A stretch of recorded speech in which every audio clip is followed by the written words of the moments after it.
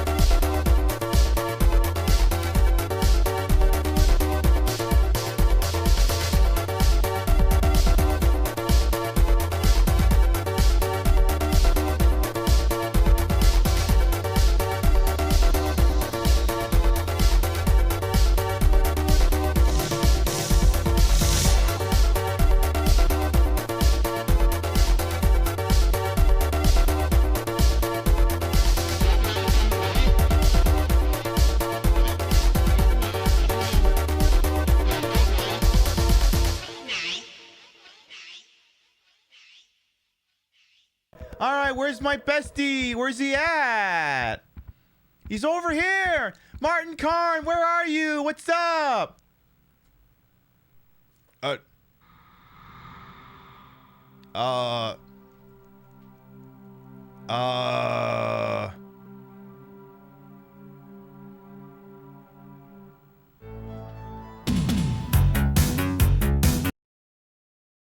Oh, Hannah, yo, you know what? Fuck it.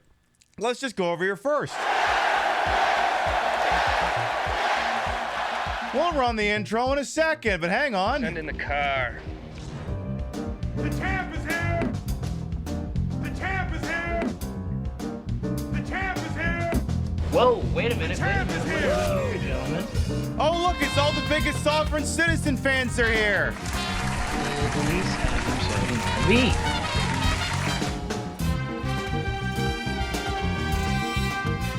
Southeast corner. I gotta move this thing so it's not blocking my head.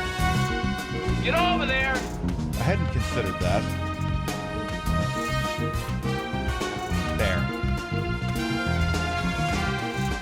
And in writers, hello, welcome on in. Welcome on, Hannah, Dara, Dawn, and Mr. Blast, and everyone who's here. Welcome on in. I'm Queen Pib. We're about to get going. We're going to be playing a silly game called Martian Mayhem. Wait, no, it's not Martian Mayhem. That's the parody game. We're going to be playing Martian Gothic, a delightful little point-and-click game. It's like one count Adventures of Monkey Island, one count Dead Space, and one count Event Horizon. The cops have an SUV. Oh, good lord. We know you got a lot of Ray targets out there on the TTV, and we're always thankful when you spend time with little old me. Thank you so much for coming on by with your folks. Also, this outfit is terms of service compliant. I covered up the underbob. We'll be right back. Viewers' discretion is advised. Why you gotta wear them like what, the tits? And to all my haters, I'm sorry the airplanes couldn't kill me. I haven't drawn dicks on it yet. Okay, I've drawn one dick on it now. Oh no, keep shooting all the Nazis! Big mystery, who could say? Bad boys, From the... We weren't ready! bad boys, bad boys. Stop it! What you gonna do? Bad. What you gonna do when they come for you? Nobody now. Please, my parents could be watching this. Police now, no break. Hey, So down! I'm gonna give you no break. No break. Bad boys, bad boys. Good game, What you just gonna to do? decide What you gonna do when they come You for game. you? 7, 6, 5, 4, 3, 2, Queen Pip is filmed on location with the Queen of Retro Game Broadcasting. All shows are broadcast 4 nights a week in a court of Pip. There, now we've got all our ducks in a row. Good morning, afternoon, evening, whatever time of day it is. Welcome to the show. Hope you're having a good day so far. If some of you are wondering why you had to click through some, are you fucking sure you want to watch this? It may contain coarse language, sexual themes, and is brought to you by the letter F. It's because I've willingly turned on the sexual content classification label. It's because, you know, it's basically insurance that if someone's like, oh my god, that outfit may actually be saucy. Well, it's okay. We're following the rules. It's like having an insurance policy. You'd rather not need it, but you'd rather have it. Not need it than need it not have it. Of course, make sure you check out friend of the channel, Hannah Reloaded, who's been watching some absolutely fucking wild shit lately. Check her out, please, and freaking thank you. So, I wasn't live yesterday and had some fun, but I'll talk more about that. Let's start from the top and make it drop. See, we got here bright and early on a Sunday. Let's see what we got here. Oh, yeah, at the start of the show, if anyone's wondering why the music and the audio went weird and why I had to do a mic check, my Stream Deck decided it didn't want to function properly. And I'm like, okay, I'll close the program and reopen it. So I closed the program, reopen it, it's not doing anything. I'm looking for it in Task Manager. I can't find it. So I'm like, all right, I'll unplug it and replug it. Problem is one of the things I unplugged was the Go XLR, which is like all of the audio interface. So I'm like, shit, I better make sure that is working or else I have to stop the whole fucking show. And it worked, so yay. So in case you're wondering what the hell that was all about. Also, if you're wondering what the sick Chivo noise was, Rio's playing Dragon Quest III on the Xbox, so anytime she does something amazing, we're gonna hear about it. It was wonderful. She's like, I want to play something old school, but like, I'm working on Final Fantasy VI Pixel Remaster, but I'm at the part of the game where I have to pay attention. And I'm like, can I interest you in Dragon Quest? Maybe something in a fancy remaster. It's a sensible alternative to FF, and I need to figure out some more words. Dragon Quest, huh? I hadn't considered that. Well, you could do worse. Let's see what we got here. We got Ravaging Marvel, Sastra, Celeste, Display Salad, Crazy Two Shades, Zilla Devil, welcome on in. Yes, indeed, we are going to lick this game's arse, apparently. I see Zyros, King Monster, as well as a Flounder. You brought the checklist. We're past V1. Oh shit! Then yeah, we are committed. There's no going back. We gotta get this bird in the air. Ain't no waffles as well as over caffeinated paranoia. Gimmick puppet, Kami Mommy, Henlo, Very Pink Penguin, Black Tiger. Welcome on in, and Golden Loki as well. Can we just leave the muskrat there? Well, as soon as we find him, we'll see if we can leave him there. I see Dragon Prism as well. Of course, Hanan Raiders, Terradona, Mr. Blast, Midnight Wolf, everyone who's here as well as Dictionary Boy. Yeah, point-and-click games in the 90s were at times often brutal with the puzzles. Yeah, and this game's no exception, but we'll get to that. Sorry the airplane didn't what? Oh, well, I redid see, the nice thing about our cop-style intro is it's modular, so I can slot clips in and out. So I decided to slot one in where I was talking about the Vegas trip, and I had to take like 4 planes to get to Vegas and from Vegas. So the opening part of that is, yay! Because this was at a time when, you gotta understand, a plane was upside down at Toronto Pearson.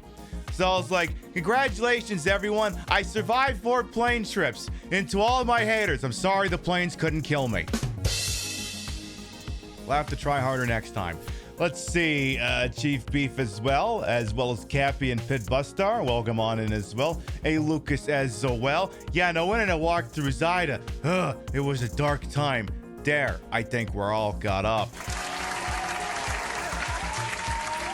Yes, the dragon. Yes, the light. Exactly. The Yakuza like a Dragon Quest. That's the other thing too. Real was playing it. It's like, oh, this is where all those things from Dragon Quest came from. Yakuza came from. Like, yeah, you went right to the source. It logically makes sense. So, had a very nice day off yesterday. Hung out with some friends, got some grub, watched The Naked Gun. Friday night, so the interesting thing is, Real's like, what do you want for your birthday? And I'm like, you don't... Ooh. Well, both of these are actually quite wonderful things, actually. So we'll get to that in a second here. Porsche and Rocco, you have impeccable timing, both of you. The fuck? Are you working together? A little bit of PB in my life, a little bit of Trish by my side, a little bit of Rio's all I need, a little bit of Queen Peeps what I see. Porsche, thank you very much for the 27-month resub, and Rocco, thank you very much for the tippy, both of yous. Also, Shipwreck, you did your monthly tippy. Thank you, thank you, thank you. Mwah. Hey, all of this stuff goes towards the show. Hell, with the birthday take and some other stuff, some new outfits might be coming. Especially one we might do to placate the weebs when we play that, that weebish deck building game we teased a couple of weeks ago. We might have a new look lined up just for that show. It's so intricate, I even had to buy a whole new pair of shoes for it. Rim shot. Oh, hang on. Tell you what, this many goddamn resubs, I'm just gonna bring up Dino. Go, go, go, go. Come on and dance with me. Go, go, go, go. Sassarus, thank you for the 32-month resub. Welcome back. And try romance with me. Don't stop, don't stop. Dean Martin's usually here for hype trains, but y'all are wild enough, so let Dino play over there in the corner for a minute. Why is the TTS lady Australian? Well, I had to pick an accent, and I'm like, I don't want to use the same one everyone else is using, so I picked the Australian one. At least I think that's the Australian one.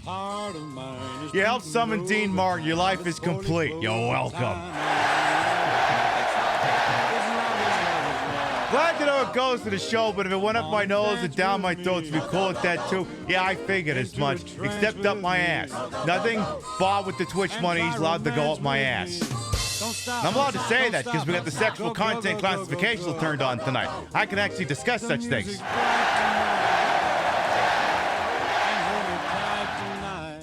Though my parents may also be watching, so maybe I won't do that. No, they don't care. I'll let Dino play for another minute or two here. But, yeah, Rio needed a new game to play, so I said, why don't you try Dragon Warrior? And she's having a blast. And, Chief Beef, thank you for the tippy as well.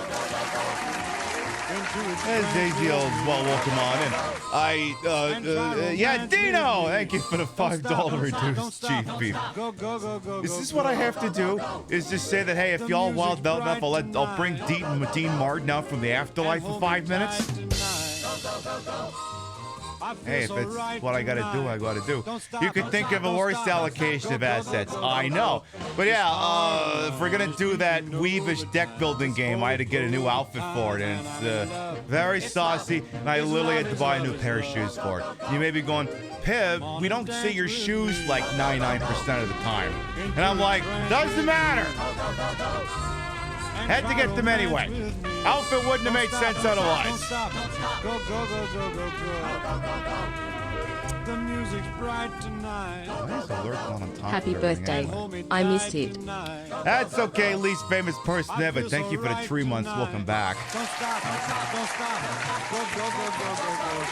Go. Why is everyone resubbing? You weren't live on Saturday, stupid. That's why. That's why. That makes the most sense.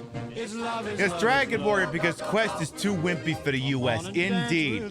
I shot off at the mouth about a TikTok I'm going to make on the matter. And it's like, I know there's one very big problem I have with like Dragon Quest remasters, Dragon Warrior remasters, or Dragon Quest, whatever the fuck it is we're calling it this week. What game is that? I like to keep some things close to the chest, except for these. I like to let these sit out nice and loud and proud.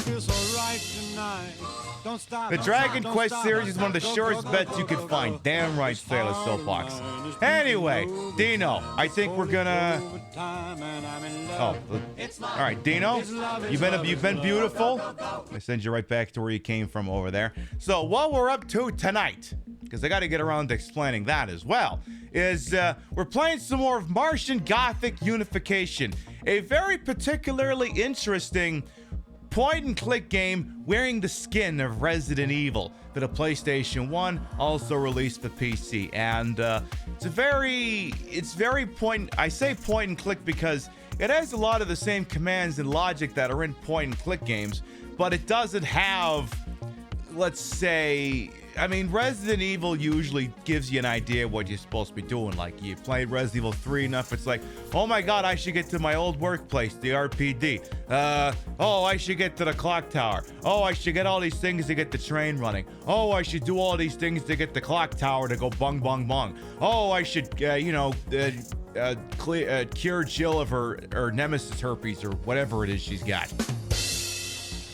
Very obvious objectives, whereas Martian Gothic has opted to go a little bit more obscure. A lot of very lateral thinking is needed, and usually by the time I'm sitting in this chair, I've already been awake for like 11 to 12 hours, right? So critical thinking's usually gone out the window, but I still want to experience all the stupid stuff that's going on in this game. So... we have the Game Shark for infinite health, and we printed out a goddamn walkthrough. So instead of having to tab in and out and go, all right, I got to do this thing, that thing, and the other thing, we have a clipboard with the walkthrough printed out. I can write notes on it whenever I want, and it's worked as a concept and got us this far. And right at the ass end of last Thursday's show, I'm just trying to finish things up. And all of a sudden, like Dead Space and Event Horizon both hit us at the same time. Any sausage on the clipboard? Nah, sorry, I ain't got any of that Chicago kielbasa, my bad. Ain't got none of that to go around there. And I don't know if we're going to finish the game tonight. Going off the guide that we've been using, it seems to suggest we're only halfway through. And if we've played this game 2 shows and we're only halfway through, chat, put your thinking tits on for a second. If we took 2 shows to get halfway, how many more shows would it take for us to do it? That's right, another 6. Very Pink Penguin was close. 7's close, but the answer I think is more like 6. Or I'd like to think it'd be 2, but hey, we'll see where life takes us. All right, we're gonna take a short commercial break, and when we come back, we'll get all these games started out. We'll be right back. Come on down to Kunkelman Chevrolet. We have Hyundais, we have tuners, we have getaway cars. When you need to get the hell out of Dodge quicker than Fiat, come on down to Kunkelman Chevrolet. Buick, GMC, Hyundai, Suzuki, Tesla. We know where you live. Get inside a Buick LeSabre for just $999.99. Where do the commas and decimal points go? Are there zeros? You tell us! We'll even throw in the optional dual exhaust so you can annoy the one neighbor who says, crack kills, whenever you bend over. Hey, a lot of people would pay to see this, and you're getting it for free, so how about you shove it, pal? Want easier gains than a needle full of HGH? Try our Hummers. Don't like our Hummers? That's not what your father said! So come on down to Kunkelman Chevrolet, Buick, Hyundai, GMC, Suzuki, Hyundai, Duesenberg, Harley, Hyundai. Have you ever wanted to slap on a sticker that says, built, not bought, but without ever having to build anything? Check out our zip tie restoration lot. Good credit, bad credit, no credit, poor, or more loaded than a gym owner on January 2nd? We'll work with all income levels. We don't even need your credit report because we know everything about you. Did you think we were kidding about knowing where you live, Robert? Do you think we don't have eyes on your family at all times? That was a really nice green blouse Jennifer was wearing to work this morning. It would be a shame if something happened to the brakes on her Nissan Murano and she couldn't pick little Bobby up from T-ball practice at 4:45. But with Kunkelman round-the-clock service, you have 24-hour support anytime your car breaks down, which it won't because you got it at Kunkelman Chevrolet, Buick, GMC, Hyundai, Superman, Thanos, Martha Stewart. Surrender to savings? Your options are limited, and we do mean limited. Barter your soul. We're willing to do business at Kunkelman Chevrolet, part of the Kunkelman Dealership Network.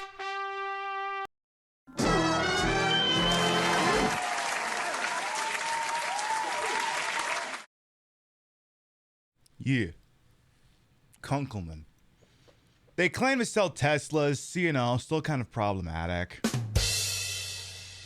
All right, folks, if you've been here long enough, you know exactly the words I'm about to say, but on the off chance you're new around here, we cannot, in good conscience, play a game involving the PlayStation 1 without permitting you to listen to the following.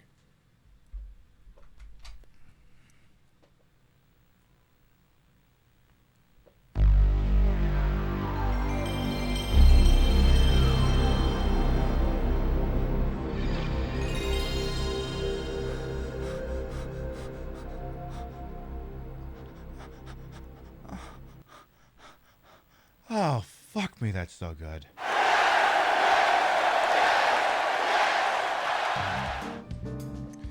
All right, folks, for anyone who might be new here, I am Queen Pib, Patricia Inga Bogart. You may also call me Trish. I'm the queen of the retro, the queen of the ways that he old. The white balance fit tonight's gonna be off the chart. And your time on this channel, this fat lip, fat hip, fat boobied, and fat booty channel is, of course, and is always well wasted. Welcome on in. I put the broad in broadcast at a hole in wholesome. I'm aged for my own hubris, and though these breasticles may be fake, the retro is real. That's the real PlayStation 1. And normally I say it's hooked up in a dumbest manner to make it look and sound as bad as it used to. But for this particular game, I have to actually hook it up direct through AV, which is not something I normally do, because the game otherwise is too quiet if I do it the way I usually do it. So tonight's, it's like the Monty Python sketch. And now in stereo. And it's just Lamar Salai playing in an echo. If I wore a green wig, would it be invisible? Yes, unless I do very precise chroma keying, it would be very invisible, yes. Hey, Sir Avium as well, welcome on in. You love that wig on me? See, that's the one thing someone on me can compliment, and I can't just go with the follow-up, well, it'll look even better off of me. It actually wouldn't. It wouldn't look as good sitting crumpled up on the floor, me just going, hi, I'm wearing a very silly-looking wig cap. It's the one thing that just would not be improved by removing it. Hey, bitter old Queen, the stars are in stereo as well. Now, because we have to use this in conjunction with a Game Shark, I have to actually load a CD instead of doing it off an SD card.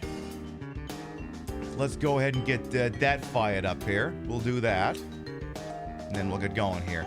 We're using infinite health while playing this game because this game commits two sins that, when committed together, are a problem for someone who doesn't know what they're doing for what is a de facto first-time playthrough. Now, much like Resident Evil, Silent Hill, so on and so forth, it is a game that has limited resources, so limited healing items, limited ammunition for weapons, which again is fairly part and parcel for the majority of survival horror games out there. Here's the other problem though. They mix it with the other thing. The enemies don't stay dead. And that's the problem. Because now it means that you can't take your dear sweet time in certain places, because now certain things that should be dead ain't gonna stay that way. So that's why we're using these infinite health cheats. Now, they won't stop one-hit kills in certain contexts, but for rank and file zombies, they do the job just fine. Now, there is one problem, though. I obviously do have to get the disc loaded in there, so you're gonna have to give me just a moment here. It's like a harder Resident Evil. Oh, definitely, Anthony, definitely. So I gotta get that loaded in here, so give me just a second. Grab the disc. Alright, get that. Get the disc out. Good. Put the game in there.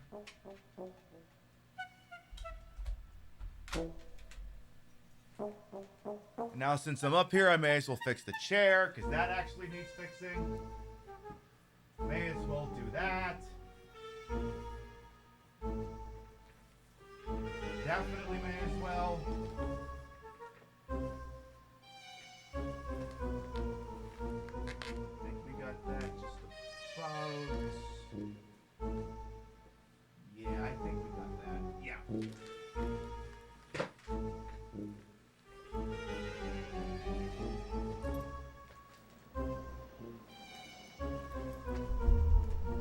Perfect.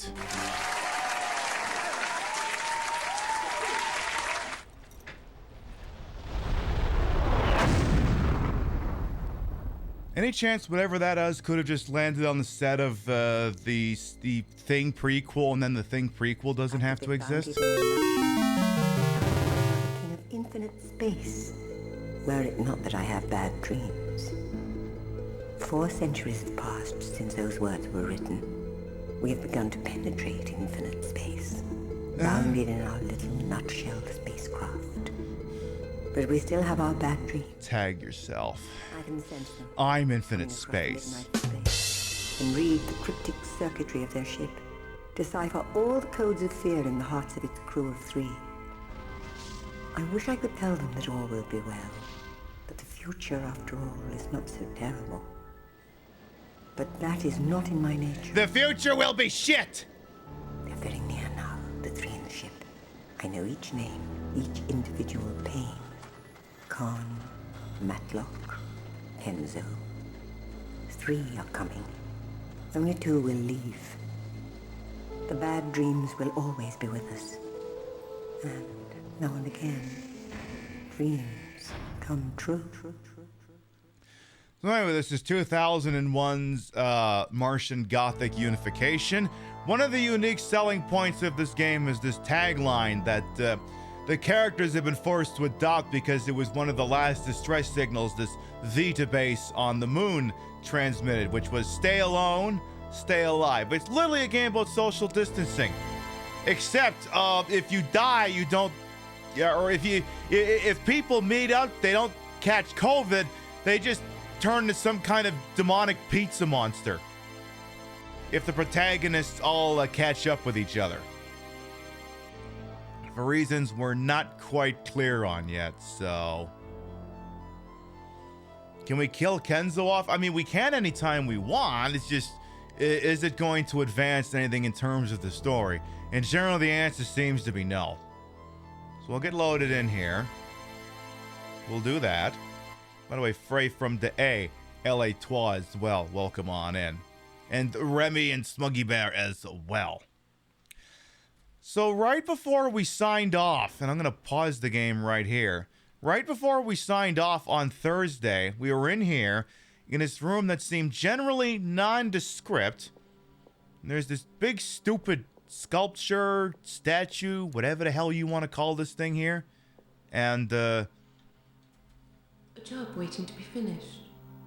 And we weren't quite sure what the hell to make of it, other than we can examine it, and apparently we can use it in conjunction with something, and we don't know what at this point.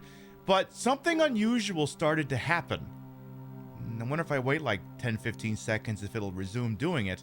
Where like some extremely odd noises started happening, and then like a cutscene played, and everyone kind of seemed like they're having a migraine.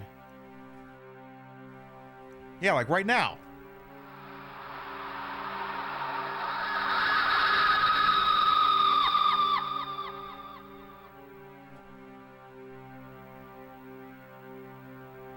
So yeah, we were like, what the hell is that? Event Horizon, is that you?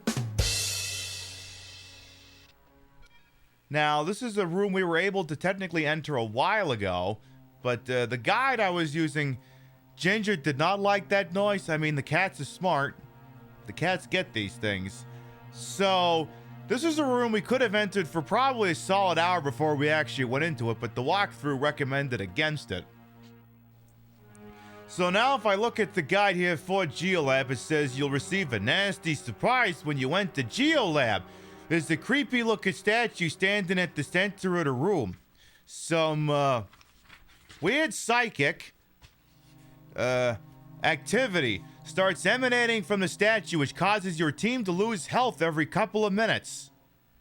Well, thank goodness that's not going to be a problem. Search the body for some items, then go past the body and check the drawer in the back. It's easy to miss. You find a shaped rock in a drawer. Go to statue and drop the shaped rock inside. Okay, I can do that. I can definitely do that. I was just thinking of something. What the hell was it? I had a stray thought. Rock, psychic. Oh, yeah! Actually, I posted about it on Blue Sky before I went live. And you can feel free to steal this if you're on, like, Blue Sky or any other social media platforms. It's this great thing I started doing. And again, if you want to steal this, you know... Settle down there, pipe organs. So I'm doing this great little mental health exercise here on these social media platforms, and I encourage you to steal it. All right, here's how it goes. Anytime you see someone being vehemently, overtly, and loudly opposed to any kind of protest action that's more involved than, say, writing an emoji, I like to assume that they're the person who did whatever it was, and they're just trying to throw off the feds. And it's great. It's fantastic because, one, it means, oh my God, there's an icon over there. Let's appreciate them from afar. And two, you can't engage with it. You can't. Because what will you do? You can't say, oh my God, I'm so happy that you did that, because then you'd be ratting them out to the feds. So... see, it's perfect. It's fantastic. It's win-win.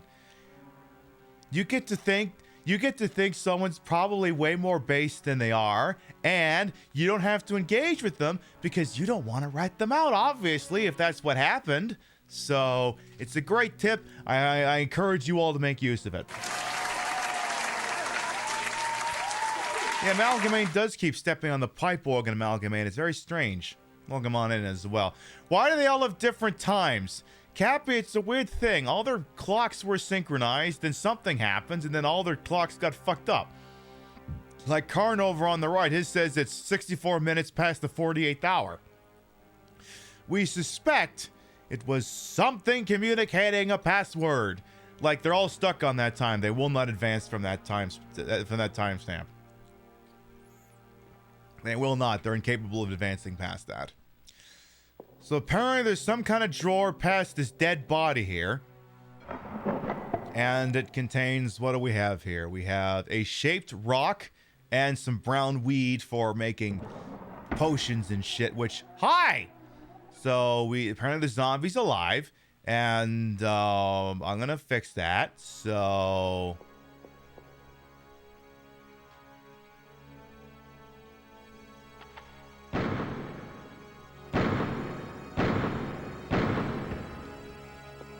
because zombies are very annoying. Regrettably, I don't have infinite ammo, but apparently, ooh, this one had a Dillinger. Nice. A remote control spiritus. What the hell is a remote control spiritus?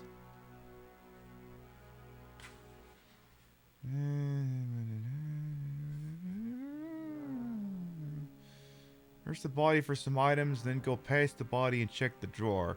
Well, it doesn't say don't take the thingy, so I'll take the thingy. So that drawer contains some kind of a shaped rock, and the guide seems to think I should use the rock on this stupid psychic rock, so I guess we could do that. Oh. So, there was like 4 holes on the side of this thing, and it seems we just plugged one of them. That's interesting. A job waiting to be finished. So apparently there's 3 more holes in this thing that need plugging. Well, it's a good thing we're using the sexual content classification label tonight. Apparently I gotta find 3 more long, hard, rigid things to shove in there. So jealous of that thing. What the fuck?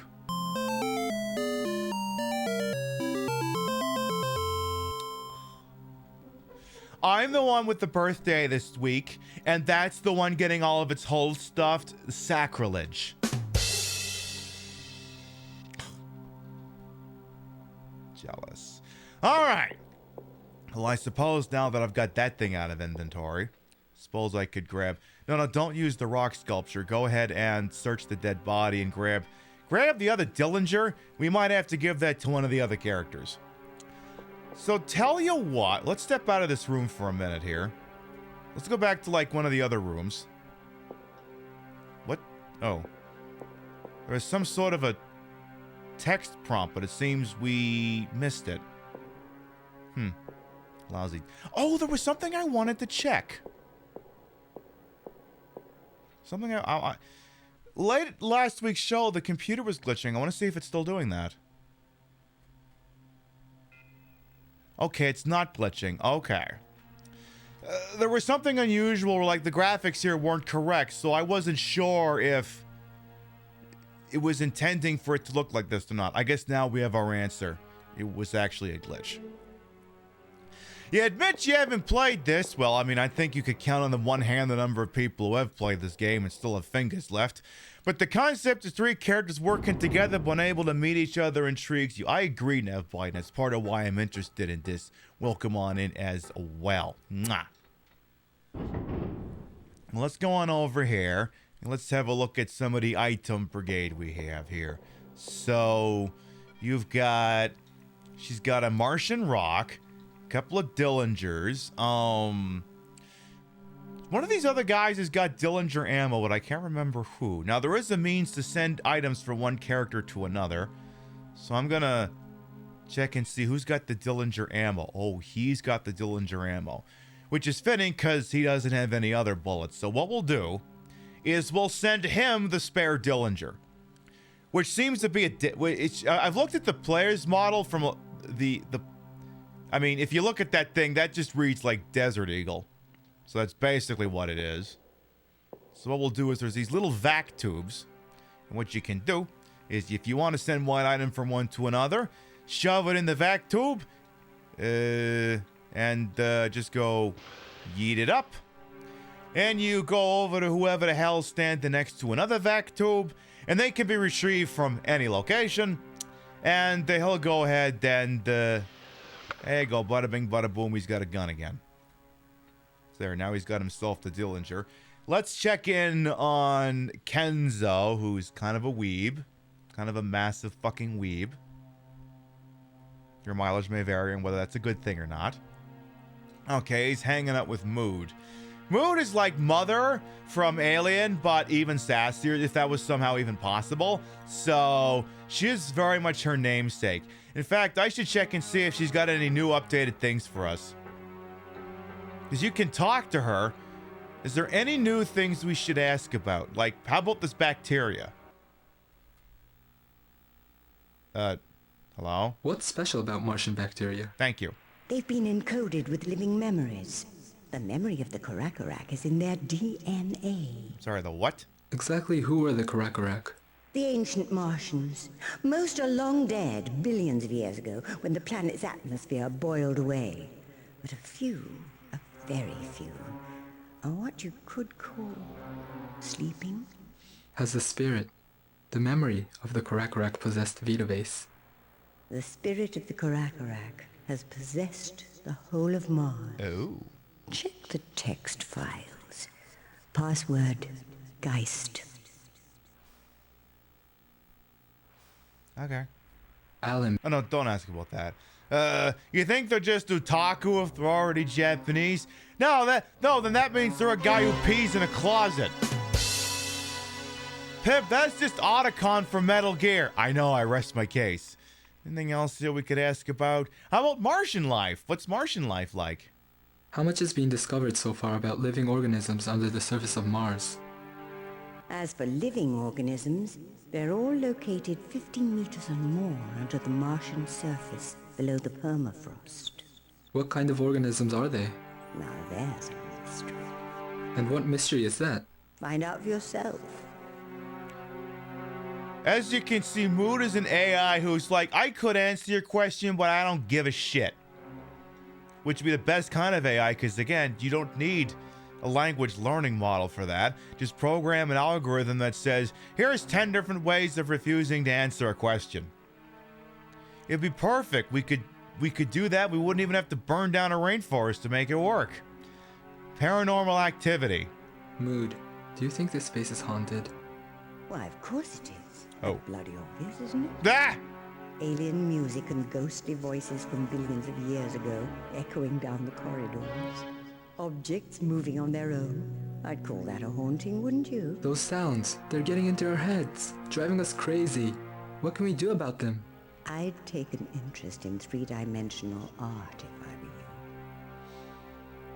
I think that's the game's very cryptic way of talking about that statue we were sitting in front of. That would be my guess. Let's see. The Contagion. Okay, nothing else there is new. So let's see what Ye Old Guide has to say for itself here. Let's see. Again, we're doing this by the book, because I don't want to get too lost here. So, alright. Anyway, activity starts emanating from the statue, which causes your team to lose health every couple of minutes. As you can see, it's about to happen again.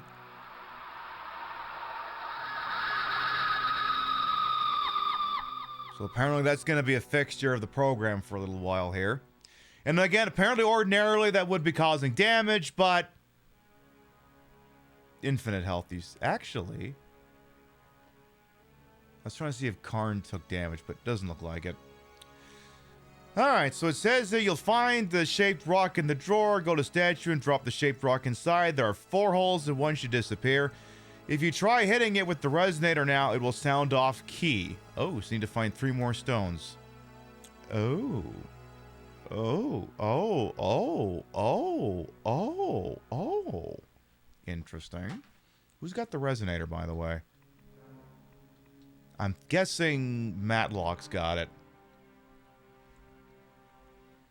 By the way, I was going to say related to Matlock, but then nothing in fucking Airwolf is related to Matlock.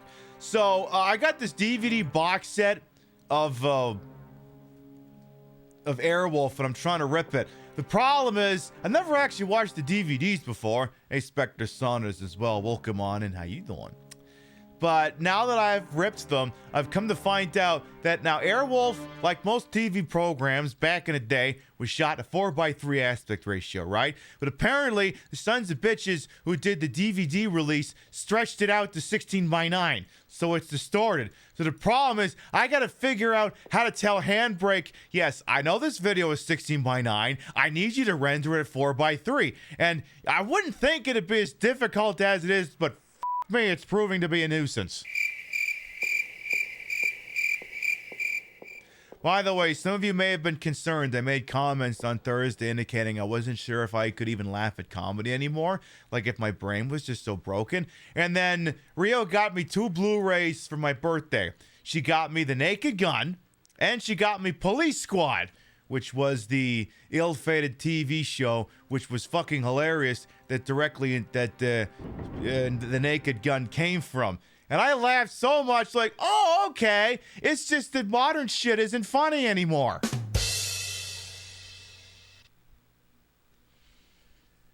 And you're like, well, what was the...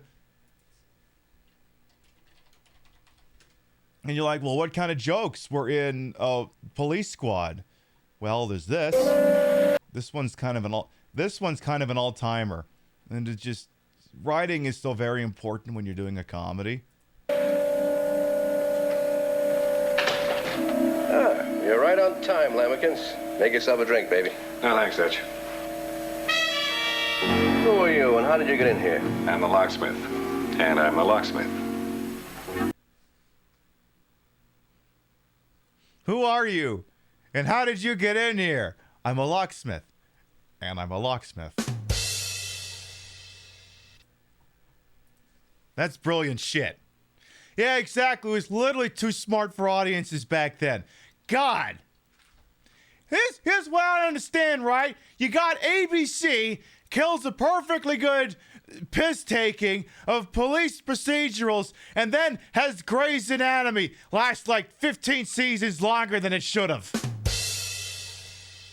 What kind of world do we live in where Leslie Nielsen only gets to be Frank Drebin for 6 episodes before the whole thing gets taken off the air and Grey's Anatomy still exists?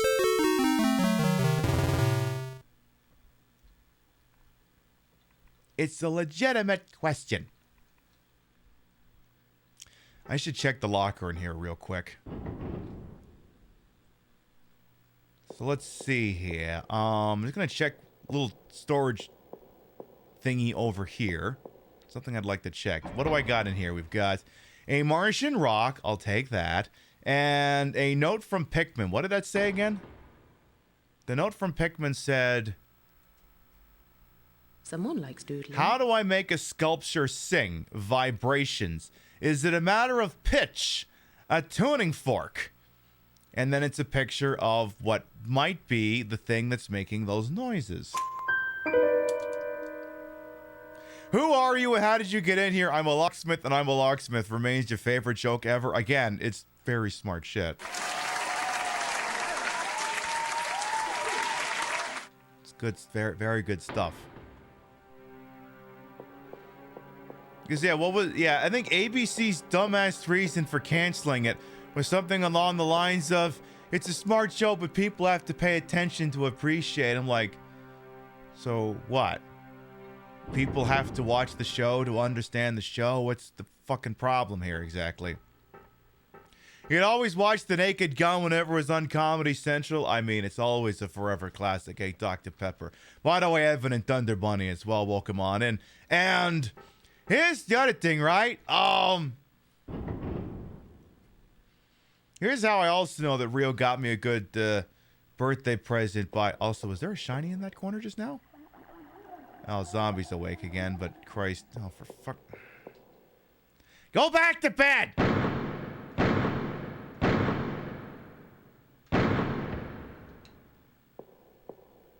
Here's how I know she did good by buying me those Blu-rays. So what I do, like a lot of people, right? Especially when you've seen what the media landscape is and what is and isn't available to stream on free and paid services. Whenever I get like a DVD or a Blu-ray, I rip it. I do it. It's a thing I own. I buy it. I go put it in the thingy. It rips it. I encode it. Put it on my Plex server. Now, one of the things Plex does, which, in addition to being free, is it'll also tell you where things can be streamed. Because, you know, apparently now you can stream things on Plex without explicitly having a Plex server. I don't fully understand it, but it is what it is. And so if I look up maybe a movie I have, like Naked Gun, maybe it'll say you can stream it on Paramount Plus or whatever the piss. And I can tell that Rio did good by buying me the Blu-ray of the entirety of Police Squad, because when I looked at that one, it said, not available to stream anywhere. And I'm like, oh, so you bought me something that literally cannot be watched legitimately anywhere. Fuck.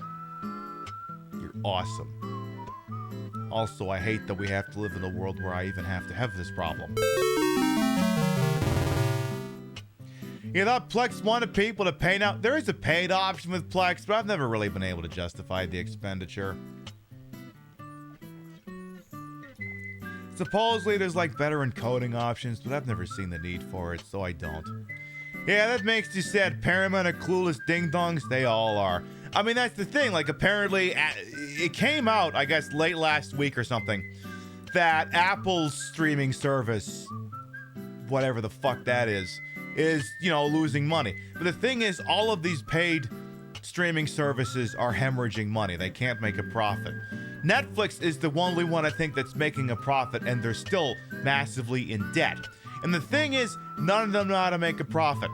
None of them know how to make a profit. The only ones that are profiting are the free ones with ads, like your Freevies, your Plutos, your Tubies, so on and so forth. And, they're all just, none of them can make money. None of them can figure out how to make money, the paid ones. They've all just, it made themselves exist, and they're all waiting for one of them to solve the problem. So that they can all be like, oh, perfect, we'll implement that, and now suddenly we'll all be profitable. It has not happened yet, and it's probably never going to happen. It'll be interesting to see if there will be a resurrection in physical media with streaming services turning into cable.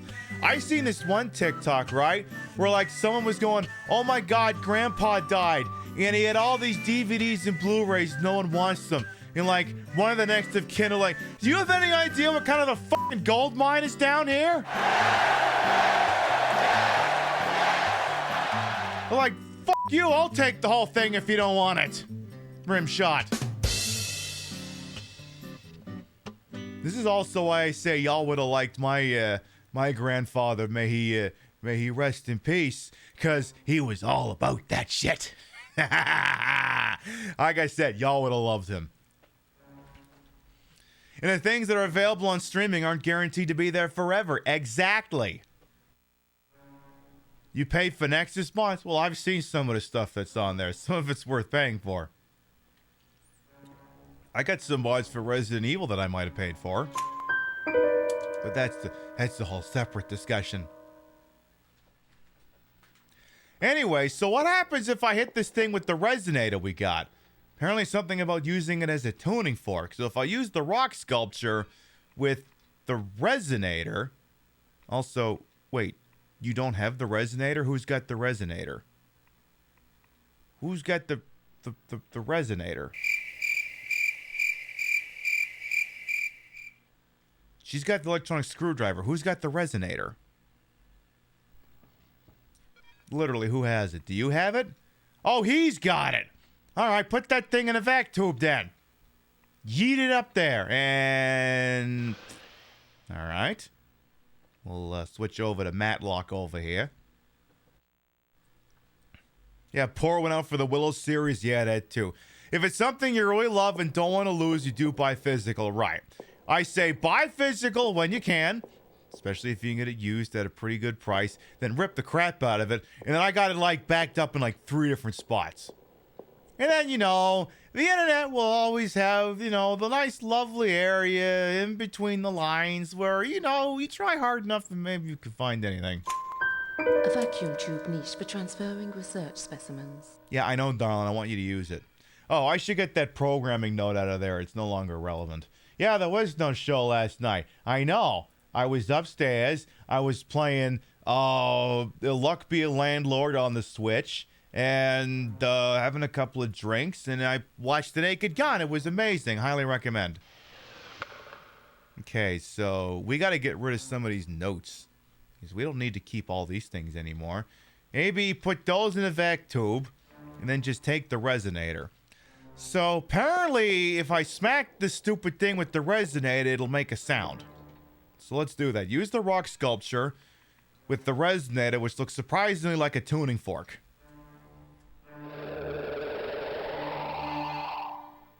And it's not... Oops. I'm sorry, do that again. I'm sorry, can you say that again? This resonator's giving me good vibrations.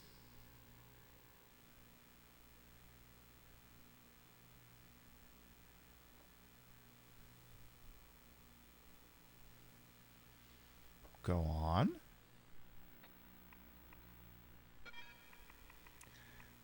Go on.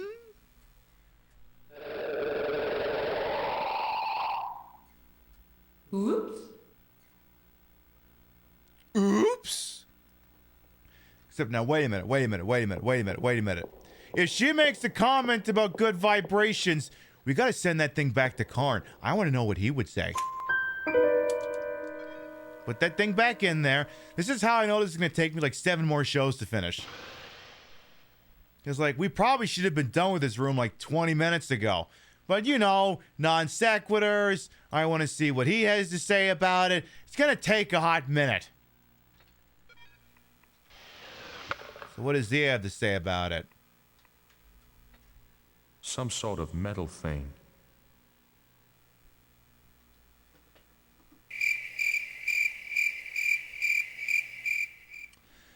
Your brilliant powers of deduction do you credit, Mr. Martin Karn. You're no fun. Yeah, technically not wrong, but it's not the kind of insight I was looking forward to.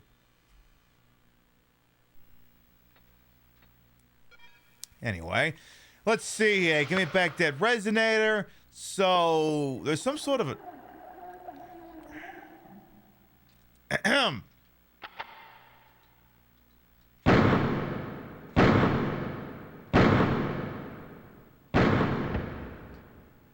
Don't get up. Anyway, apparently I need to open up this rock cutter. Apparently if I put in these 2 Martian rocks. Apparently that's part of what I need to be doing here. Oh, for fucking...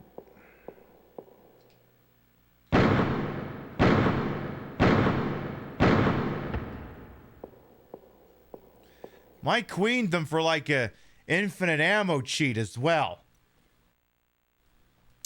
Alright, so apparently we need to use the rock cutter inside this thing, so let's do that. Current program, Chorus Project. Current user, Howard Pinkman. I suppose I will proceed.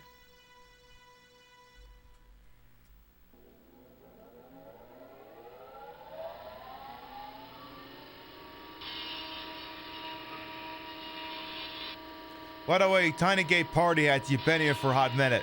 How you doing?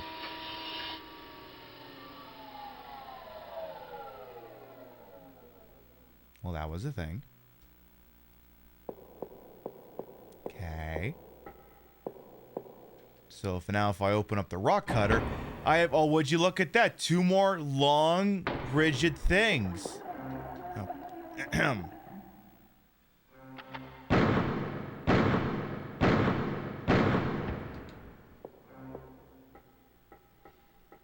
Hey, hey, large rock baby.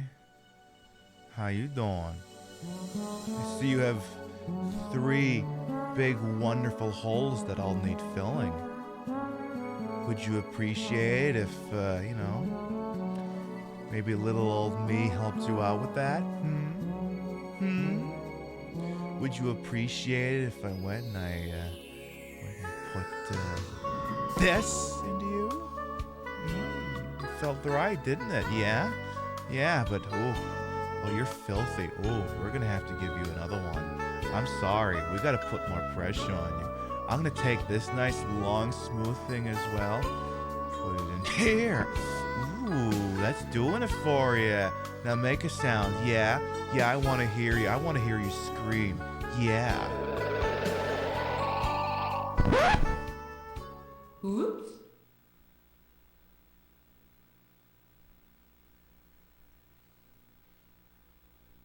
Okay, that's not what the noise I thought you'd make.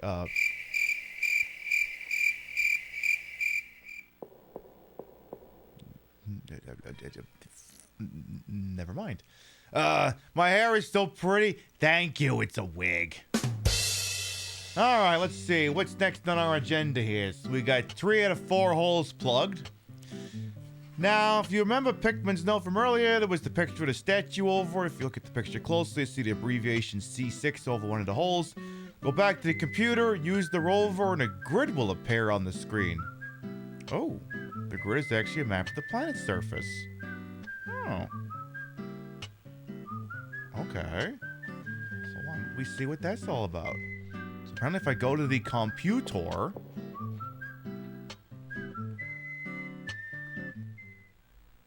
Fire up that. Go to rover control. So we have an I sunk your battleship type of screen here. And y'all remember that that diagram was very important about C6. And Chatters thought maybe it was talking about one of the vertebrae in your spine. But apparently it might mean this particular grid. So if I do that. Oh.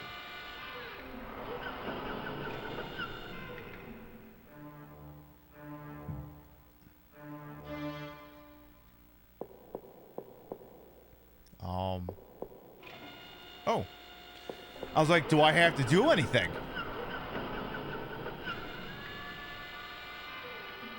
Well, now, isn't that adorable? That thing must be on loan from the Duke Nukem Forever collection.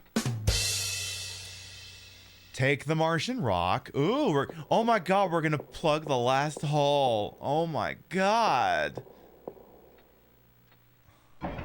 Again, jealous. Alright, let's plug... I'll plug your hole! I'm gonna have, like, no fucking ammo I get out of this room. None.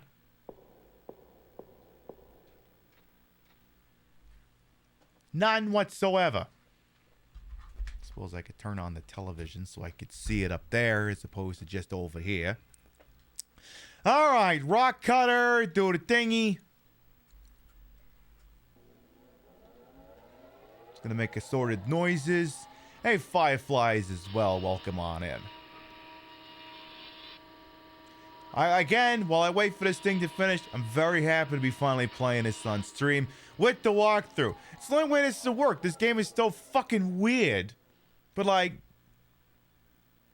you know, when you get the titties and you sit in the streaming chair. Like, I already mentioned this last week. Being a streamer is like a 15-point debuff to your intelligence score. Sitting in the chair just causes a lot of your critical thinking skills to go out the fucking window. Because on top of having to manage the game, you know, you're managing the audience. So, I'm glad... Alright, I'm using the other gun because I don't want to use up all the Dillinger ammo.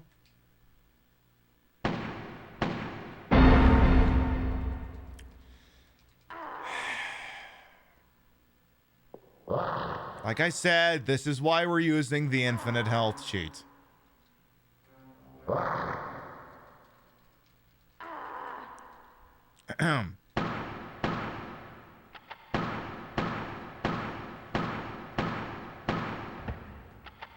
Yeah, streaming is multitasking on hard mode. Exactly! Anyway, I'm gonna go ahead and fill your last hole. Darling, you ain't gonna be able to talk once you got this thing in you. Now, I want to hear you scream.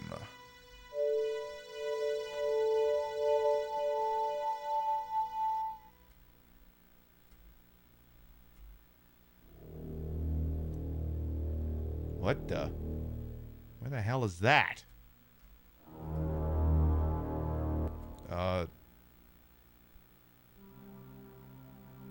Music's gone away for now. What the hell was that? Hello, game? I wonder if that was meant to be longer. I should have saved before we did that. Huh. Yeah, what in the doom is going on there? What the guide have to say for itself there? Please, the resonance of the statue and the sonic spell will be broken. Okay, so we're gonna stop getting those random things, and apparently we may have all just gotten a glimpse of some kind of fucking doom thing. Okay. Okay. You're finished with Geolab now, so head over to the Biolab. Okay. Maybe what I'll do is I'll save the game first. I almost wonder if I should...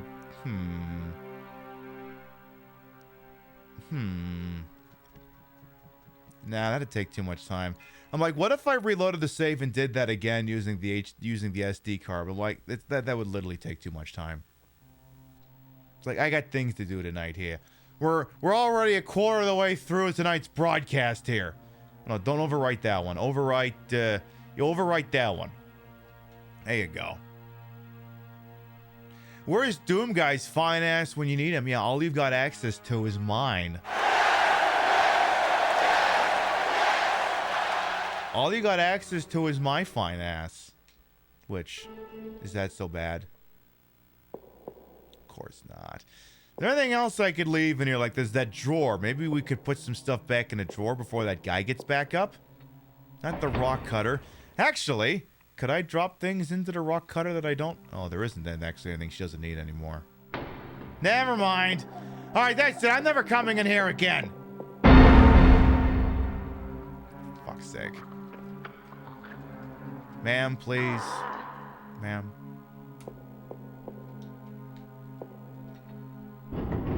There, I'm never coming in here again. It's not happening.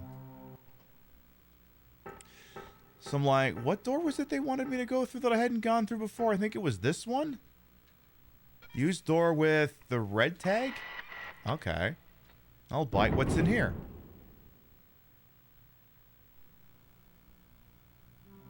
We got another dead body.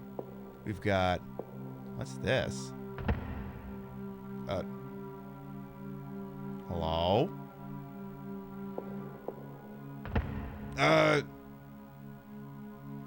You show that crime scene tape who's boss? Oh. Examine trimorphed animals? The extrusions of the lab animals. Failed rat trimorphs. Wait, what? A failed what now? I feel like we're missing a concept. No name badge. What's on a dead body? We've got a microcorder, some more bullets for the piccolo. Okay, I'll bite. What's on the random document and audio log? Deborah Trask, Daylog, Biolab, August 8th, 2018, 7:30 a.m.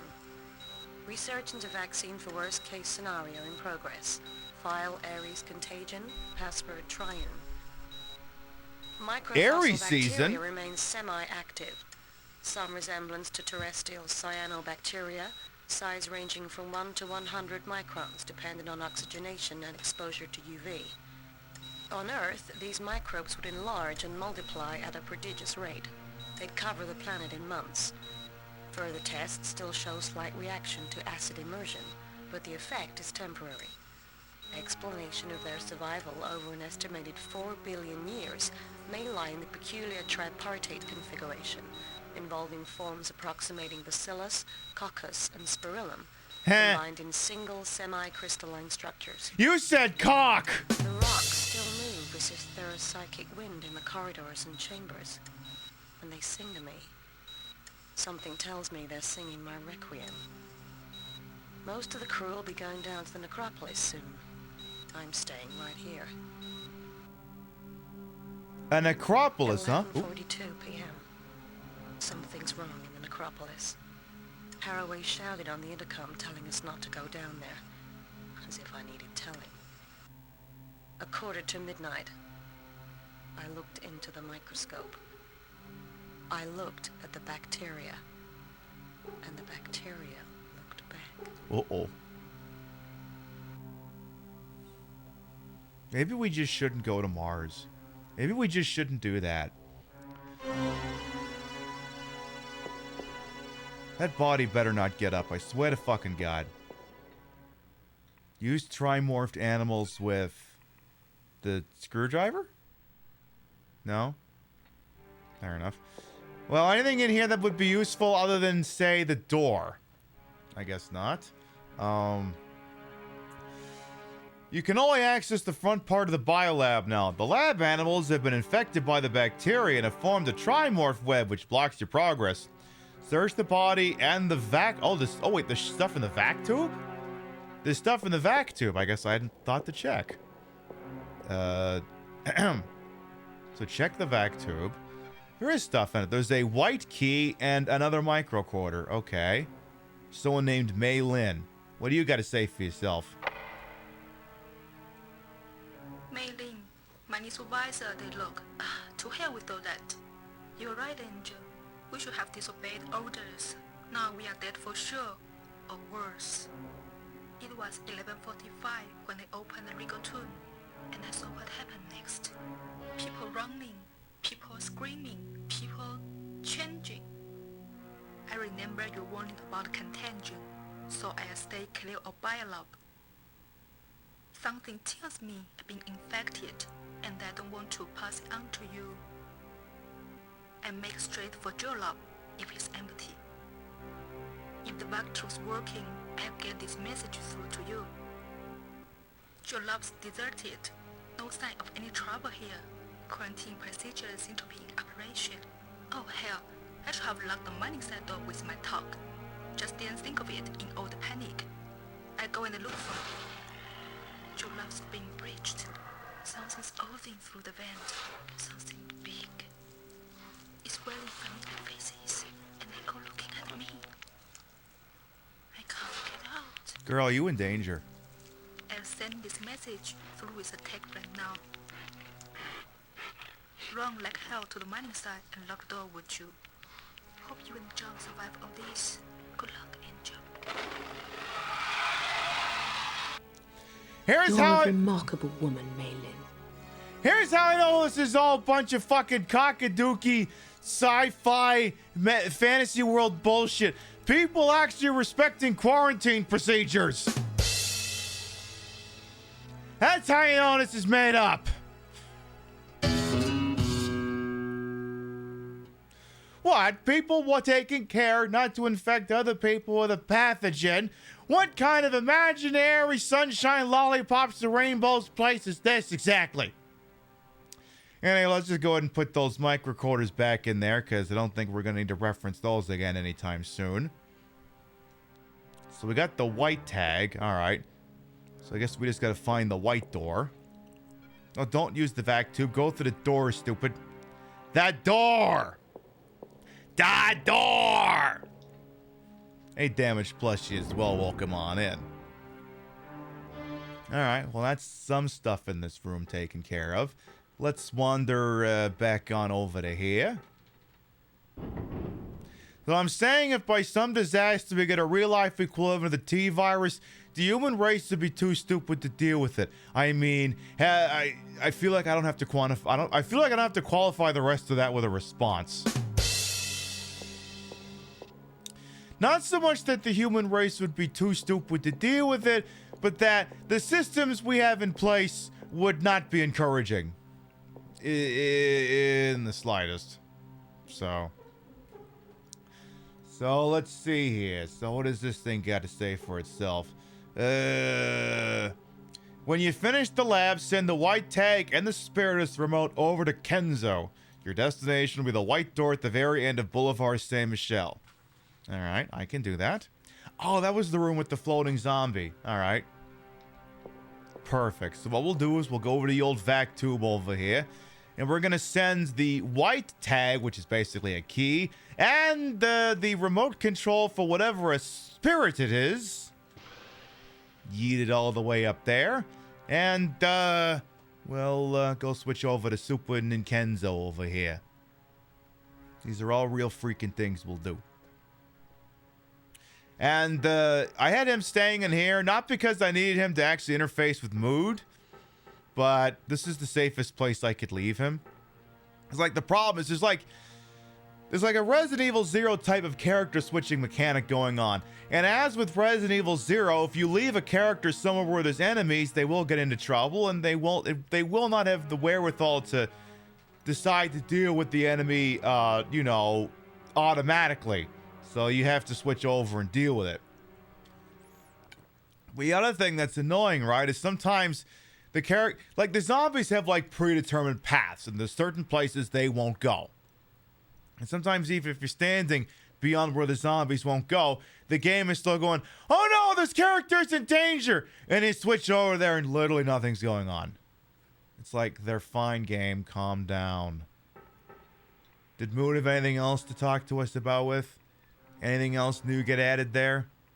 Non-dead, Contagion, Lords of Egypt, nothing. Alright. Again, just figured we would check.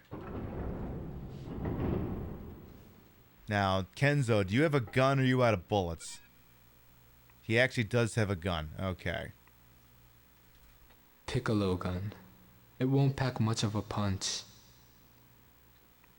Again, it feels like there's a joke in there somewhere. Alright, so he's probably going to get grabbed by a zombie the minute we go through this door, so be prepared for that. Or not. Hello? Oh, okay. They're over there. Never mind. Alright, get over here to Boulevard Saint Michel. So, oh, wait, that's not it at all. So this game has a mechanic, and I mentioned it earlier, where the tagline is stay alone, stay alive. So you can control the 3 characters, but once you get, like, say, 25% of the way into the game, it is theoretically possible for them to cross paths. Apparently you don't want that to happen, because, do we have that file footage? Oh yeah, we got it right here. Alright, where's my bestie? Where's he at? He's over here! Martin Karn, where are you? What's up?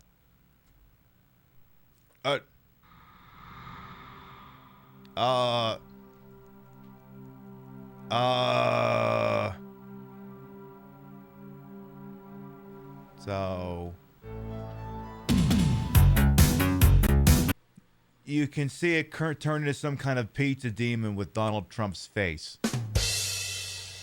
You're like, what do you mean it's got Donald Trump's face? Well, let's go back and look at it, right? Hang on. Let's go back and look. All right, where's my bestie? I'm just going to manually fast forward us here. A little more. Little more. I mean, that's our current president of the United States, is it not? That's actually him. So if you're worried that you were gonna sleep tonight, don't worry, you're never gonna sleep again. You're welcome, or I'm sorry, whichever one it is. So I gotta get Ken's over to a vac tube, so I gotta work on that. So go ahead and scoot on over here. Yeah, they knew. They knew it all along. Hi. Would you fuck off? I'm beginning to suspect that the game may have actually given us an amount of ammo that would have made the entire concept work. But also, who wants to deal with this if they don't have to, you know? So, anyway, I think the thing's over, and there we go. Perfect. It's gonna be the white tag and the remote control for whatever the fuck a Spiritus is. And, No, don't open the drawer, stupid. Actually, that'd be a good place to dump some extraneous items if we needed to. Does anyone have any extraneous items that need dumping? I'm looking at you, Matlock. No. Nah, you're good, actually. Alright. We'll go back to Kenzo here. We'll make that a real freaking thing we do. Alright, proceed! So now, we've never been able to get through this door that's right around the corner here until now. Because apparently... White tag required. It has required the usage of the white key cards, so we got that now. Alright. Whatever's true here, we ain't seen before.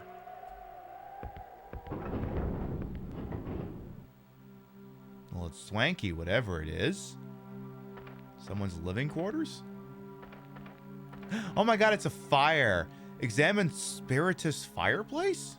Cool. That's all you have to say. You see a fireplace that's running, and that's your only insight. Cool. What do you think about my tits? Cool. What do you think about this wig? Cool. What do you think about this ass? Cool. What if I turned a little bit more? Cool. You think that's pretty cool? Cool. Alright. Okay.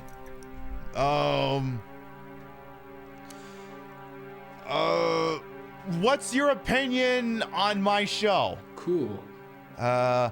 What's your opinion on what temperature a drink should be served? Cool. What's today's weather forecast? Cool. What's the first syllable in the guy who sings Gangsta's Paradise? Cool. What's the sound that the main character in Illbleed always makes whenever she finishes a fight? Cool.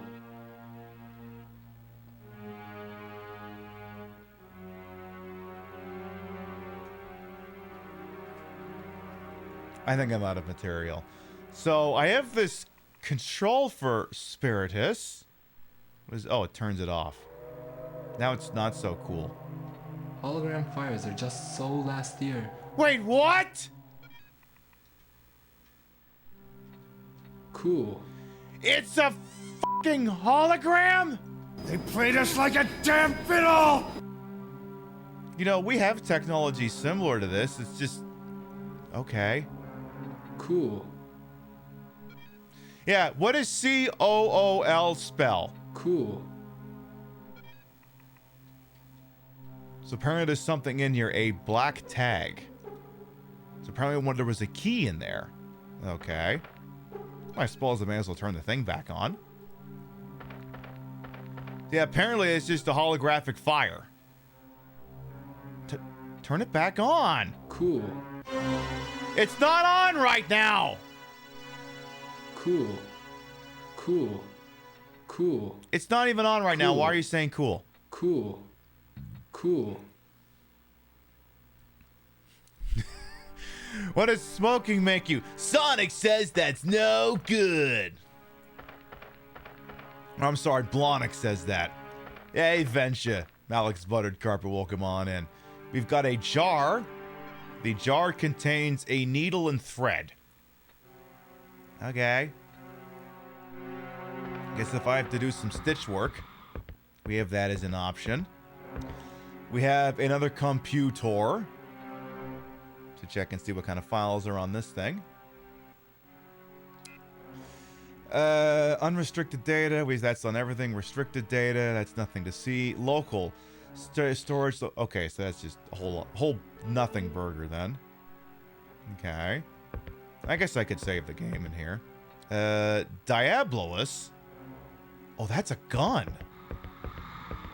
What's the Diabolus? Oh, Jesus. Karn would love to have this. Well, whatever it is, apparently you've got 240 rounds for it, bud.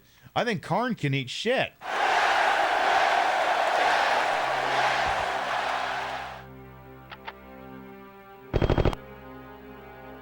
Okay, so it's an Uzi. Alright.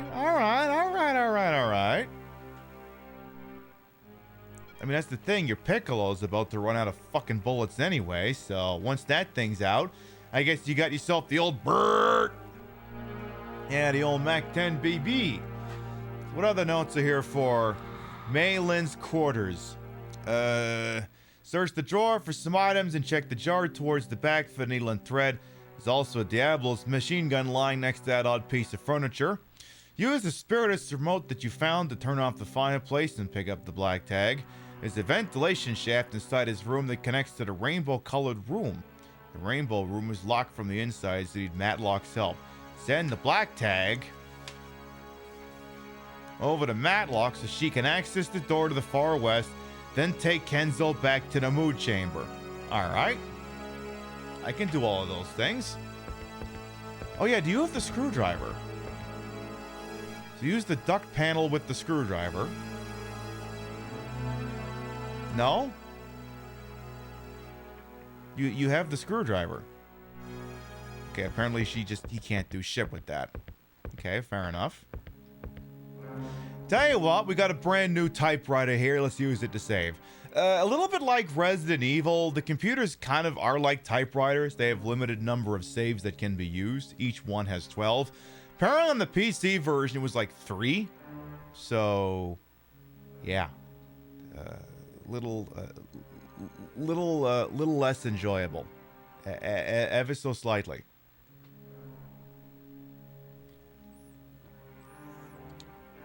Less enjoyable and optimal, and we'll leave it at that, I suppose. Alright, so apparently I need to send the white tag, or the black tag, over to, Matlock, and then I just need to send him over to the mood antechamber. I suppose we can do that. Yeah, better textures, less saving. Yeah, you take the good with the bad, I suppose.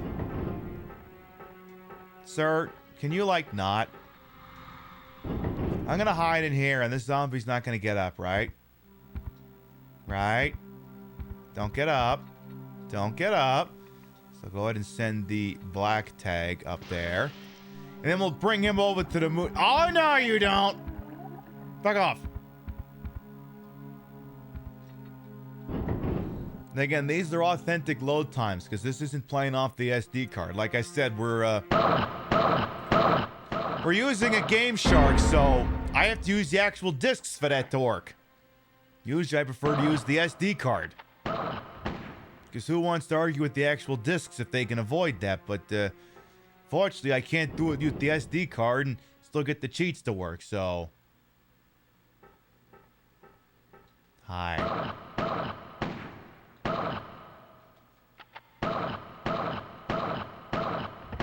Sir.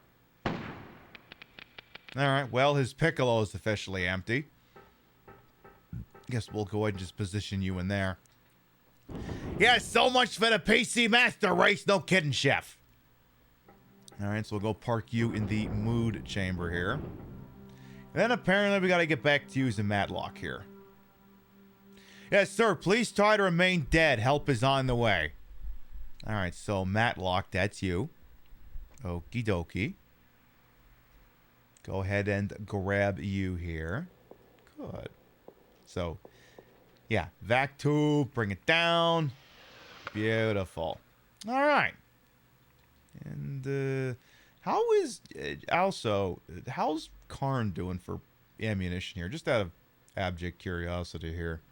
How's he doing? He's got oh yeah, he's got like no piccolo, but he's got the Dillinger. Okay, I just wanted to check and see how he's doing. I was just curious. So now she's got the black tag. So apparently the guide that we're using suggests using her to do whatever the next thing is, because she must be closest, and she is. So if you look at this map here, I understand it looks confusing. It looks like the Toronto subway system. We are up in the top left. We are in the little brown circle at the top, next to a little thing that you're going to have to take my word on it that it says that. Piccadilly Circus. We need to go to the northwest side, past Times Square, apparently. So we're going to go do that. Oh, you're going to... Not that door. No. Yeah, there you go. This is more confusing than a Silent Hill map. I mean, yeah. Yeah, it takes a hot minute to get oriented here. And to add to, you know, the sense of what the fuck am I even doing, like there's no marker that says where people are. So you gotta be fucking careful on the off chance you fuck up, run too far, and you run into someone else. And then, you know, end the whole game. Because that's the threat. So I think we need to go, yeah, we need to go this way. next to this dead guy. Do you got anything on you, sir? Oh, hang on. Hang on. I need to search this dead body, but I need to make him a dead body again. Also, do we like the really cute head crab wandering around as well? I wasn't going to comment on it, but... No, don't open the door, stupid. Shoot the zombie. Come on, this week. You got any cool games on your phone? Apparently, nothing. I like that the head crab didn't come back.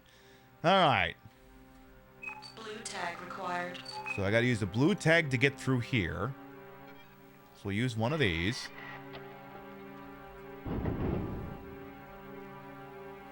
Just a fairly standard decontan room, and then...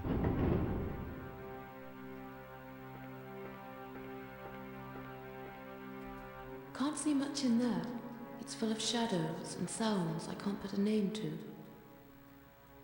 Apparently it's very evil. Black tag required. Okay. Ye old black tag. Alright. So what do we got in here?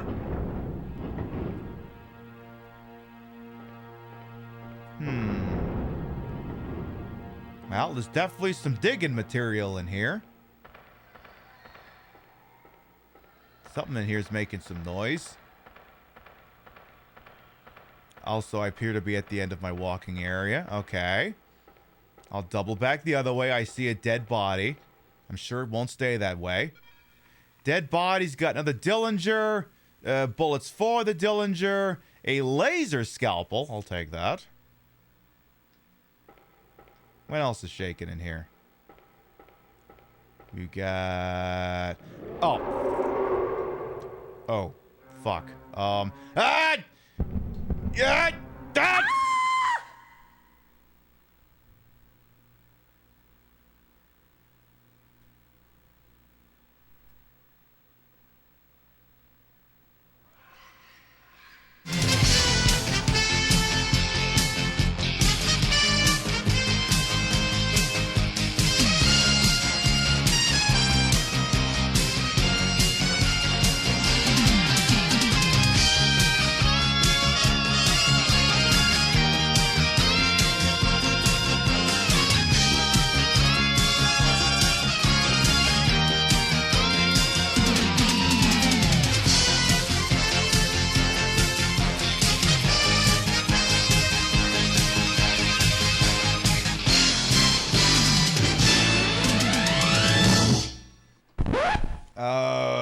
Okay.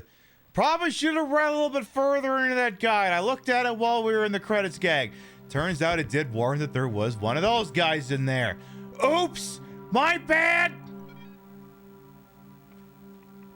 That last shot is so my era. I'm glad you love it. So, alright. I guess that it stands to reason that behind the really big scary door there'd be a really big scary guy. I guess that makes sense. So we'll have to get over there again. Alright, so I'm gonna have to send her the black tag again and then make a mental note to myself. Maybe don't get too penisy in that room. Maybe don't do that. Alright. Up you go! And, get out of my damn way. Get out of here, undead space girlfriend! Fuck off. Go away. Thank you. Okie dokie.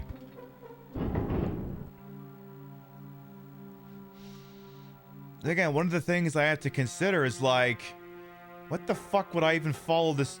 What would I even follow this up with? We did third birthday. Oh, here's another thing. Here's another stupid thing about the third birthday. Not that you need another thing to go, oh, that's a stupid thing.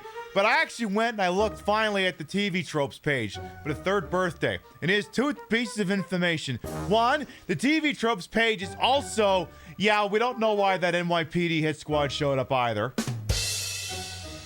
So there is no hidden explanation that I wasn't gathering. It's just the game literally has no explanation for it. But here's another situation in why did you bother with stunt casting if I didn't figure out stunt casting was going on? What's her name? Oh, lady who plays Miranda in Mass Effect. Something you know the fuck I mean, right? She was in that NBC sitcom Chuck. She's the voice of Aya Brea, and none of us picked up on that. Not a single one of us clocked that. Yeah, Yvonne Stravsky. She voices Aya Brea in that game. And none of us clocked it. Which means two things. One, what was the point in stunt casting if none of us figured it out? And two, we clearly need to play Mass Effect 2 sometime.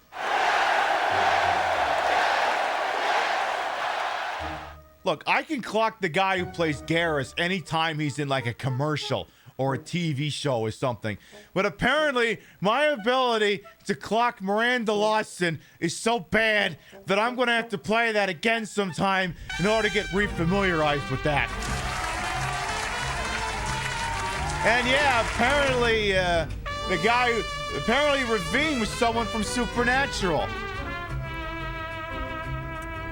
Celeste, thank you for the 30-month raise. Welcome back. Yeah, Miranda's butt's almost as iconic as mine. Huh. I'm gonna have to see if they sell like a jumpsuit of that. I'll have to do that. Something I'll have to consider. Anyway, what was I doing again?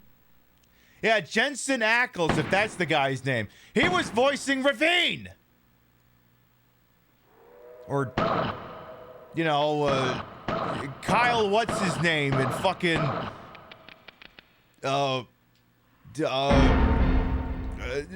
Third Birthday. Like, what game was I even talking about?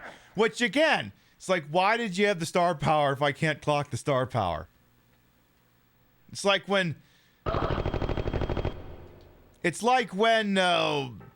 Yahtzee was playing 12 minutes and he didn't clock that the actors included like Daisy Ridley and Willem Dafoe. And it's like, if I couldn't figure out that celebrities voiced this crap, then why did we use celebrities? Yeah, the game is so bad my brain's trying to delete it from memory. I can't say you're not wrong in that regard, Angel Yumu. I mean, perfectly fine gameplay, great music, story was completely incomprehensible, and the entire sequence of events is based off of an event that has no explanation whatsoever. Complete, utter, and total contrivance. So, yeah.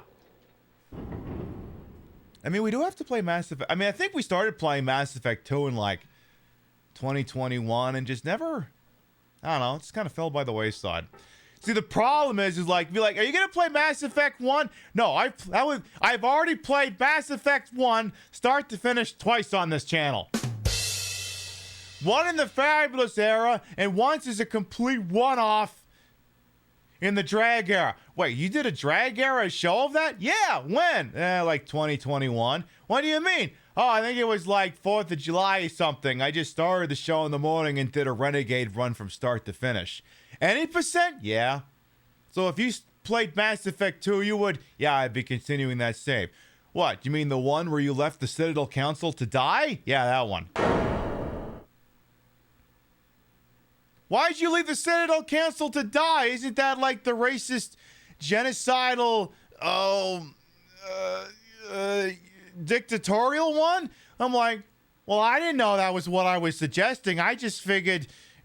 what was the point in sacrificing hundreds of thousands of humans' lives to save like 3 politicians?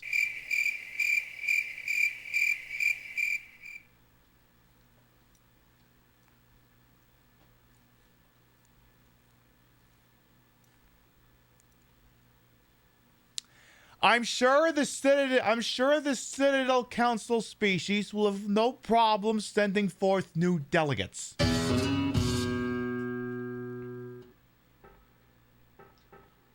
Look, I'm going to tell you the same thing my shop teacher told me, all right? Whenever you're using a knife, cut away from yourself, not towards. Because you can't get new fingers, but you can always get new friends.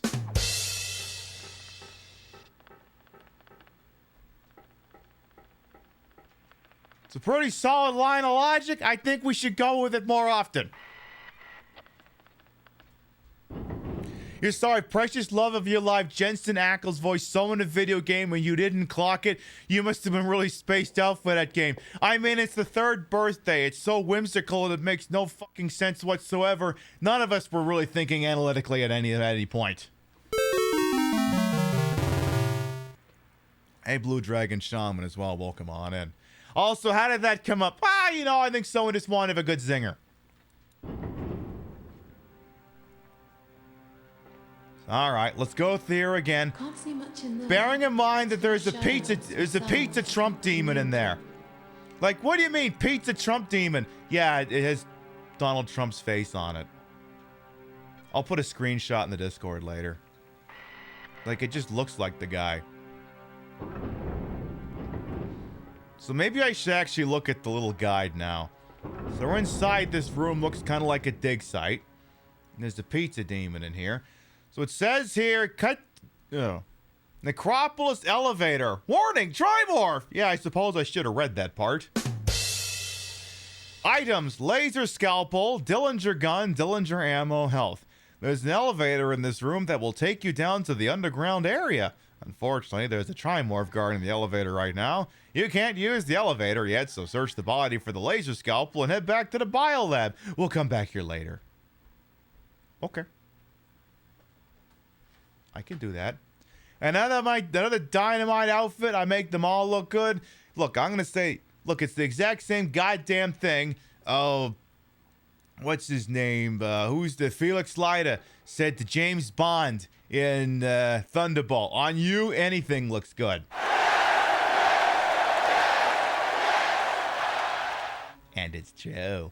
All right, so I'll take the laser scalpel and the bullets. Then I guess we're just going to turn around and leave. Okay. I guess we'll do that. Also, can we just look at... Girl has got gigantic lips. I mean, they're not as... I think mine are looking a little bit bigger tonight, but I mean... She's definitely bringing some of the heat here. So we've got this laser scalp. Oh, you know what? I bet I know... You know, I think I know where this. I think I know where this gets used.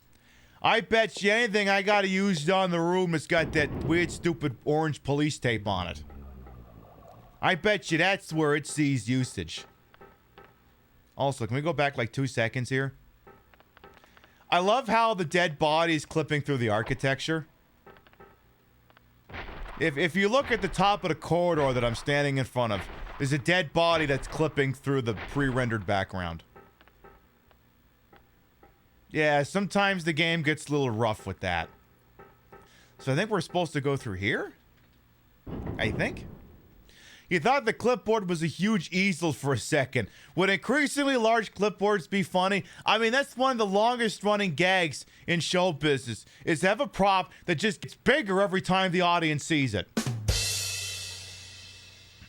Like, the way it would really work is if there was, like, a way to have, like, my little itty-bitty top hat that I use whenever I'm doing, like, a Lady Dimitrescu look. And then, like, anytime I come back from, like, a break, it just gets larger and larger until the thing has covered my entire head and I gotta cut 2 holes so I can see out of it. But that, as you could tell, would require a lot of dedication. Yeah, like the Turd Ferguson hat. You know, it's funny, because it's, you know, it's bigger than a regular hat. The extrusions of the lab animals. Failed rat trimorphs. So I'm thinking we take this laser scalpel we just got.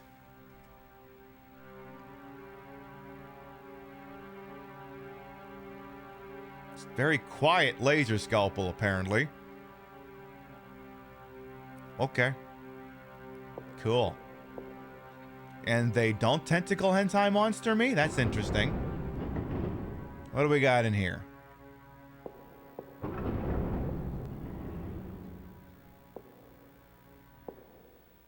You know what, folks? I don't think this one's going to make it.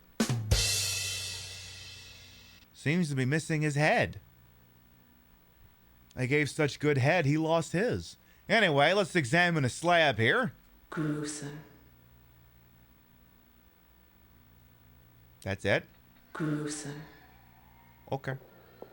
Would have thought maybe you would have had more to contribute to the discourse than that, but all right. All right, what's the thermalizer? If I can get a sample of the original contagion source, I can superheat it in the thermalizer. Okay. So I need to get basically like a DNA sample or something. All right. What else we got? We got ourselves a computer. Okay, what's on the computer? You got any good games on that computer? Inquiring minds would love to know. What do you got? What do you got? Password required.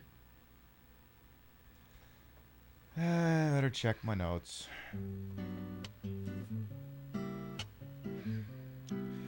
All right.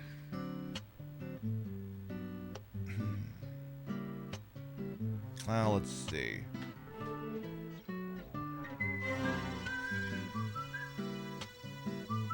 So her number is 2915. Any chance that's the number? Any chance? 29. Oh, for goddamn. 2915? Oh, shit. Recording by Judith Haraway, journal number 3. Hit me. It's February the 19th, 2018. We're still searching for Terence Whitaker's body. Body? At least, we're going through the motions. It didn't take long to establish that the soil on the grave had been pushed aside from below. Ooh. And those bare footprints circling the base, then veering off towards Olympus Mons. I try not to think about it. Ooh. Poltergeist activity continuing. Random documents and audio logs. Oh. Okay, so you buried someone and then they became unburied. That's not concerning. The contagion. Password required. Do we have anything that fits that password? Let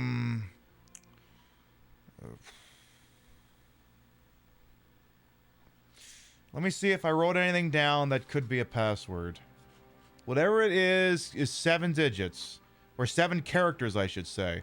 Because the numbers are a bit of a misnomer. These accept numbers and letters. So do we have anything that's 7 characters long? Other than just writing in Matlock's name. I mean, that could be it. But let's see. Because anytime Mood yelled anything that seemed like a password, or a note had anything that seemed like a password, I was writing it down. Come on, I just want the one sheet. Come on, I actually wrote stuff on this sheet too. Or did I just draw dicks on this one? And this is where I wrote Geist and Field. Okay, those are each 5 and those are 5-letter words. That doesn't help me. Keep going here. 1010. No, we did that one. Begin here. Oh, that's where I drew the dick. Then I scratched over it to give myself plausible deniability. Still nothing there. Khepri. Khepri. Nah, that's not enough. Anything else? Keep going. Just making sure. 3376, that's too short. Very difficult to do individual pages here. I'm gonna have to actually do the saliva trick. Very annoying. Techno Zen hippie. I'm thinking there isn't anything that would help me here. Kane believes in werewolves, not a furry. Okay, so, or Karn, I should say. Does this thing say anything about... She talks about a guy named Whitaker who must have died before the accident. Colonists, alright. If you dig the computer a little more, you'll see that Dr... Okay. Oh, these are some local files. John Farr on PA. This is what I used to sound like back when everyone was alive and well. Oh, so these are just messages, okay. Ben Gunn, emergency report August 8th. Okay, these are new, whatever these are. Give me some scary music. Emergency report, August 8. I have completed a primitive antidote to the Martian rod oval spiral combinations, which shows increased signs of activity. It involves trapping those combinations in a continuous loop, feeding on themselves, so to speak. I've named it the Triune Preparation. Under no condition must this be tested on human beings. Side effects are almost certain to be severe, if not fatal, but it's a start in combating any bacterial outbreak from the sarcophagus, which the main team members are preparing to open right now. It's a sobering thought that if a bacterial outbreak is released from the sarcophagus, I may have tested this hideous concoction on myself. Okay, following. Hey, Vintage Vixen Shop. Again, hope you're feeling better soon over there. From Ben Gunn, a note to any who follow. Another note to any who... Okay, so there's a PS and a PPS. All right. Postscript. Mary Shelley had a dream of a pale student of unhallowed arts constructing a creature made from human body parts. After waking, she immediately started to write Frankenstein. I, too, have had a dream in black and white, a Kukarok dream. In the dream, I saw vague figures from the deep past make fantastical alchemy with single rocks and their own throbbing anatomies. Like penises, I assume. A heart for a stone for a heart. What the technology? What dread hand? What dread feet? Who knows? Who cares? Maybe mimicking the magic will work. Maybe not. When time comes, I'll give you a head start. P.S. I am in hell. I wish to die.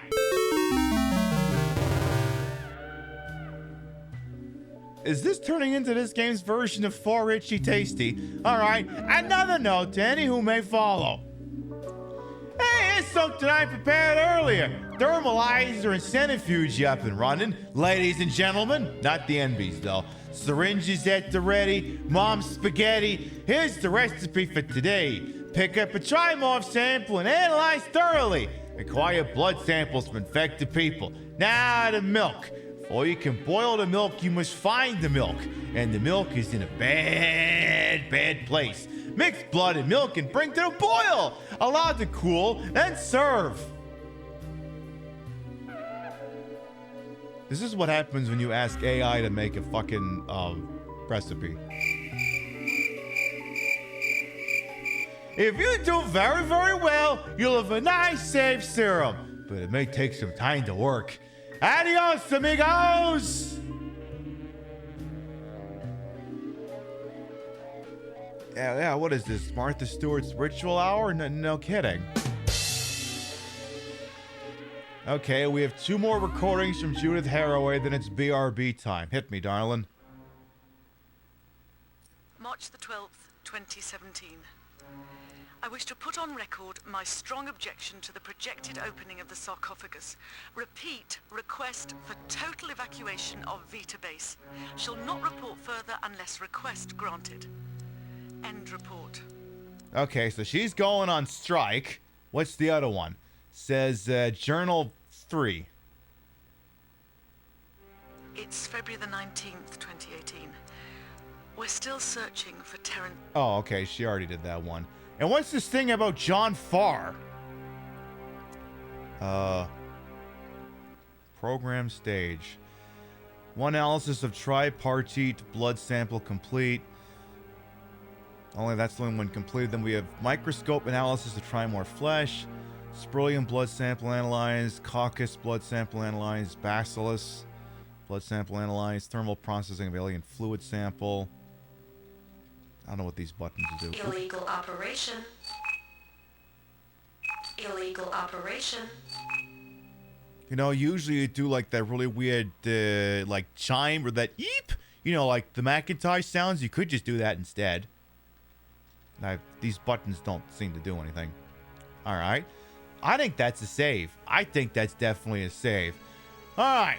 While we're processing that save over here, we have been live for about 2 hours, so we're gonna take a little itty bitty BRB. Permits y'all to get up and stretch, use the rest facilities, grab a sody pop, whatever it is you gotta do, and we come back. I guess we'll make some extremely cursed milk? We'll be right back. And you got your head all the way up it. So true, bestie. Stop being so dramatic, Nico. Time is a healer. We live and we forget the past. Nothing helps a man forget like ripe, round American titties. You have to move on from the things that happened to you and think about all the opportunities in this country. And the big ripe American titties. Probably a doghouse, though I'm not sure, since there's no dog around.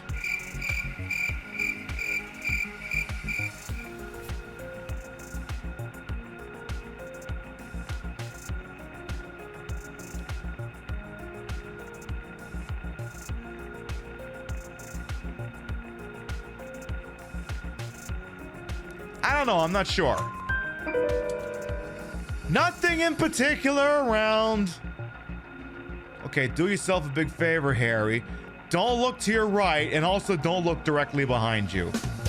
Don't do either of those things, and you should be just fine. Do you think perhaps this is all some kinds of games?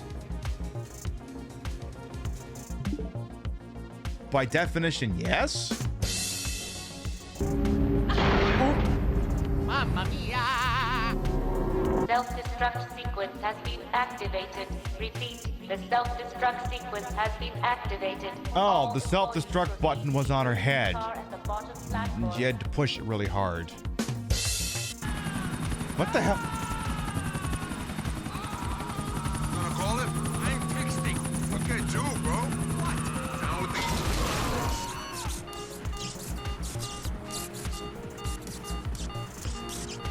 Okay, I know I said I know how to fly a helicopter, but I was really curious as to what all the screaming was. Listen, I'm a really great chopper pilot 99% of the time. That's just the one. How could you? So when Tweety comes out from the grass, just smack him. There, I killed... Oh my god, did I just kill Tweety Bird? Wait, I killed him with cartoon violence. He's fine. I'm sure Tweety Bird's not dead.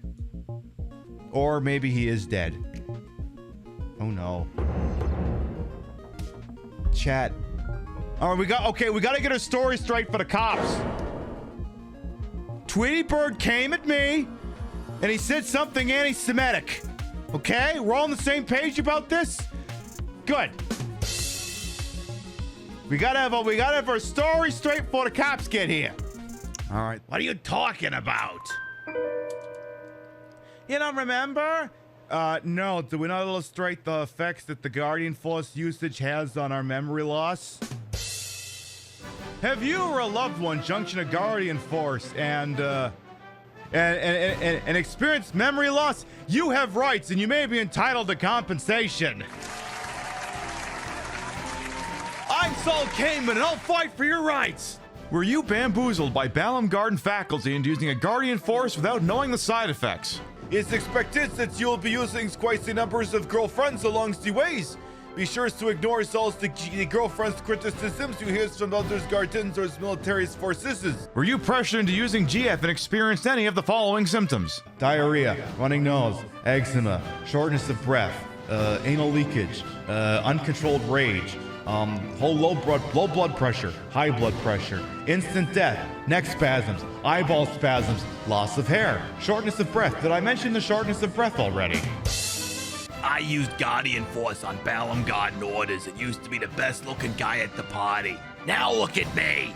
Act now. Operators are standing by. Get the compensation you deserve. I'm Saul Kamen, and I'll fight for your rights.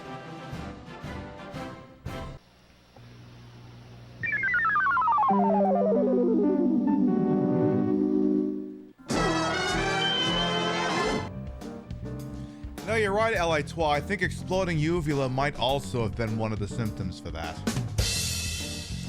Alright, folks, for anyone who might be new here, I am Queen Pib, Patricia, Inga, Bogach. You may also call me Trish.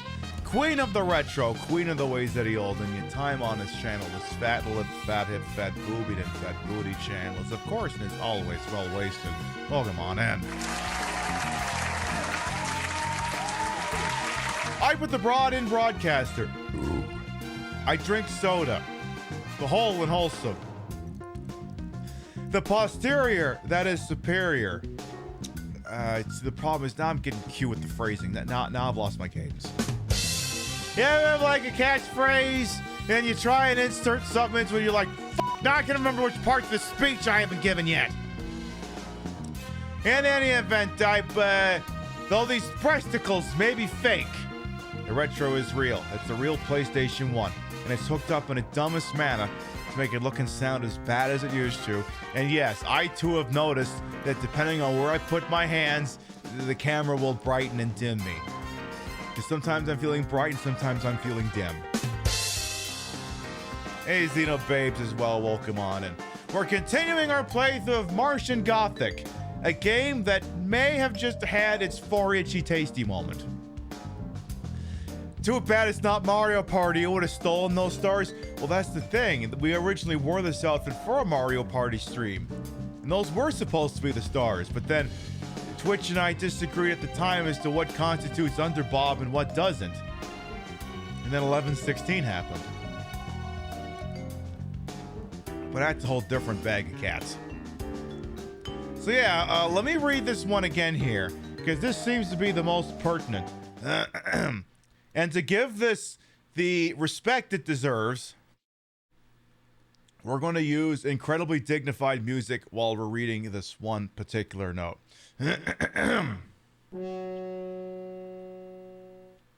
Here's something I prepared earlier.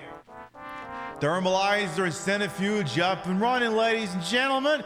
Syringes at the ready. Here's the recipe for today. Pick up a trimorph sample and analyze thoroughly. Acquire blood samples from infected people.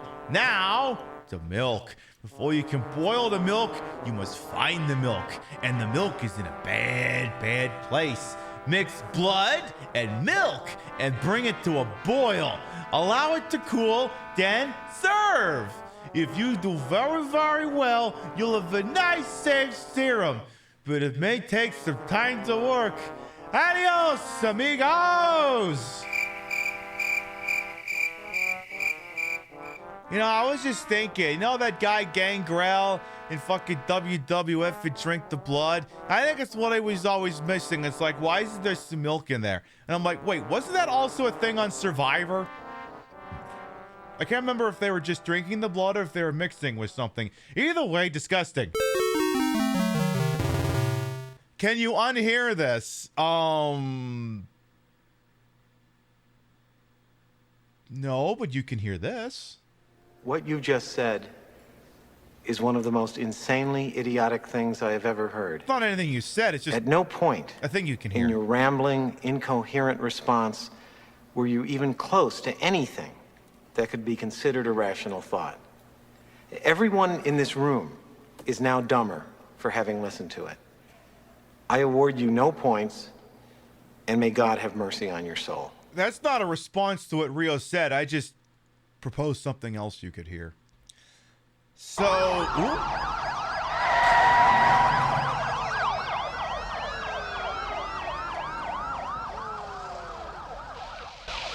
I just thought I'd love to hear that sound.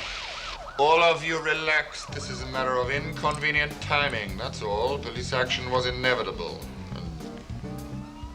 As it happens, necessary, so... Repeat myself on that thing again. Marion Raiders, hello, welcome on in. Hi, Raiders! Have I got a cursed recipe for you? Welcome on in, Marion Raiders. I'm Queen Peb, Patricia Inga Bogart. You may also call me Trish, Queen of the Retro, Queen of the Ways of the Old, and your time on this channel, this fat-lipped, fat-hipped, fat-boobied, and fat-booty channel is, of course, and as always, well-wasted. Welcome on in. Mary's been on both the Yakuza and Final Fantasy kick. You check them out, please, and freaking thank you, as I do. So, we're playing a game. It can be best described as Resident Evil in space! But it seems more like Event Horizon now than more than anything else. And we have apparently been presented with an extremely cursed recipe. And chat's just thrilled because now I'm going to read off for a third fucking time. But now I'm going to do it in an extremely silly way. Previously, when you came in, I just did like a generic voice, and I did the Resident Evil toots.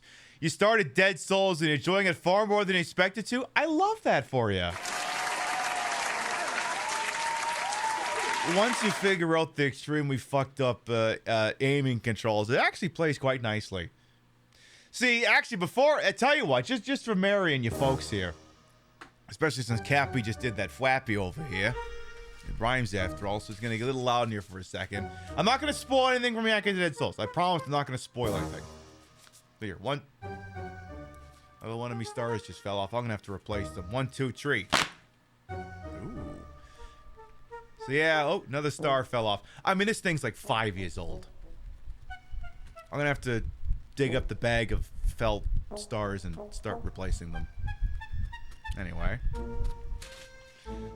One thing I was thinking about with Yakuza Dead Souls, it's a thought that came to fruition a couple of weeks ago. So Yakuza Dead Souls is the Yakuza game with zombies. Now, if you're familiar with Yakuza, that's the game where you pick up bicycles and brain other people with them while wearing disco suits. And you may be going, wait, but the zombie one's got guns. None of the other games got guns. But why does this one have guns? And it's like, well, they have to change the gameplay to be around zombies. And you're like, but why would they need the gunplay? I mean, Dead Rising is gunplay, but it's very much like, it's not exactly the driving focus of the concept. And you're right. But the problem is if you did a zombie game with Yakuza and you didn't have the shooting, what would it be? Oh, it'd be a Yakuza game. Yeah, but think about the enemies. Oh yeah, you'd beat the shit out of them. Yeah, and what would they do in response to that? Well, I guess they would just accept the fact that you're beating the shit out of them. Like, what would they do? They wouldn't fight back. They're zombies. They don't understand complex jujitsu and so on and so forth. So you're like, oh, I guess that's why it has to be gunplay. The game would literally be perpetual easy mode if you could just,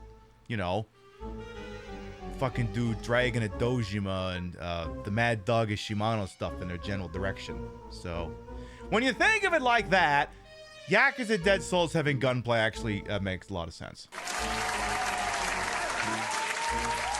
Because if they manage so every zombie fucking knows kung fu and shit, and it's like, well, then you're just playing a Yakuza game.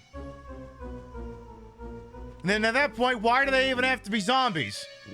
So, when you think of it along those lines, it makes sense. Anyway, just as you got here, I was going over this note here, and I'm going to repeat it. So, I'm going to give it the line reading it truly deserves. Here's something I prepared earlier. Thermalizer Instanifuge up and running, ladies and gentlemen. Syringes at the ready. Here's the recipe for today. Pick up a trimorph sample and analyze thoroughly. Acquire blood sample from infected people. Now, the milk. Before you can boil the milk, you must find the milk. And the milk is in a bad, bad place. Mix blood and milk and bring it to the boil. And allow it to cool, then serve. If you do very, very well, you'll have a nice, safe serum. But it may take some time to work. Adios, amigos.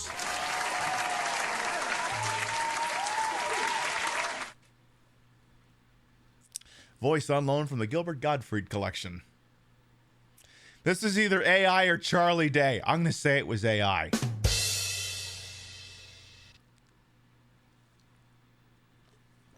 Yeah, it sounds like drinking the blood of the dire spawn or whatever the hell it's called in Dragon Age. I've only ever played the first one, so I couldn't tell you about any of the other ones. So, alright. Also, this game is incredibly cryptic, so I'm playing it using two things. One, we have an infinite health cheat, because this game commits the sin of having enemies that don't stay dead in a game with finite resources. And I printed out the walkthrough. So I will always know where I am, and I can take notes, and we will never get lost.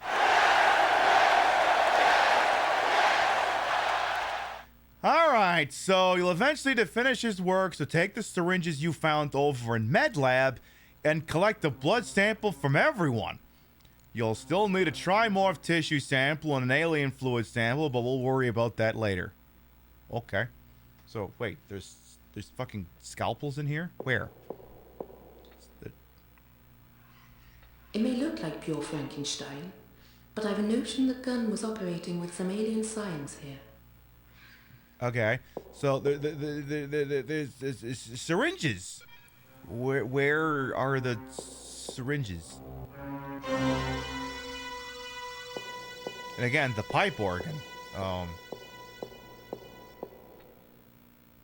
So wait, actually, hang on a minute. Where is Med Bay? I can't even remember where that is now.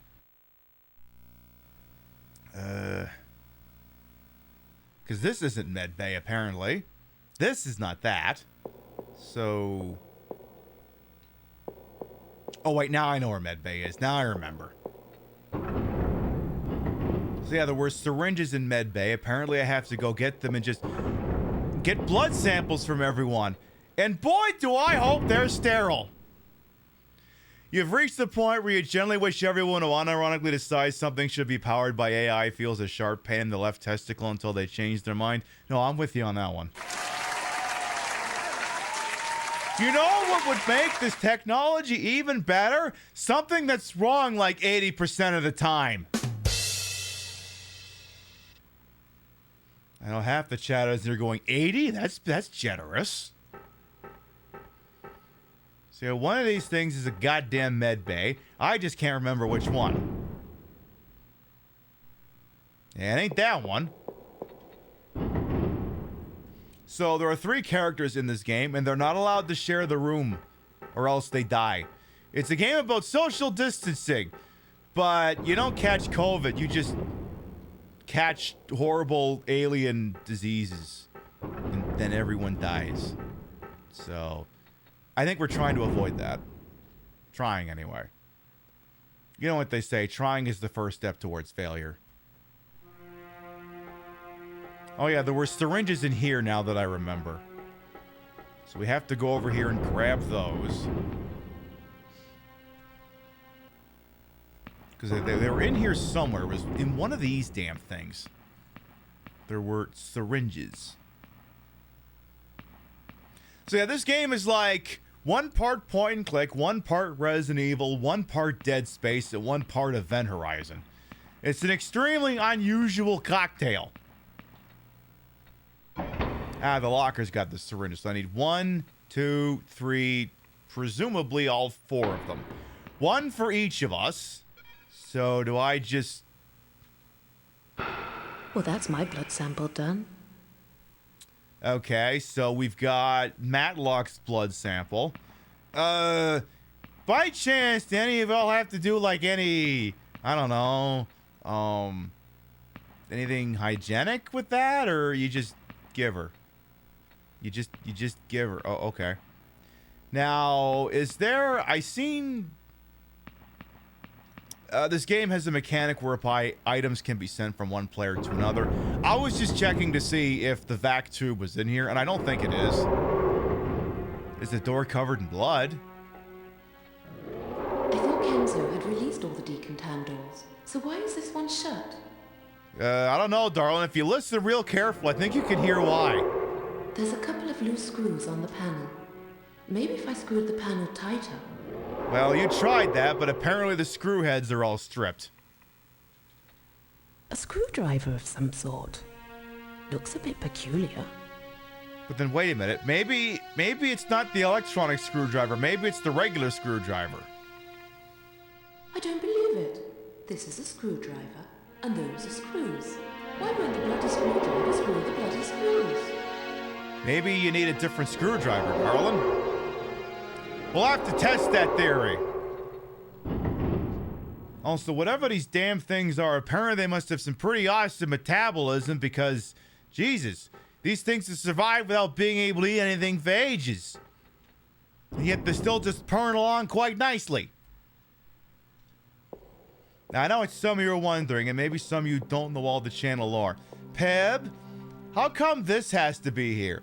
This has to be here in order to abide by Twitch's terms and community guidelines that state no exposed nipples, and they're not exposed, and no underbust. And Twitch and I say underbust starts here. They seem to think it starts a lot lower or higher. So, but don't worry. In all the pictures and the videos I took before the show, don't worry. This thing's not here. Now, that thing's gone. That thing ain't there. So you don't got to worry about that. All right, let's get blood samples from each of these guys here. Karn, you've been sitting on the bench all night. We're going to go ahead and get your blood sample here. And you're just going to use the damn thing. What you want from me, Matlock? Blood? I'd settle for your semen, but you don't seem to be in a giving mood. All right, now we got to get Kenzo's. So we'll do that. And he's hanging out in the mood chamber, right? Yeah. Any new... Hey, wait, any new talking points? Any new ones? Talk to mood, bacteria, base PA. Yeah, tell me about Ben Gunn. We must stop meeting like this. There's a survivor in the base. Ben Gunn.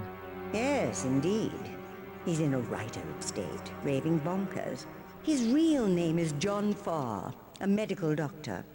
If you play your cards right, he may be able to help you out. He mentioned a name. Angel. Yes, I know he did. My Omniscan tells me everything that's happening in the base and below. Subtitles didn't keep up on that one there. Anything else? Any new things here? Nope, nothing new. Okay. Yes, where the air... Yeah, apparently according to Twitch, where the areola ends, the underboob begins. Again, I knew someone who sat on the Twitch Safety Advisory Council, and I'm not naming names here, but that person thought that outfit was incompliant. They don't know what the fuck Twitch was on about. So now I gotta get Ken... The problem is it's more difficult to get Kenzo over to a spa with one of those fucking vac tubes in it. Because there's like 4 zombies between him and the closest one.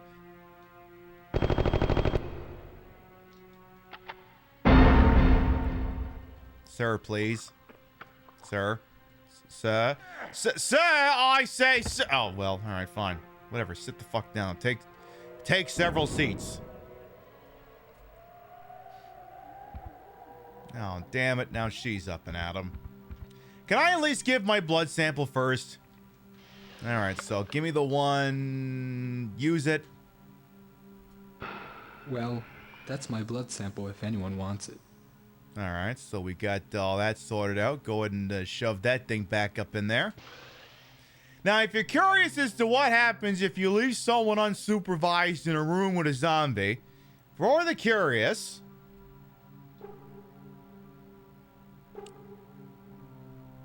Give it a moment.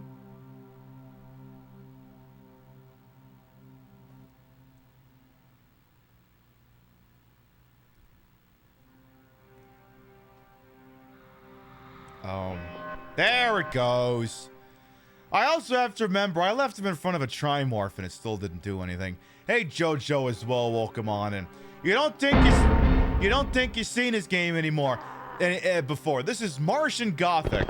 It is a late-era PlayStation 1 game. It's also released for computer, and it's a little cryptic. It requires a lot of point-and-click lateral thinking logic, so we're playing it with an infinite health code and a walkthrough. It's a very strange, peculiar game. And I'm very thankful I got a chat as well to sit along for such an adventure.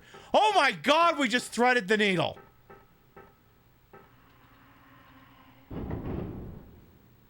I have done some impressive things in the almost 8-year history of the Queen Pib show. That might be one of them.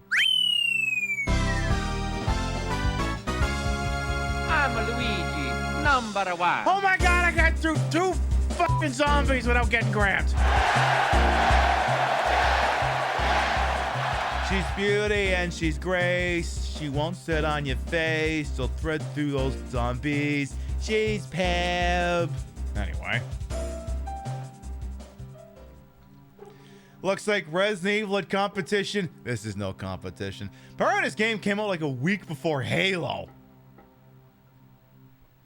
You love my look? Thank you. By the way, XSC, you've been here for a hot minute as well. Welcome on in.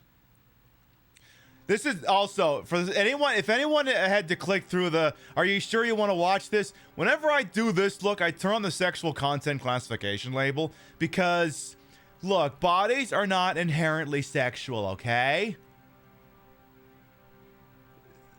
This one might be, though. So as a CYA, I put the tag on proactively for this one outfit.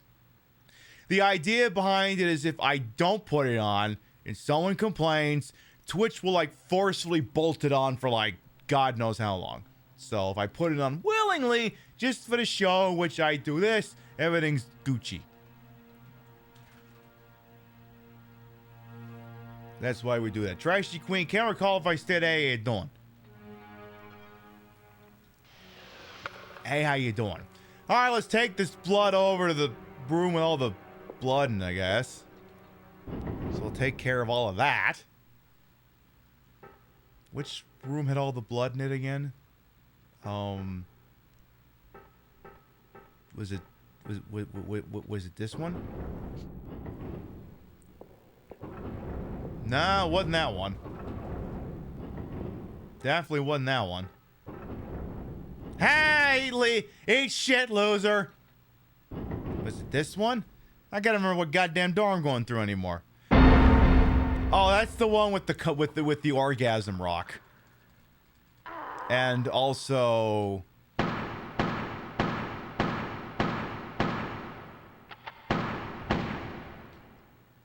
a zombie Karen. The PS1 had such charm to it. I agree. One of the tech talks I'm gonna edit and cut together and release this week.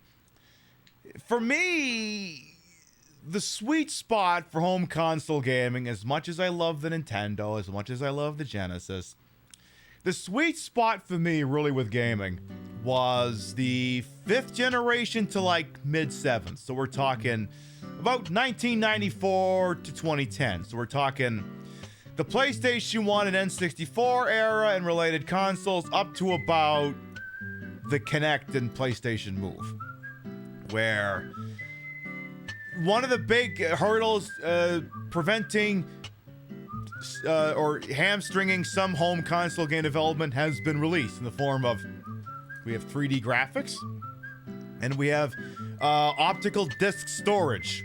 So now we can literally make games we couldn't make before on home consoles. They can be 3D, they can have fancy pants music, they can have full motion video, they can have voice acting. These were all things that were not possible in traditional North American home console gaming before the advent of all of these technologies.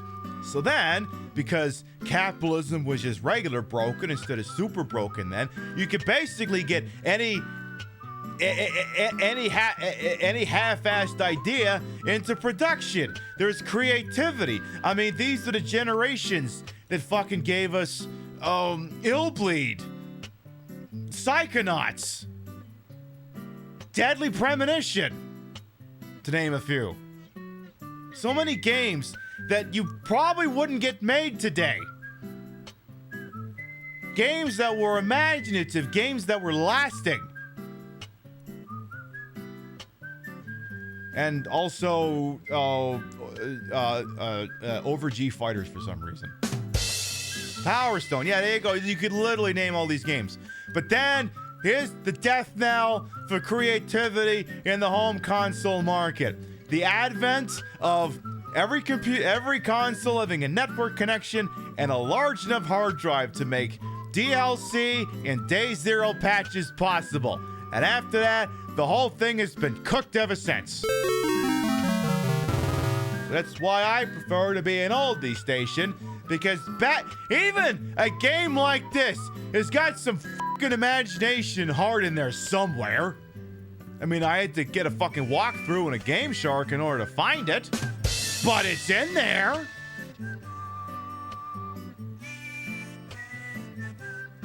Now, okay, maybe there are some contemporary games that might still be good, but that's just, you know, the exceptions that continue to prove the rule. So, this is why I prefer the old stuff. I also prefer the old stuff because I can just stand here and shoot off at the mouth, and I don't have Keith David screaming at me to get my shit in gear. It was like, but Keith David's iconic, and I'm like, Keith David never saw a paycheck he wouldn't turn down. I mean, the guy did fucking the guy did like fucking Air Force and Marines and Navy commercials, for fuck's sake. I could probably throw the guy $5 and he'd voice over this entire show.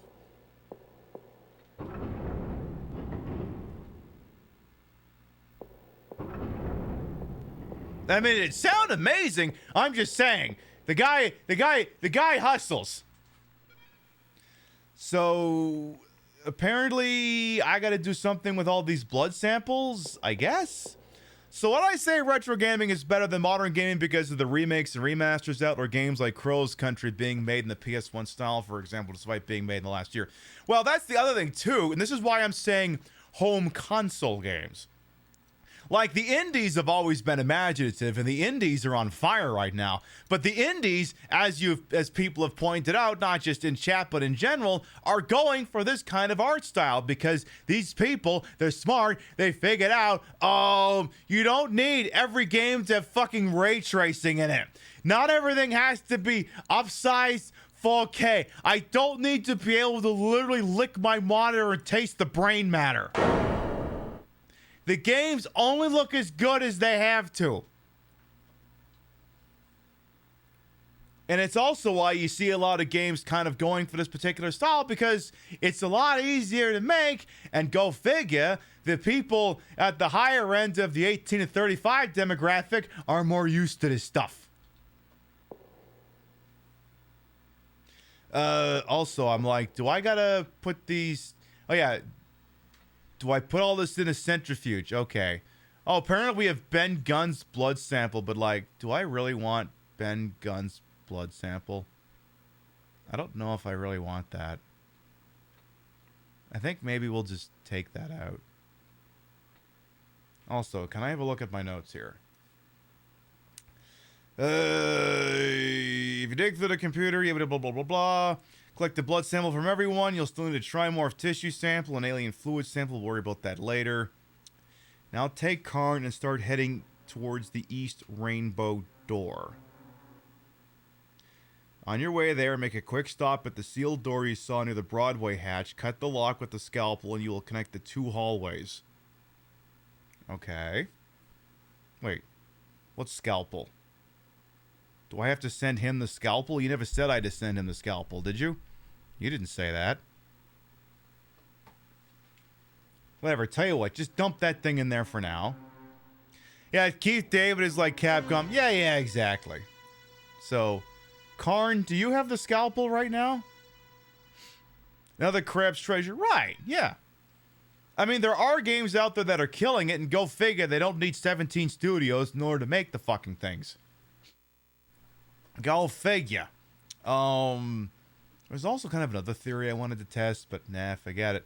So he doesn't have the scalpel. I must have to send him the scalpel. Alright. So go to a thingy and send him the scalpel, I guess. Because apparently now he needs to have that thing. So you do still have it in inventory, right, darling? You do. Okay. Alright, we'll go ahead and we'll send her over to a fucking vacuum tube, because apparently there couldn't fucking be one in here. Couldn't have that in here, that would have made things too convenient. Come on, load times this week. Hey, Gift Base, how you doing? Welcome on in. So, send Karn the scalpel. Yeah, wait, like, wait a minute. How about Okay, who wants to use a time machine to go back in time and tell Keith David to take this job? I like laser scalpels. I'll bet you do. Put it in the fucking vac tube and shoot it up. All right, switch on over to Karn over here. Apparently now he needs the fucking scalpel. There you go. So apparently he needs to start heading towards the rainbow door. Apparently. So he is... To be quite honest, I'm not sure where he is. Where are you? We'll get this gun loaded first. Where are we actually?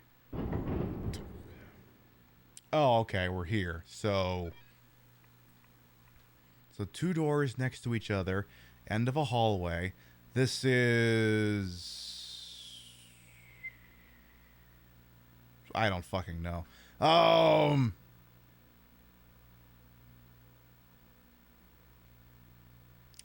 Park Lane, maybe? Okay, yeah, Park Lane. I bet that's where I am. Okay, I got me marbles.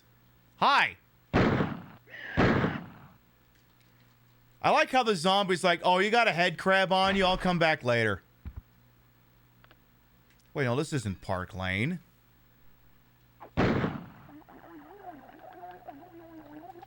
Buddy, put the gun down, okay? Yeah, maybe this is Park Lane. I don't even fucking know where the hell I am.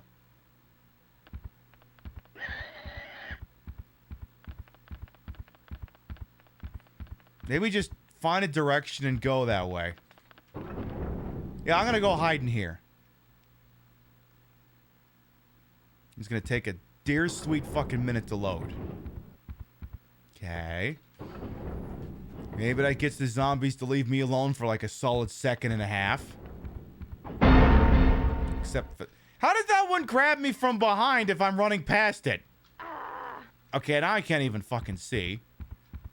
I mean, I could cut them down, but that would take... God damn it, I'm right back where I fucking started. Everything in front of me better be dead.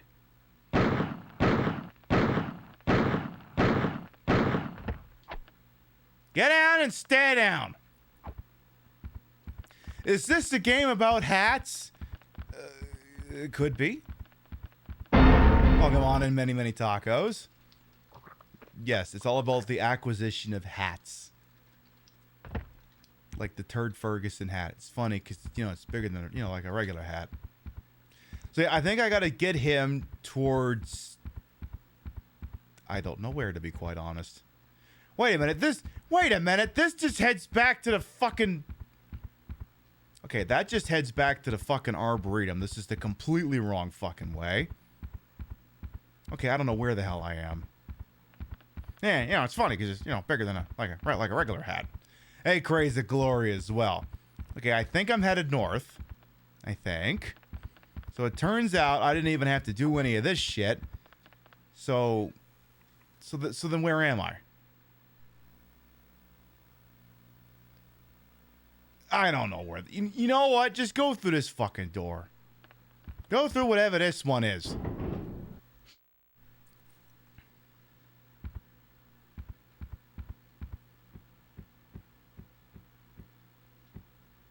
Okay, I still have... Hi.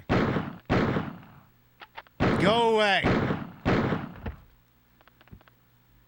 I am lost. I think maybe I know where I am.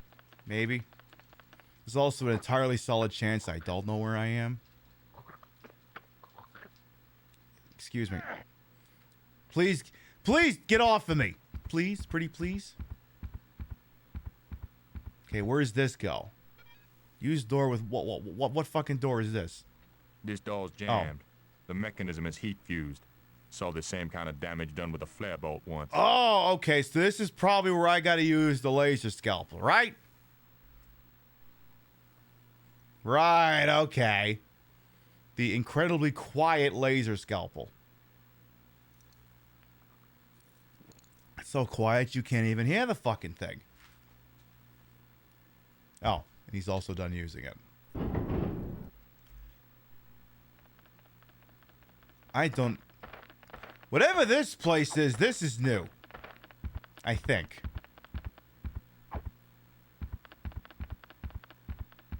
Maybe? Oh, wait. Oh, this heads towards... Oh. I know where we're going.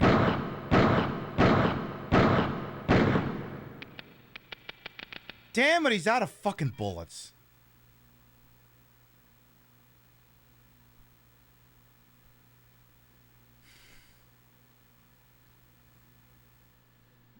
Okay, so this actually represents a pretty good opportunity here. Once I can get past this idiot. Just have to make sure I don't go through the wrong door by accident here. Hey, yeah, you, where are you standing? Just out of sheer abject morbid curiosity. Where are you at? Okay, yeah, you're in there.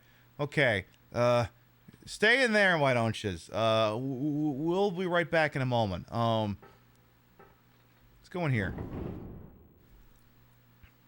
So, nah, this ain't the right room. Nah, this ain't the one I'm looking for. How about... Oh, yeah, it's definitely not that one.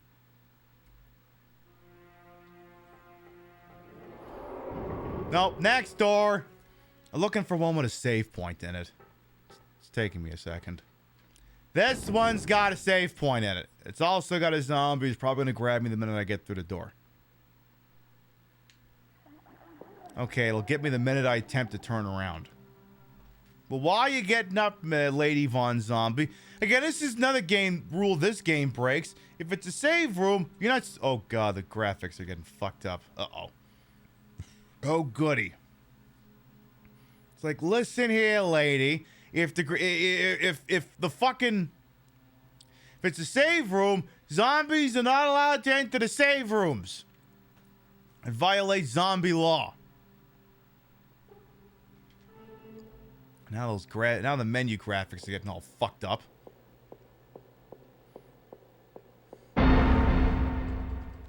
We have infinite health.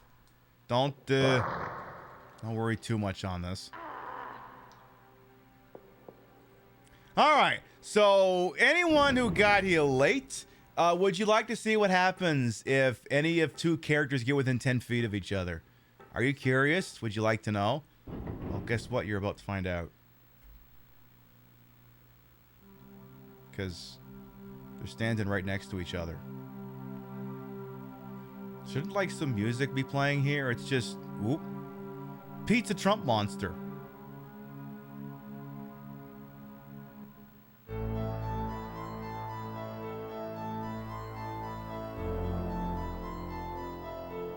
Apparently you turn into one of those big nasty Pizza Trump monsters. Why you say it's a Pizza Trump monster? Well, it looks like a pepperoni pizza, and the face on it looks like Donald Trump. Why do they have to die to Trump? I don't know. Well, apparently, I think what it is I think they turn into a Trump monster. A Pizza Trump monster. I think. The game hasn't outright said it, but I think that's what's going on here. Alright, so apparently I need to head towards the rainbow door. On your way there, make a quick stop at a sealed door you saw near the Broadway hatch. Cut the lock with a scalpel and you'll connect the two hallways. Now you have a nice long hallway that connects the east and the west sides of the base. You'll be able to avoid all those nasty corridors and save tons of ammo and health. Proceed on to the rainbow door. When you arrive, the door will be locked. You just take Karn to the adjacent airlock and leave him in there for now. Don't forget to bring the electric screwdriver. Okay. Oh, I see what's happening here. All right, so Karn, I need you to find a place to hang out. Like, this might actually be a pretty good spot. So yeah, there was that one crawl space in Mylin's room. And, turns out, we need to get, Matlock over there because she can squeeze through that shit. So we're going to stick him in here for now. And now we're going to switch back to her. So we're going to do that. So now it's okay for her to come out and play.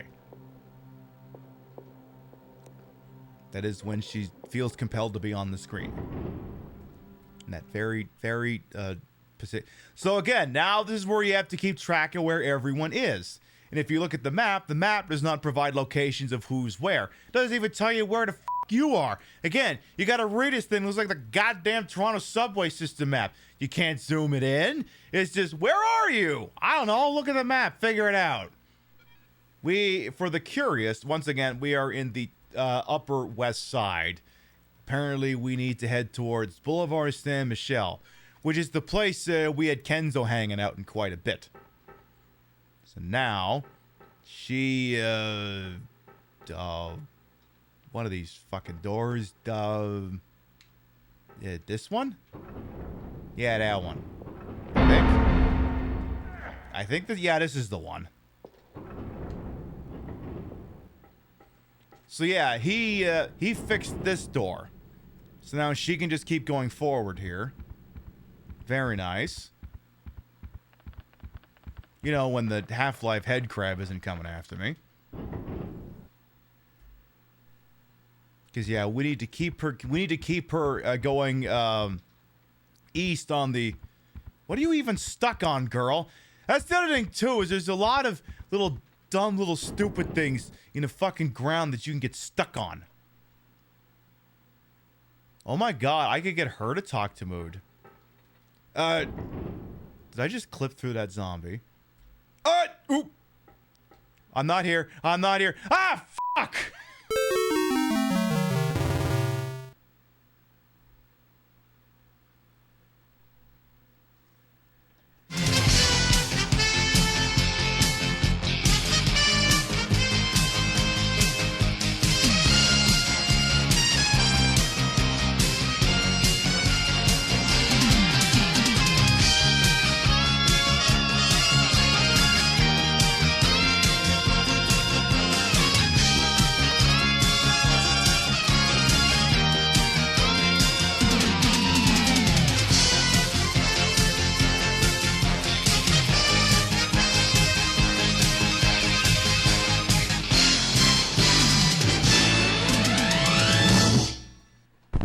That was not a prepared bit.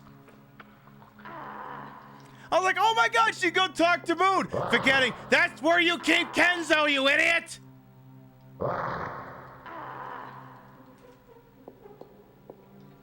But that's how quickly it could happen. And I was like, wait, the game hasn't loaded in the death. Is there any chance he could turn around? Or she could turn around? But the problem is, I think it's keyed to movement. The minute you move, the game's like, oh, yeah, you're standing too close to someone else. Oh, you're dead now. All right, so let's try that again. Okay, don't stop in and check in on Mood. Just don't. I wanted to, because I think... Because that's the thing. We might get different answers out of Mood depending on who's where. So that's where things get a little interesting. Like, I'd almost actually want to give that a try. I'm also going the wrong way.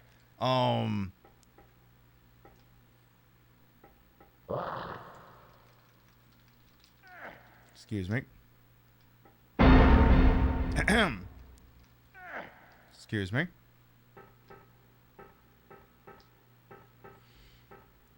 Because, yeah, like, if we could get Kenzo out of there, we could get her in there.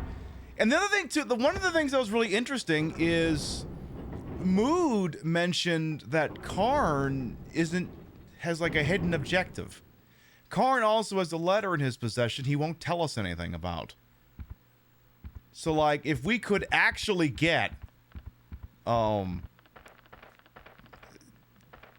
in there, maybe between the two of them, they discuss what the issue is. So here's kind of what I want to do just from a story perspective here. I want to dump him in a safe spot. So we're going to pull him out of the mood antechamber here. And he's going to look at this zombie and go, lol. So we're going to pull him. Okay. I'm going to see if I can just kind of bring him right back to where he started. Which... I want to say that's through here. Did I phase through a zombie? It sure seemed like it, yes. So I want to say this should be... Oh, that's the rainbow tag door. Never mind. But I think he should be safe if I just stick him over here. Because, yeah, that's his decontan. So I should just be able to leave him right there. So we're going to go back to Matlock. I want her to speak with Mood. Maybe not every...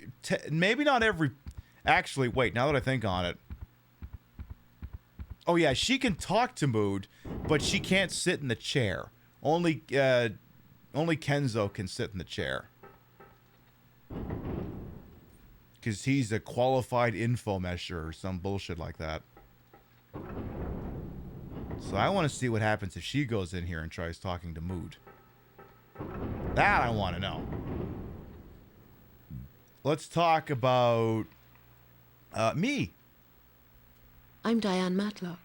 I'm Mood. A curt answer. What do you think about Kenzo? Tell me about Kenzo Uji. There's more to him than meets the eye. Okay. How about Martin Karn? Tell me about Martin Karn. He's a mystery man, but then so's Kenzo. That's it, huh? All right. How about the contagion? We've been infected by a contagion, almost certainly alien in nature. What do you have to say about that? Hard cheese. Oh. Okay. Why do I pull Squall and Clockwork? How you doing? What do you think about Martian Mayhem? Martian Mayhem is a pretty foolish game, don't you think? Oh, I don't know. Gets quite exciting after the hero, Rock Harding, finds the handheld nuclear missile launcher hidden under a pile of newspapers and starts to blast the Toad Lord of Dark Doom. Shame we couldn't play that game instead. What's your opinion on Earth Control? What do you know about Earth Control? Don't ask me. Ask Kenzo. I mean, I'd love to, but we can't stand next to each other because we'll all die. You know what? That's enough. Alright, I was just curious. See, now we gotta see if we can get Karn in there. Because I want to see what the fuck she's gonna say to him. Because, yeah, he's got a letter that if you try to read it, he just goes, that's a personal letter. Though... And, like, you can't even take it out of his possession. The game won't let you do that.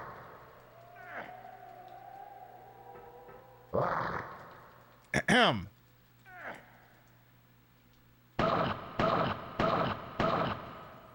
Get down and stay down! Right, so now I need to go here, I think? Yes. Because we gotta take her to the room at the end of the hall. I think. Though apparently, could she also squeeze in here? I could crawl inside and meet the heavy breather. That's what a horror film heroine would do. Which is a good reason to stay well clear. The heavy breather? Oh, is there something in there we don't want? Oh. Yeah, don't go in there then. Yeah, maybe... Could you get in there, darling, please? Thank you. And you, again, you've got the screwdriver, right? Good. Alright, before we test that out, Martin Karn, you're up. I want you to go talk to Mood real quick. Then we'll dump you back in here. The other thing that seems kind of weird is like, because the game doesn't really present the conversations the characters are having with each other, you're kind of left to sit there and assume that they've been having conversations with each other over the radio.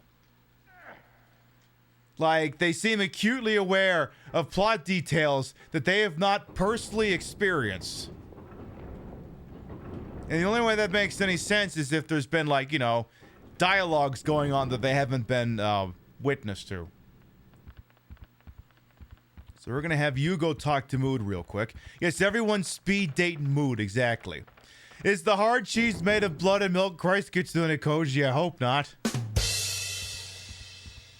But I suppose we'll find out. So you're going to go talk to Mood now. But that's the thing, like, she's also kind of being, like, kind of fucking cryptic and stuff. She's like, oh, everyone's mysterious, but I'm not going to tell you. Be like, I kind of would like you to. It would help. It'd be very nice. All right, you talk to Mood.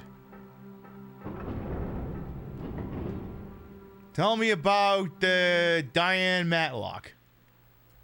Can you tell me much about Diane Matlock? Not much. You're starting to rile me, lady. You're sending me to sleep. Oop. All right, well, that didn't work. What do you think of Allenby? I know what you think of him. Oh. What about that bacteria? What can you tell me about bacteria? Nothing. I should ask Kenzo, right? It's up to you. Oh, she's coy. I like it. I like this. I like this computer broad. Tell me about Kenzo. Tell me about Kenzo Uji. He knows things the rest of you don't. Ooh. Not too talkative, are you? No. Oh, she fucking hates him. This isn't racism, is it? Please tell me you're not a racist AI.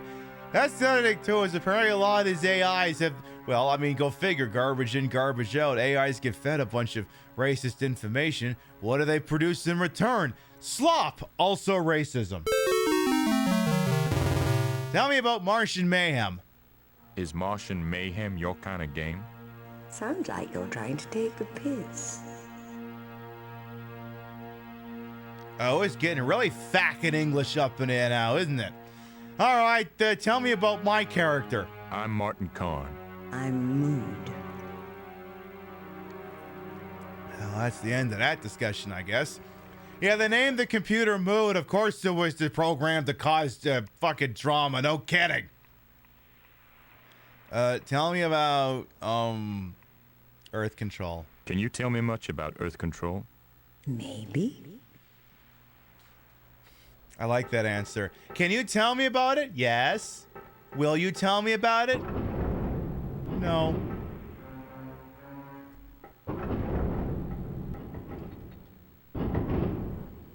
That's the thing, like, there's so many questions where it's like, if you want to be a smart ass, like if someone says, can I do such and such?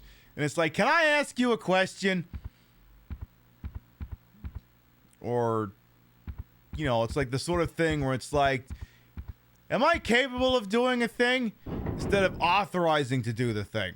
Of course, the other thing, too, is if someone comes in and says, hey, can I ask you a question? Like, every mod just peeks up like fucking Tater looking at a taco or something. They're like, because that's the dumbest thing, too. It's like, no one's necessarily authorized to or not ask a question or not answer the question. It's just like, at that point, it's like, I would just probably ask the question. Unless, of course, you're that weirdo from, like, last week who was apparently trying to ask a very fucking weird loaded question. And then the mods clap him and they look at his fucking page and it's like, whoa, this is like some Bob's Game shit going on here. The real OGs, the internet will get that reference. Anyway, apparently you're supposed to go in the hole. So, as they say in spy fiction, back in the hole!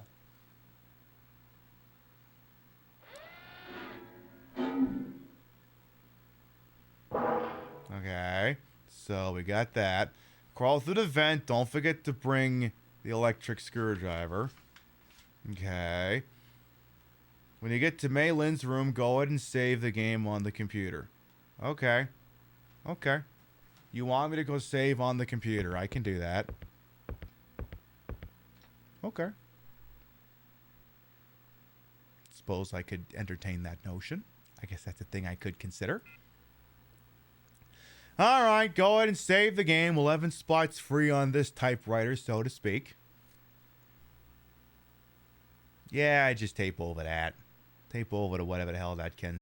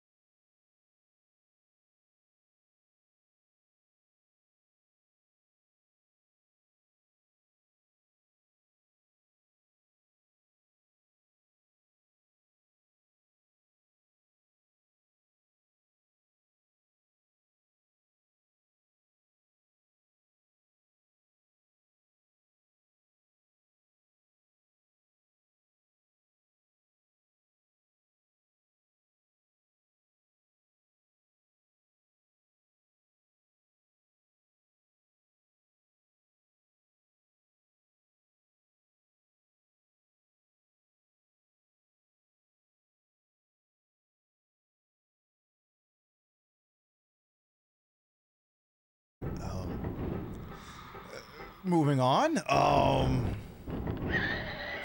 Oh, fuck off.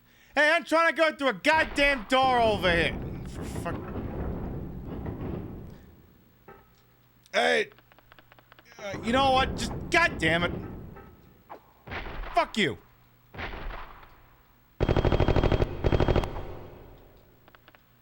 You can't aim for shit, can you, Kenzo? It's like, can I go through the door now? Please? I'd like to go through the door now. Alright, apparently he probably needs to get back to the mood chamber because he's the only one who can actually sit in the chair and interface with the door control system. So, I think looking at what Madlock is going through has explained something to me which I didn't understand before. So if we sit in the chair again, and he goes to his happy place, which is apparently somewhere back in Japan. So inside his happy place, he has access to a door control. And I assumed that this map over here was a hallway. Now you go up?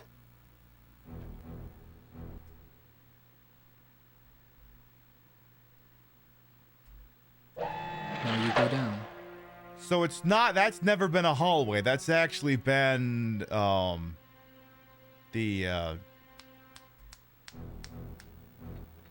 that's been the ducts, apparently, the entire time.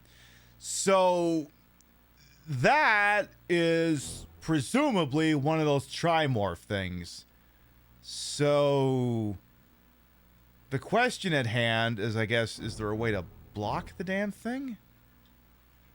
Now you go up. So apparently, is there a way to just control the one? Okay. Now you go down. Okay, so the thing is like, I can't tell. Oh, hang on a minute here. I gotta really fold this thing over so it stops toppling back forward here. It's like I guess the one thing that's fucking with me here is I can't tell what this other red thing is supposed to be, you know? I can't fucking tell. So, says here, alright, alright, this will be similar to the shuttle bay puzzle you solved earlier. Have Kenzo use the chair again and go to the last map on the slab. You'll see a diagram of the ventilation system. Matlock will need to crawl through the vent while Kenzo closes the door behind her. When you're ready, take Matlock into the air duct. You'll be controlling Matlock, so don't stop moving. Just hold up on the controller. She should be fine. If everything goes as planned, Kenzo drops the door just in time and Matlock will be safely inside the rainbow room. So the game just does it? That's it? Okay. So from here? But that doesn't... I'm rather confused. Now you go up.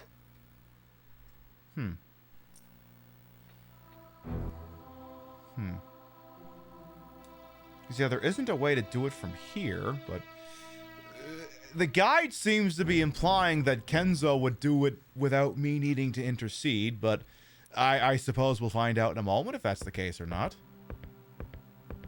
Okay. All right, back in the hole.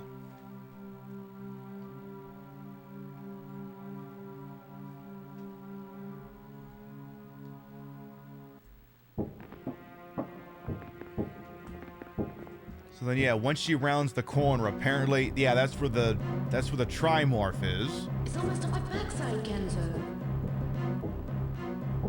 So now she needs to go a little bit further ahead. So past this.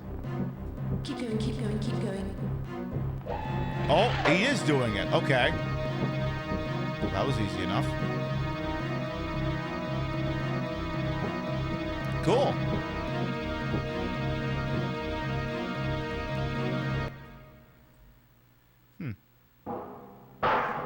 How...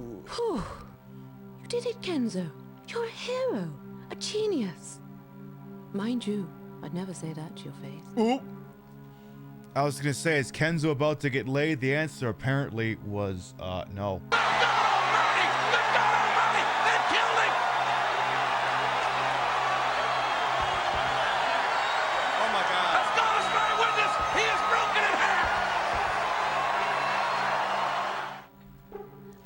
Alright, so we have a vac tube. The vac tube contains nothing. We can use the... Is it a desk? There's something about a locked desk. So the desk is... I have a big gun. This desk is locked. Does everyone in this place hate each other? Yes. They all hate each other. Alright, Judith Haraway, Journal 5. Spill it, darling. June the 21st, 2018. I once blamed Martin for our son's death. I wish to God I hadn't. Martin got involved in dangerous business for Allenby, and our son got caught in the crossfire. Bad things happen, usually to the wrong people. Martin said he wants to come to Mars and hold me in his arms. Keep your feet on the earth, Martin. Martin? Martin Khan? It couldn't be anyone else. Judith and Khan had a son together, and the boy died. No wonder Khan was so eager to come to Mars. He wanted to know if Judith had forgiven him, but when he saw the state of the base, he must have known what he'd find. Khan, I found Judith Haraway. I know you came expecting the worst, and I won't pretend the news is good, but at least she's not being used as a puppet by the bleak spirit in this place.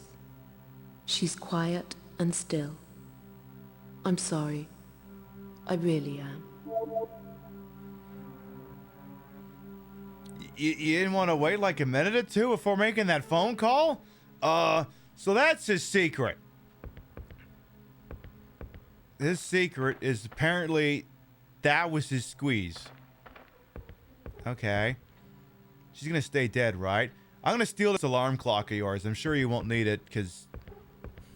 Girl, there ain't an alarm clock that could wake you up.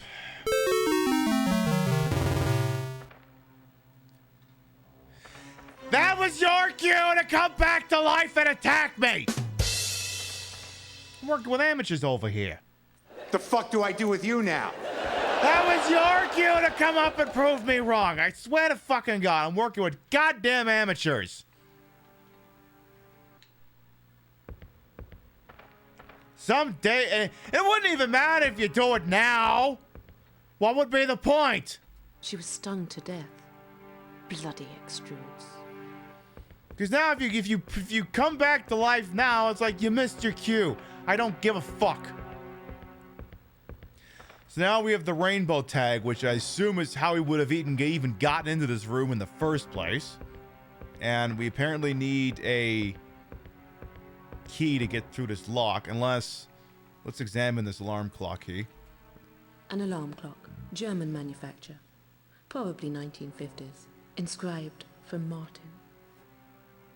That's big drama. All right. Oh, okay.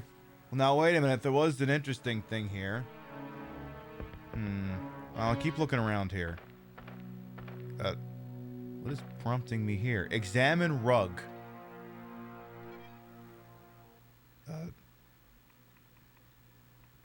I am examining the... Oh! Apparently I just picked up a drawer key. Could be a desk key? Gee, I wonder. Maybe I should check the desk. That was locked. Maybe that's the thing I should consider. All right, use the desk in conjunction with the desk key. It contains a passcode to main hatch. It says here... Updated Kremlin main hatch passcode of 3471. I'm going to write that down. Okay. 3471. So apparently that's important. Okay.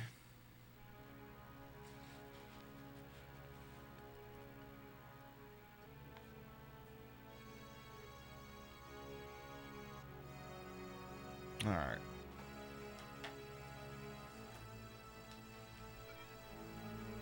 I guess we can go ahead and stick that back in the desk now. I should have a look at that computer. I don't think I looked too hard at it here. Because all I did was just listen to the message, then the game automatically kind of yeeted me out of it. Voice password required. What voice password? Voice password required. Oh. Voice password required. I bet you we gotta get fucking Martin up here for this. Alright.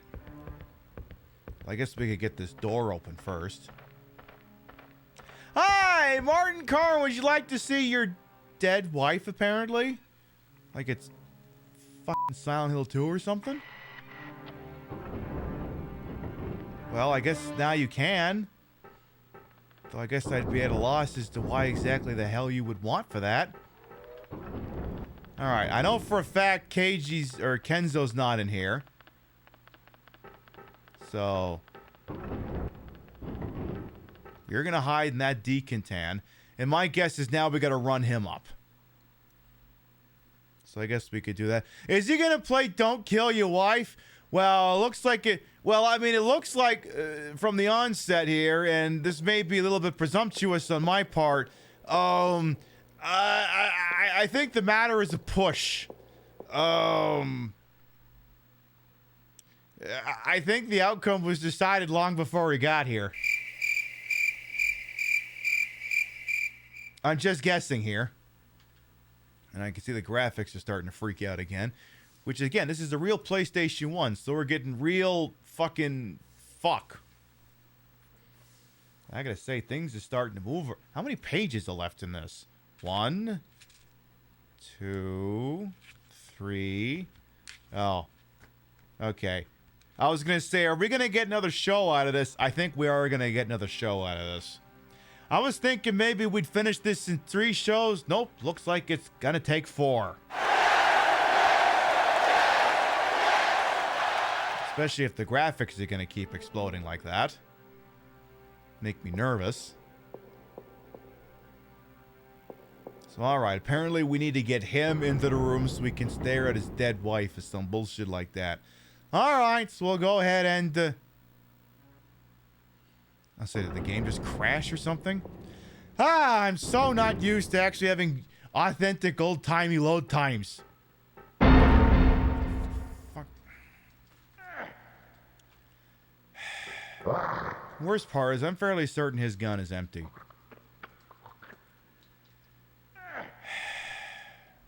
Your gun's empty, right? Yeah, it's empty.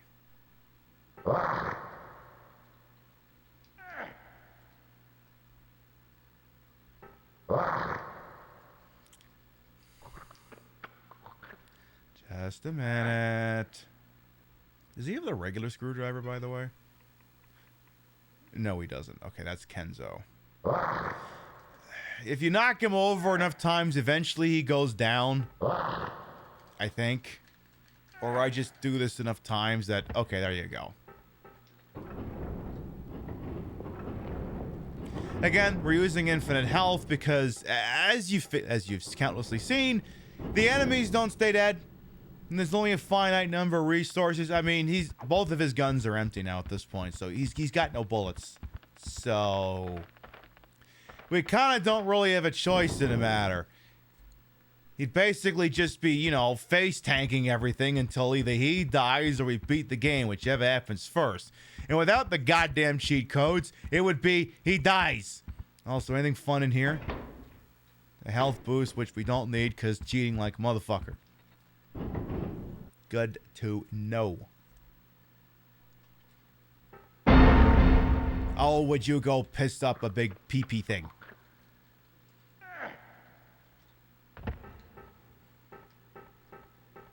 Now, the only possible fly in the ointment here... So the rainbow door is not too close to Decontan 3, right? Because that's where she's holed up. But there's like a door separating them, so that should be fine, right? Right? Christ, I fucking hope so. Just whatever you do, take the first exit. Yeah, take... Game, you're making me very nervous. All these transitions making me very nervous. I'm wondering if the game's like, oh, as the crow flies, you're 10 meters away. You're both dead! But it seemingly has not done that yet. Alright, so hi. Here's your squeeze. She's not doing so hot. You look as though you're sleeping, Judith. Sweet dream. Okay, people. I'm as ready as I'll ever be. Let's find the thing that caused all this and blow it to hell. We owe it to the dead. And my dead wife, who apparently I got my son killed, and she ran away here to get away from me. Because I'm fucking husband of the year or something. Alright, so let's look at the computer here. Alright, there's a message just for him. Possibly.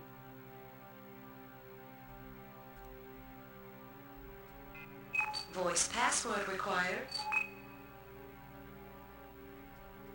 Martin, Judith. Oh. Computer accessed.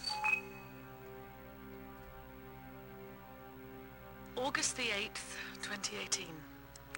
We're opening the sarcophagus today. nobody's celebrating. Some of the guns are missing from the storerooms. Ooh. I knew that shipment of weapons would cause trouble. In the washroom a few minutes ago, I looked in the mirror and saw a figure standing behind me. Sword? The reflection at my back was the image of myself, Judith, standing behind Judith. She held out her arms and said, "Be with us." When I turned round, she was gone. Great, you've gone mad. The strange thing is, I took it all in my stride. It's a few minutes past midnight.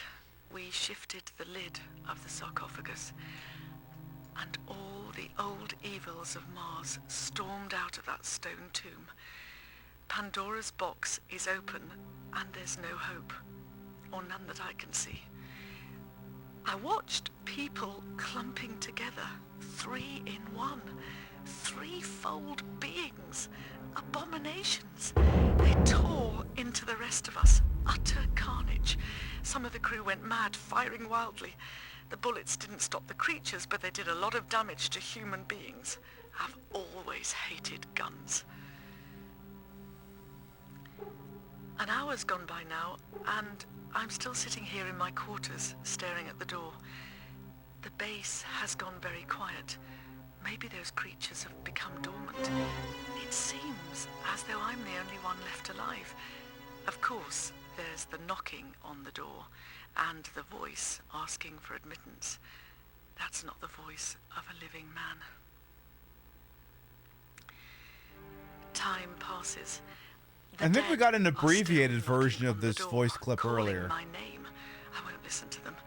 I keep hearing only one voice, seeing one face. Yours, Martin. If you ever hear this, and I have a feeling you will, I just want to say that it wasn't your fault he died. I should never have walked out on you. Martin, I miss you. And as for that blue planet you walk on that is so, so precious to me right now, help keep it safe, Martin. There's a threat coming to Earth from its own cold regions, a threat codenamed Thule. Something's just come in. The door's securely locked, but I'd forgotten about the duct panel. Ooh. I always wondered whether I'd face death with courage. Now I'm about to find out. All that's left to say is goodbye. Judith Haraway, signing off. Ooh. Well. Kremlin door has malfunctioned override. Sure? What's the Kremlin door? I don't even know where that is.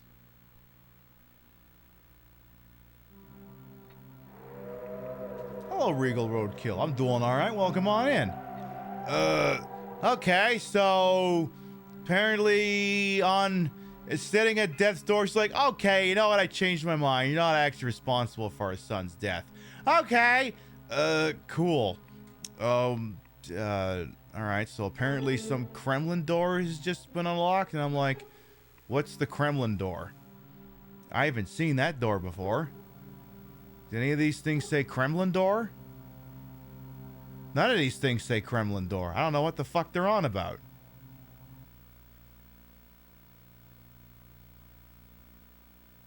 Alright, well. What do you have to say for yourself there, message? Alright, when the message ends, you'll be able to open the doors and gain access to the Kremlin, use the computer. The hardest part will be finding the stupid door to this place. Yeah, that's what I thought.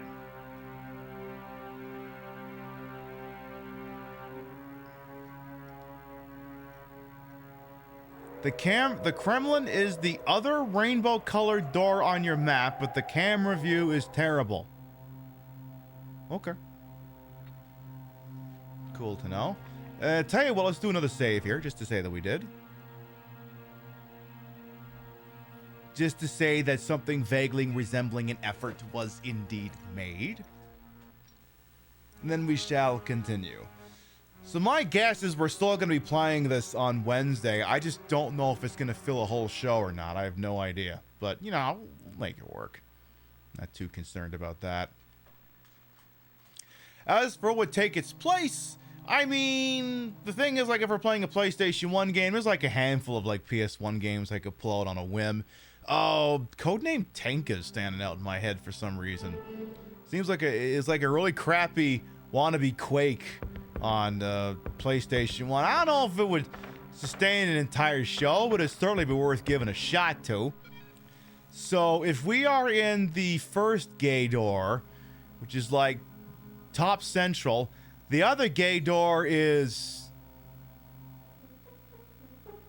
Wait, no, I'm in the gay door. I'm in the lower gay door. I have to get to the higher gay door. I've never seen that door before. Okay. All right, well, I'll give that a try. So I gotta go this way. Once you get past this zombie, take a left. Eventually, you know, the zombie's gonna have to... Well, you see what the problem is. Hey, the zombie wasn't even biting me that time. He was biting my aura. We weren't even talking. We weren't even touching each other. Appropriately or otherwise. See, apparently that door is through here. And then apparently it's apparently it's a door that'll be on his right? Okay. So somewhere in this room you take a right. So here? Because it could only be here, right? Because, yeah, that's the street leading down. That's, if I look at the map, that's, well, it's State Street. Or, no, okay, no, I'd have to keep going forward. Or no. I can't fucking tell. Because, yeah, the problem is, does that next one lead to Broadway? I'm very confused. So, okay, where does this go? So... Oh, yeah, like where that guy's crawling out from. Oh! Oh, fuck, okay. What the hell's over here, then? Hey, Moon Stewart, welcome on in as well. This is a room. It's very fancy. Emergency hatch. Oh. 3471 4864 2915 3172. All right, what other 1010? Like, what other codes did I write down? No, not 1010. All right. Oh, well, apparently the guide's telling me I don't have the code yet anyway, so never mind. Apparently I don't have the code. So nice of the game to tell me that. Well, this is a nice looking room. Apparently this door is also passworded. We got a couple of zombies in here. More than a couple zombies in here. Examine painting. Hi, zombie in the camera. How you doing?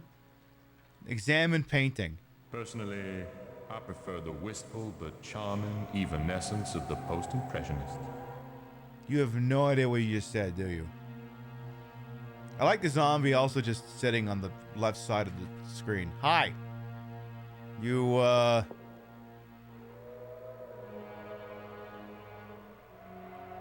how you doing?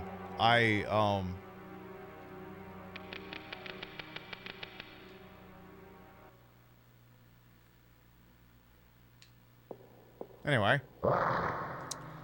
See, with an inability to actually fight the zombies here, I kind of got to get him to knock them down by any means so I can see if they're actually carrying anything worth a damn or not. So they're going to have to keep munching. Anything on this body? Nobody on that one, all right. And what do these other things do? Anything? Nothing over there. Anything over here? There's a button. Gremlin power switches. Dual person operation. Oh. It'll take 2 to make these switches tango. Oh, so we need 2 people in here.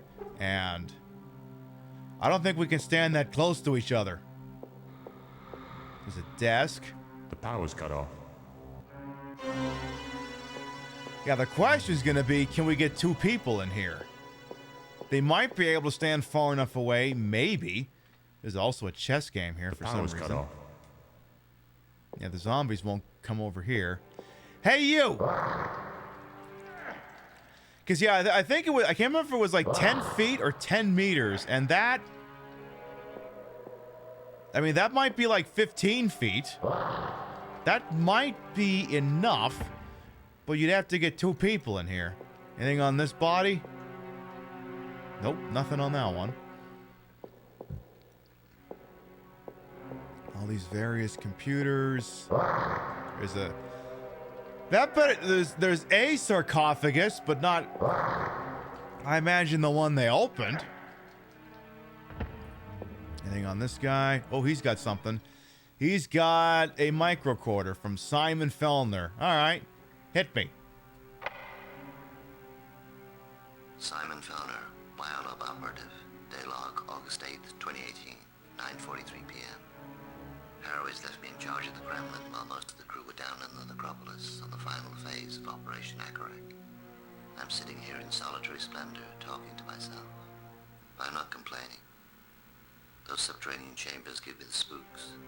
It's bloody freezing. Just a moment. Updated emergency hatch code coming in. 0756. 11:57 p.m. Haraway came in for the flare bolts a while ago. She only took a couple of them. She couldn't find the flare gun. She told me to stay put. I'm not arguing. The alarm's been going the last 10 minutes. Red alert quarantine condition. Bulkhead sealed. Been screams that turn my blood to red ice. And the other sounds. Louder. Unhuman. Uh-oh. The sounds are getting closer. Uh-oh. But the Kremlin don't keep on charging mammoth. I'm safe in here. I'm safe. God in heaven. They're coming through the walls. I'm safe in here. I'm safe in here. I'm subtly not so safe in here. But I don't know how to express myself in anything besides monotone.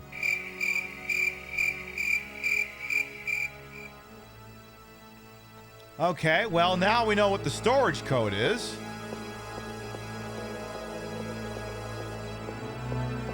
So now we can go over and give that a try. Maybe. Let's see here. Emergency storage 0756. Beauty. Contains flare bolts. Okay. So bolts for a flare gun, I guess. And the other one here 0756. Well, apparently it's only good for one of the doors. How about this thing here? What's this? Hey, you. 0756. Okay. I did write that down properly, at least. All right. Let's see here. One's a large room with a vaulted ceiling. Weapons room. We don't have the passcode yet. There might be 2 storage hatches, both passcoded. You already found one of the codes in Haraway's desk. Oh, yeah. You're right. 3741, didn't we? Yeah, 3. So one of them is 3741. Silly me, I didn't try that code. All right, so 3741. 3471? There we are. Contains lenses. Am I finished with the game yet? Oh, yes. The graphics, the credits just aren't loading because the game glitched. Maybe. Okay, maybe not. Yeah, the code can be found in a micro recorder in the room. We got that open. As hatches, you find contact lenses and some flare bolts. There's a desk in this room, which is one of those abstract paintings that Pikmin made. Oh. Oh. Okay. So this is apparently why we have the spectrometer. So apparently that stupid painting that he was like, this doesn't look like Rembrandt. Apparently I have to use that in conjunction with the spectrometer. Which he doesn't have because you didn't fucking tell me, game, that I needed the spectrometer. Game, you didn't tell me he needed it. Well, thank goodness there is a vacuum tube in here. Alright, who's got the spectrometer? Who's got it? How about you?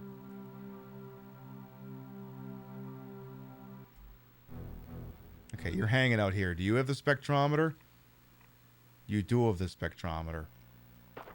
Alright, my guess is Martin Karn's help I'm dying thing is about to start going off, and we're gonna ignore the hell out of it.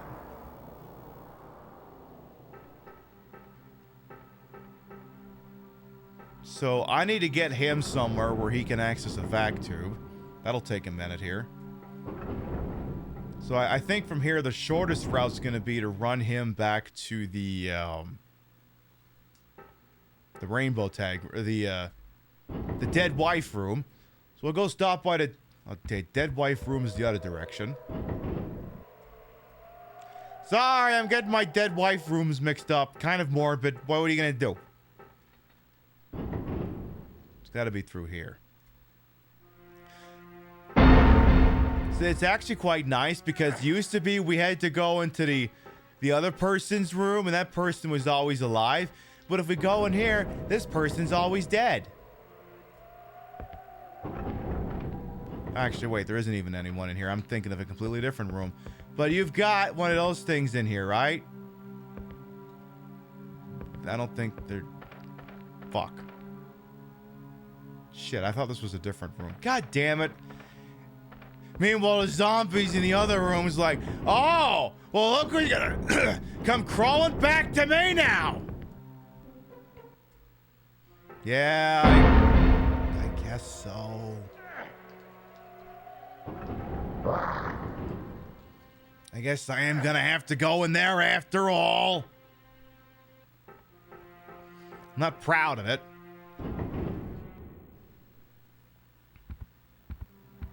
Before I get out of here, she's gonna come back to life, because why the fuck wouldn't she? Alright. Yeah, it's a spectrometer. I think it's a... Yeah, put it in the fucking tube. Also, Karn's warning alarm hasn't gone off yet, actually. I'm like, why the hell not? Alright, I'm gonna go stick you back in a... you know what, go back to mood. You're probably done playing 20 questions with her, but go back to mood. Actually, let's make sure she hasn't added any lovely new things to interrogate her with. You never know, she could have added a new line. We must be ready. We must be ever omnipresent for the possibility that there could be new dialogue. And there's an Earth control ... What about Earth Control's darkest secrets? Let me guess. Read the text files. You guessed right. Oh. Well, that's annoying. Anything else? Like bacteria ... What's special about Martian bacteria? They've been encoded with... You already said that. How about... never mind. There's nothing. All right. Yo, Karn. Apparently, I thought you'd be dying, but apparently you're not. So go ahead and grab that spectrometer here. Perfect. So now apparently he's got to use that in conjunction with the... whatever the hell you want to call that painting.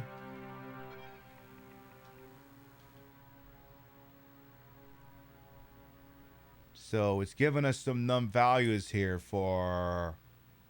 Oh. Didn't we have a note earlier from someone who was talking about colors? And how they had, like, corresponding numerical values? Yeah, that was, like, what, 5 or 6 pages ago? Is it this one? I wrote that shit down somewhere. Okay, how many of these pages do I got to roll back here? Okay, I think I officially went too far. 1010.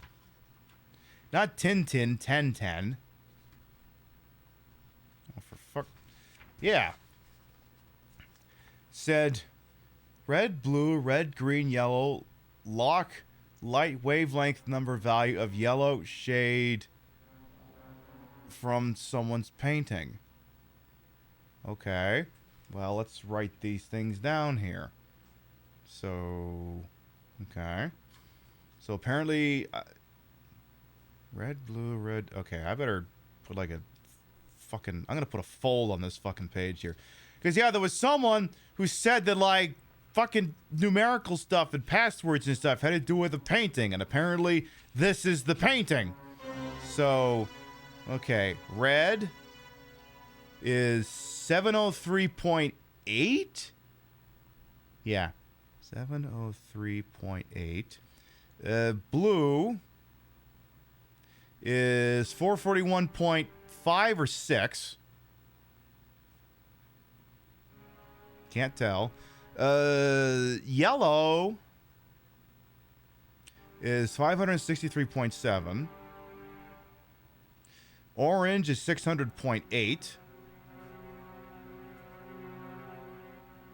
And then green is 506.9. Nice.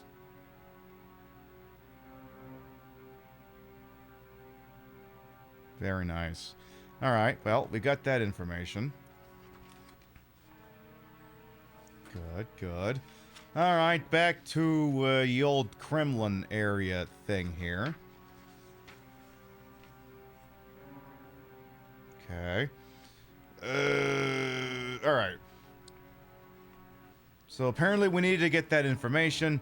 You won't use this data until later on. You'll also find a computer, a pair of simultaneous switches in the room. The computer is offline right now and can only be activated by hitting the 2 switches.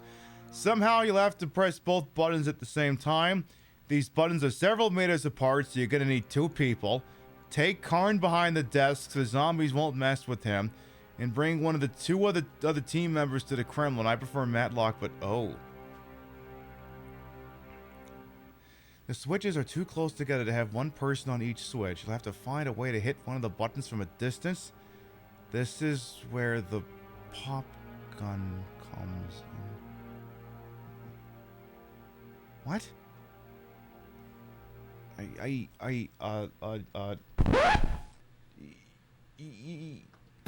Y'all remember, like, last week? Say last Wednesday. And he gets, like, this stupid little fucking, like, little orange plastic gun. And he says, I'd look real hard carrying a pop gun. You know, the gun that does nothing. Apparently, we need it for this room.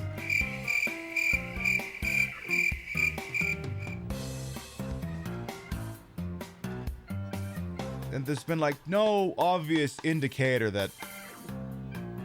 So logically, this would be the part of the game where everyone just goes, F this and stops playing.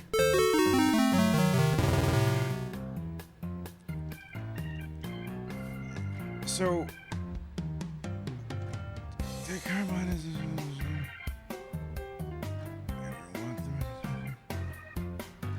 Switches are too close together, so have one person on each switch. Or too close together, they have one person on each switch. You have to find a way to hit one of the gun spots from a distance where the pop gun comes in handy. You have the person with the pop gun stand next to the Kremlin door. Change to your second character and carefully position him in front of one of the switches. The zombies in this room unlock things. Yeah, because there's like 4 fucking zombies in here. The zombies in this room will make things difficult. Now change back to your first character and walk towards switches. Stop as soon as the view changes. Name you're gonna first, let me hit the others.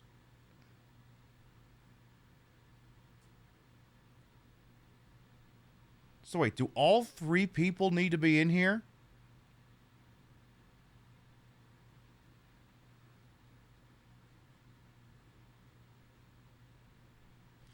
Take Karn behind the desk so the zombies won't mess with him. And bring one of the other team members to the Kremlin. I prefer Madlock, but you could also use Kenzo. Okay, just one thing at a time. Let's just do one fucking thing. One problem at a time here. First of all, no one has a high spoon. No one has the pop gun, because why would anyone have the pop gun? Ew, I thought it was a fucking joke item.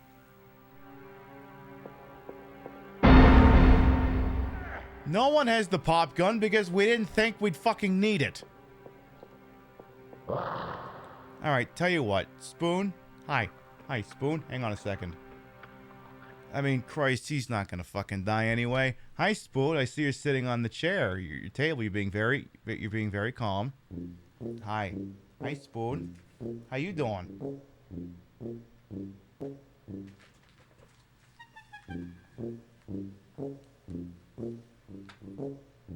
You gonna hop on over? That's what I thought. How you doing, Spoon? Are you being cute? Are you behaving? Are you being a good kitty? Are you being a good girl? You fucking better be.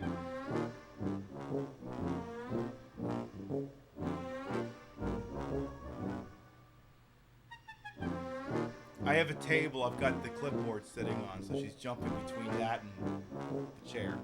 Come on, Spoon. Come on back. Spoon. Come on. Come on. Come here. Come here, Spoon. Well, you're giving me a moment of levity before I have to figure out how to use a fucking pop gun. Come on. Come on back. Spoon. Oh my god, Spoon. My hand. Spoon. Spoon. She's ignoring me. My cat is ignoring me. She's like, I'm more fascinated by the corner of this desk than you.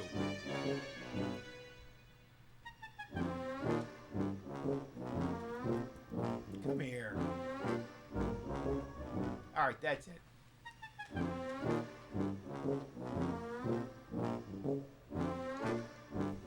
Sit your butt there for a second.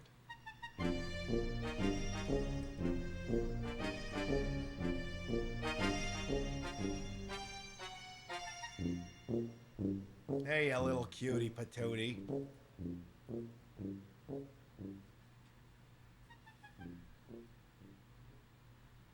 Oh, I know what it is. I know what it is.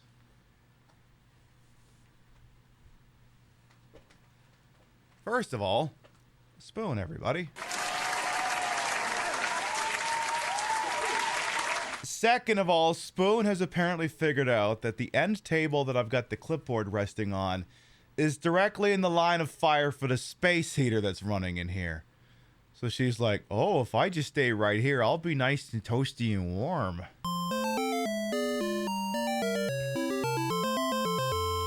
She's figured it out, apparently. Sometimes she's a pretty smart cat.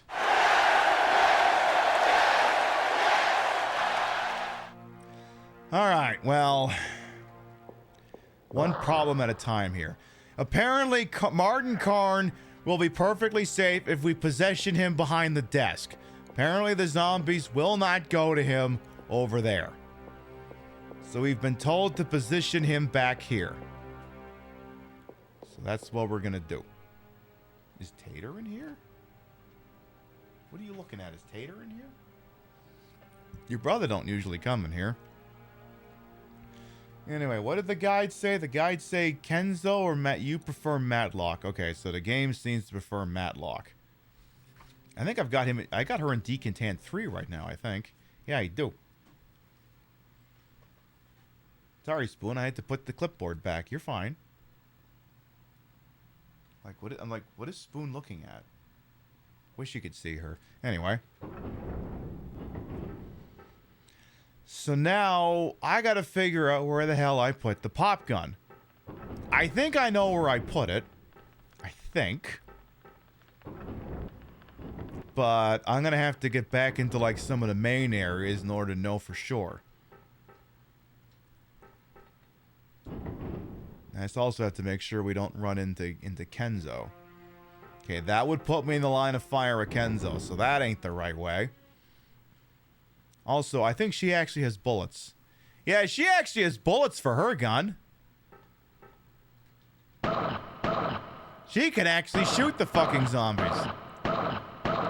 Zombies with a respect for office authority? I mean, hey, it had to happen sooner or later now, didn't it? Alright, so Kenzo's inside there. Or somewhere. So... it's one of these fucking rooms. I think it's the one that connects to, like, the Arboretum. So it could be... like, I think I put it in a hatch. So, and I think it's right down this way, actually. And again, there will be zombies. Like, there's one right there. I think... and again, the other thing, too, is... if you ever weren't sure where you dropped the item, the game has the ability for you to check the contents of every hatch in VacTube from the computers. So, if we were stumped, there would be a way to overcome this. So, I think if we go to the ass end of this section here, I think... so just run her all the way down here. I think I stuck it in this hatch. I think. Oh, look. There it is. You know what? This is going to be another save. This is going to be another goddamn save. As soon as I can get near that fucking computer. Again, zombie, you're going to have to wait a second because I got to save the fucking game. Because apparently... again, we have not been able to get that uncoded here. Is there any chance we got anything else? Like that is the password file for Operation Akarak, and we've tried several different 5-digit codes at this point, and none of them have worked. And the problem is I don't know if we got any new 5-digit character codes. I don't think we did. So... oh, wait, there's T-H-U-L-E. Let's try that one. So T... H... I said H... U... L... and then the letter E. Nope, that didn't do it. Well, I think that's all. I think that's it for newish codes. I think. Yeah, nothing. I didn't write anything down there.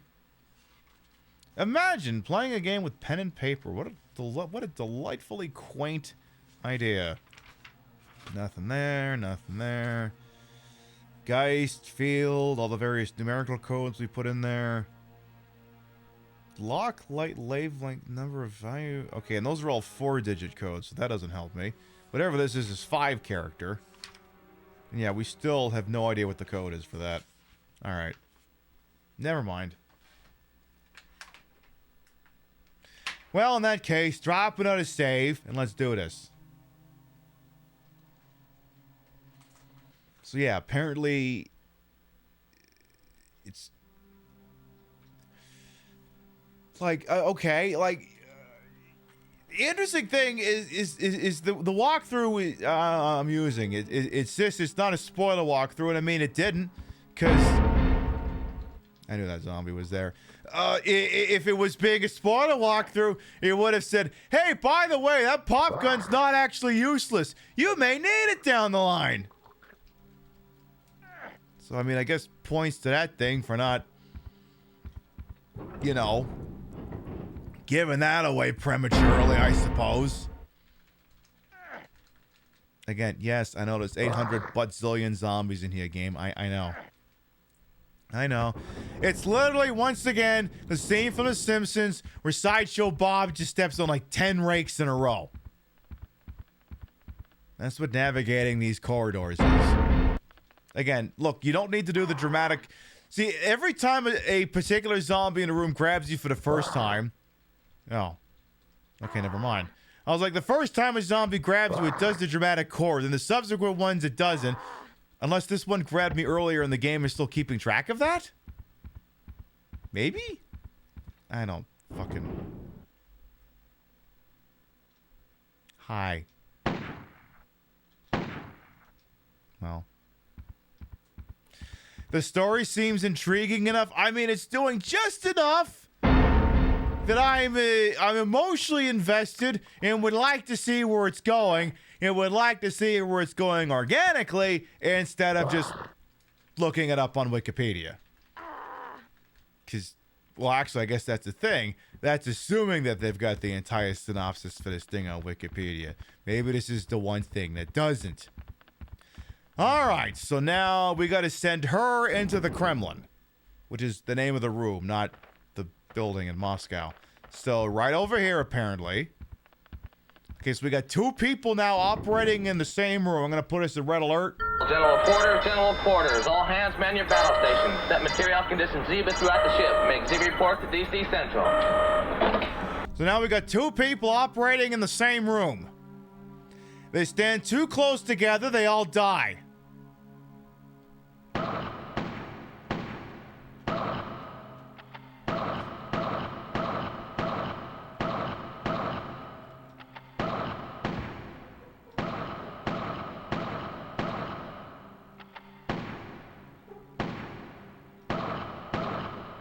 And fortunately, she's got mostly enough ammo.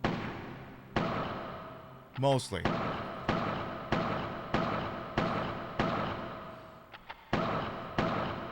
And why does proximity lead to death? Well, that's the $64,000 question. We still don't have an answer for that. Oh, come on!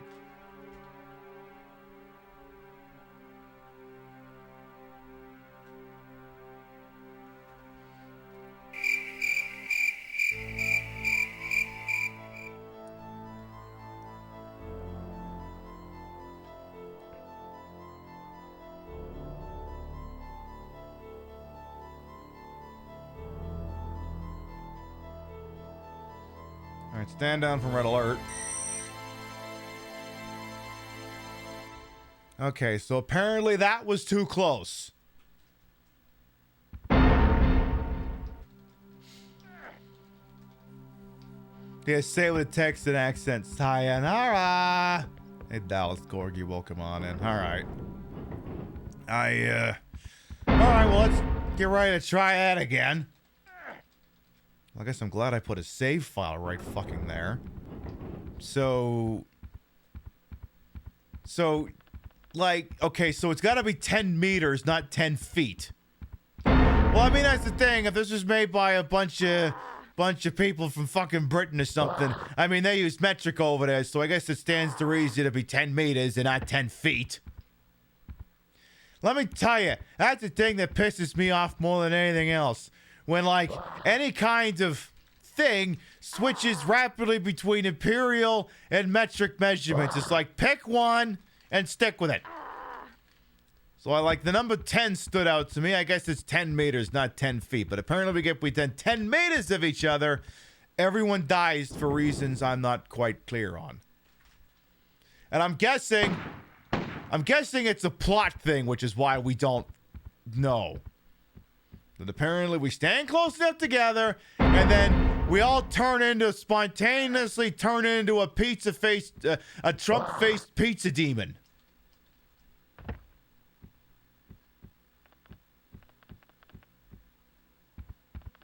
Gee, I really could have picked a closest save room, don't you think? You know what? Maybe that's what I'm going to do. I'm going to go pick a closest save room. Because that was too far to walk and too much bullshit to have to get through. I'm going to go over here. Let's look at us back to Piccadilly Lane here.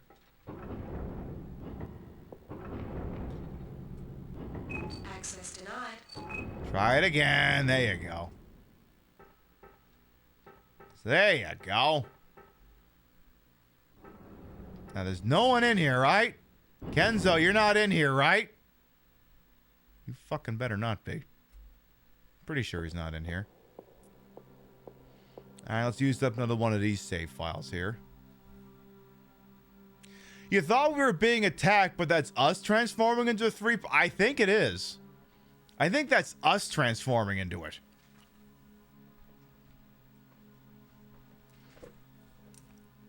Though, again, why we spontaneously become the pizza demon, that I don't know. Again, my guess is that answer is still coming. I mean, I guess if you told me to make an educated guess, based off the information we have been provided with, that people were apparently clumping together in a manner probably not terribly dissimilar to John Carpenter's The Thing, would lead me to believe that if we're all infected with a pathogen, perhaps there is something in the pathogen that compels two people to find each other, to find the third, and become a Trump-faced pizza demon from hell. That's the best guess I can come up with right now. All right, so once again, we'll enter the Kremlin room as soon as I get not stuck on this fucking box here. Fuck, it's a box. Why are you? Oh, I'm sorry. It's a craft services tray. My bad. Okay, let's try this again.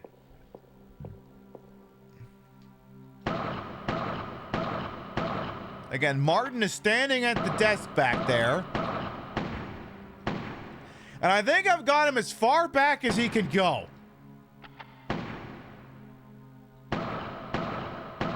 I think.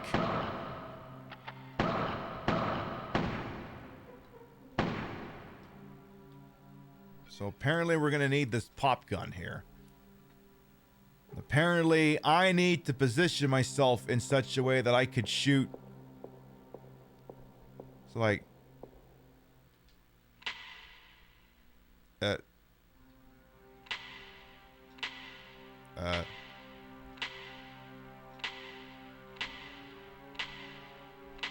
Oh.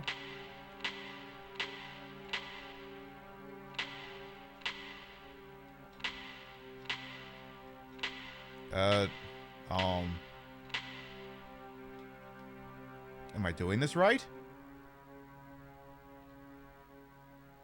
Hello?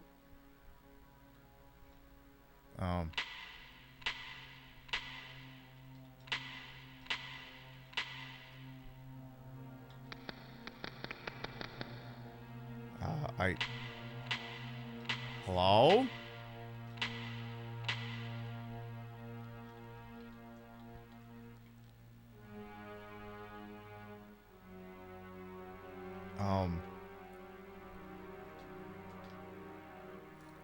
That was weird.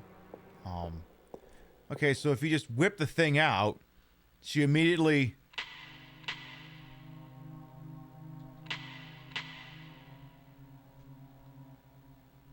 So my guess is I gotta hit both the switches and then immediately rapidly switch to Karn. But there's like no way to make that work. Yeah, good thing the story is good because the gameplay is something else. Okay. Have the person with the pop gun stand next to the Kremlin door. Change the second character and carefully Oh. Wait. Wait, do I have to have all three people in here? That's not physically... What? Change to your second character and carefully position him in front of one of the switches. Now change back to the first character, walk towards the switches, stop as soon as the view changes. Aim and find a second person will automatically hit the... Okay, Alright, so here's my guess. Can I get you to back out of this, darling? I'm gonna guess we need to have him stand in front of one of the switches. It's the best guess I can go with right now. But, you know, the zombie's gonna be annoying.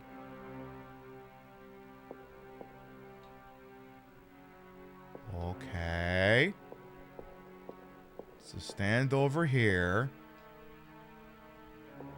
Well, that freaked me out for a second. So switch back to Matlock.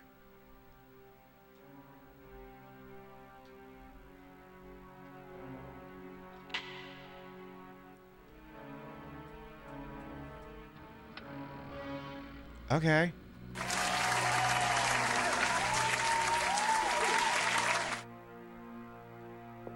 That was so stupid, I'm leaving.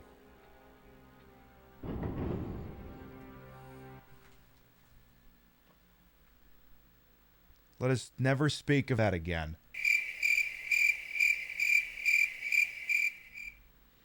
Okay, so the guide was a little misleading. The guide made it sound like he needed to be standing behind the desk the entire time. Alright, I'm gonna go stick Matlock somewhere safe. Where the hell is she? I don't know, go back to Piccadilly Lane. And also switch to an actual fucking gun. You know what? Get the fucking Dillinger. You got 100 rounds for the Dillinger. Put that thing to work. There you go, darling.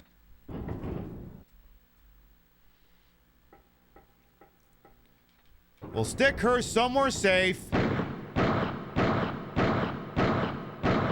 And then he can look at that computer. Yes, I know access is denied. I was a little quick in opening the door. Fucking deal with it, game, alright? So, again, the game at no point hinted that you'd need to use the pop gun for that. The game made it pretty sound like the pop gun was a joke item. Turns out the pop gun was essential for that one sequence. So again, that's why we're playing this thing with the goddamn walkthrough. So we can know these things. Alright, now that we got the fucking computer turned on. What's so special about this thing? There's a message here. Sent months ago. It's for me. Ooh.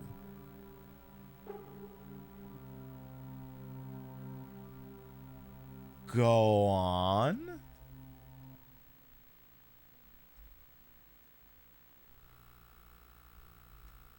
Okay, people. I've received a message from the Underground. The Resistance. With all we've been through together, I reckon it's time to come clean. Judith and me joined up with the Underground 5 years back. I've been undermining Earth Control's operations from the inside. Oh. I don't know how much you've learned or guessed about the Thule program, but what I've seen up here confirms what a lot of people thought. Thule is a program of psionic warfare, and the experiences the Vita-based crew reported convinced Allenby that Mars was the source of an ancient psychic power. If that power were harnessed, it could be used as a weapon against potential enemies. Maybe you got the idea that Thule stood for some form of bacterial warfare, an alien bioweapon. I knew it couldn't be bacterial warfare research. That would be a complete waste of time. Even at the end of the 20th century, there were enough bacteriological weapons in existence to wipe out the Earth 10 times over. That means she's not wrong! But psychic warfare, the potential to control your enemy's minds, that's a prize Earth Control would give the moon for. Literally. But I'll tell you what, Carl.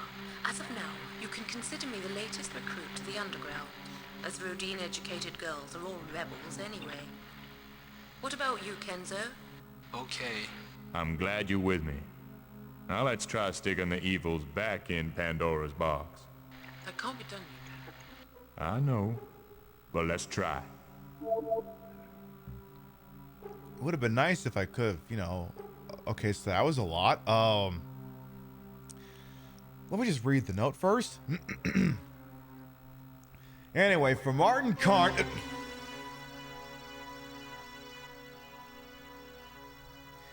Spoon, get off the pipe organ.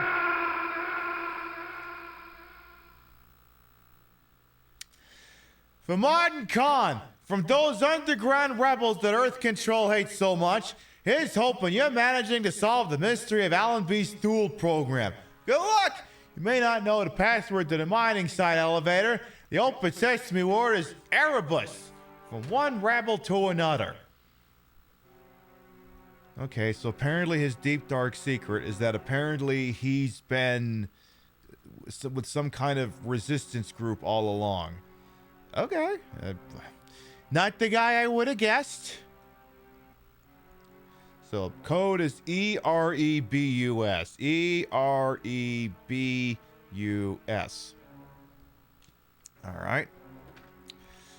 Stash the popgun inside one of the hatches and take Madlock over to Med Lab. Don't forget to move your other character to safety. There's another message for Karn on this computer, so let him read it.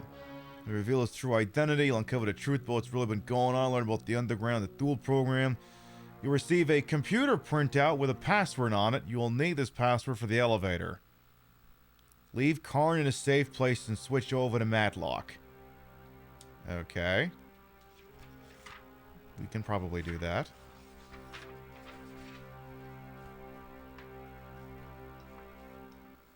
Oh, God. This one begins with the phrase, if you thought the last puzzle was tricky, you haven't seen anything yet.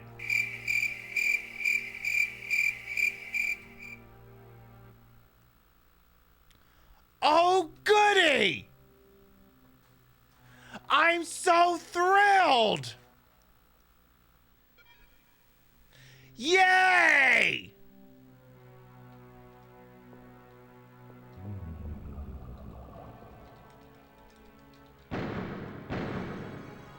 I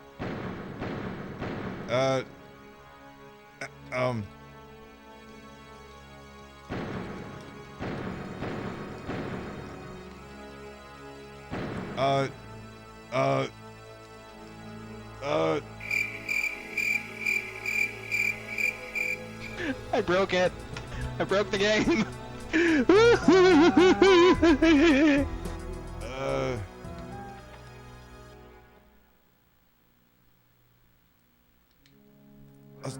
I was gonna say it sounds, yeah, like it seems like I'm controlling, like I'm controlling Matt. This is where I left Matlock.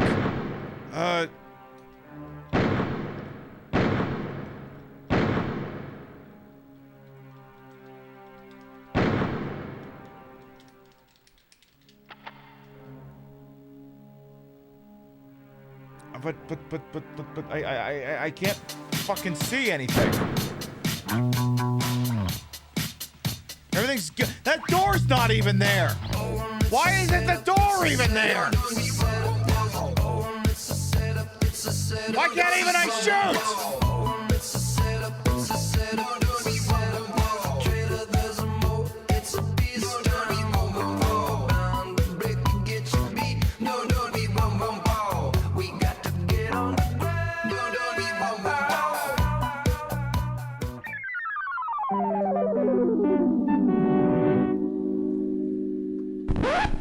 So now I'm like, what do I do? Do I quit out the game,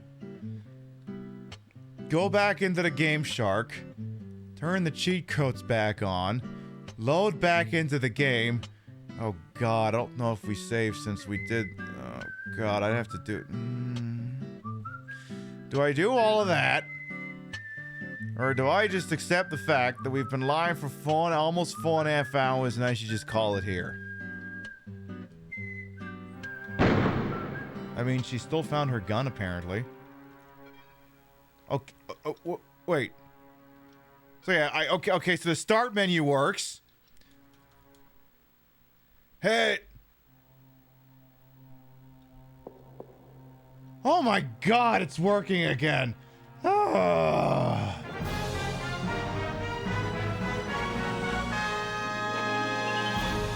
fucking Dillinger rounds did I just waste?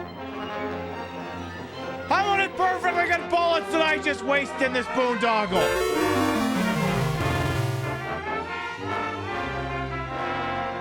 Okay, we still have plenty, but like, Jesus fucking Christ, what the hell was that?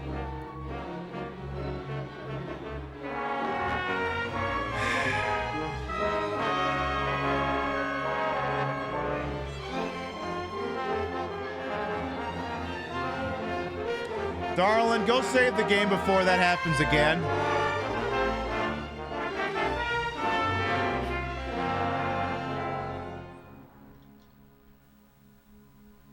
Just in case. This is what I get for using actual discs instead of the wonder and majesty that is it. I was like, are you actually gonna let me save? I'm getting a little concerned now. This is what I get for using an actual disc instead of just letting it run off an SD card. But it's because I'm trying to cheat like a motherfucker. So. Alright, well.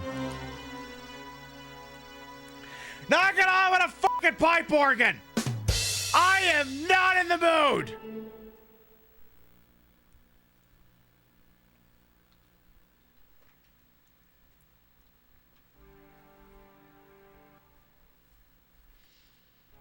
All right, so do I just leave you here, or like, can this computer do anything else, or is it just the one fucking note? Because that's all I actually want to know. Okay, the computer was out of things on it. It has a second Martin Karn thing, as well as Thule and the Kukarok. Well, these are bigger codes. Well, this could be Geist or Field. So G... Of course, the graphics are exploding, not doing me any favors. G-E-I-S and T. Oh. Oh, shit. Okay. This is highly confidential information, whatever this is. All right. Report from Dr. John Farr, January 13th, 2019. A paranormal manifestations on the base before and after the contagion of August 8 provide evidence that the Kukarak possessed abilities including telepathy, telekinesis, and what the religiously inclined might describe as demonic possession. May very well be that the Kukarak were able to exist, slip in and out of the space-time continuum that forms the world borders of humans. After all, how was it that we learned the original name of their planet in the name of its primal race in our dreams? It was they who whispered these names to us across gulfs of time. The more I ponder the Kukarak, the more I'm reminded of H.P. Lovecraft's terrible Old Ones. Yog-Sothoth, Yarv...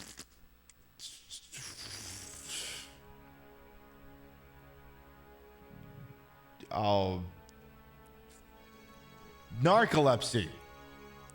Extra-dimensional beings waiting beyond a threshold to reclaim what was once theirs, or, in the case of Earth, seize what was never theirs.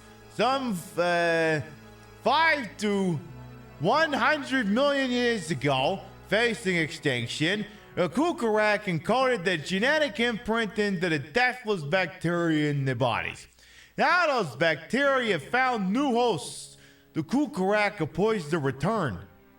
I can feel their presence, their psychic residue thickening, coagulating. My head, something is moving in my head. Is that so? I feel like that didn't really narrow things down here. So yeah, we got more computers with like, now that's a 9-digit code. And then what was this other thing? Yeah, exactly. Who fucking invited Cthulhu in here? So where the hell's Saravia, man? She usually knows these goddamn things. So what's this other Martin Karn here? So 40... Any chances to... Let's check some of these other codes we've already had here. So the 4864, try that one. Base Director Felici to Allenby classified. Uh-oh. Hey, Lulu as well. Karn's repeated requests to join the Veda crew are obvious attempts to join his ex-lover, Judith Haraway. Does he seriously think the company doesn't know about the two of them? Or that he doesn't blame us for the accidental shooting of his son? My feeling is that where Haraway is concerned, the otherwise shrewd Karn is liable to lose his cool judgment. Besides, he has become less reliable as a company man since his son's death. I suspect he has links with the underground. Recommend Karn is not permitted to visit Mars, unless of course you have a one-way mission in mind. Well, would you look at that? Apparently they do. So now we just gotta figure out the code to crack to get through the Thule, which... Well, now hang on a minute. There was another code here. It's kind of an abstract one here. Let's see, I gotta go back like 10-15 pages. Lock light wavelength value of yellow shade. No, that's not it. Red, blue, red, green, yellow, blue. No, that's not it either. So yeah, whatever this is a big one. Cause yeah, I don't think we have the code for this one. And the fact that, and to be honest, I don't think the guide mentioned it either here as well. Cause yeah. Let it snow, let it snow, let it snow. Man, God, everything is a crap!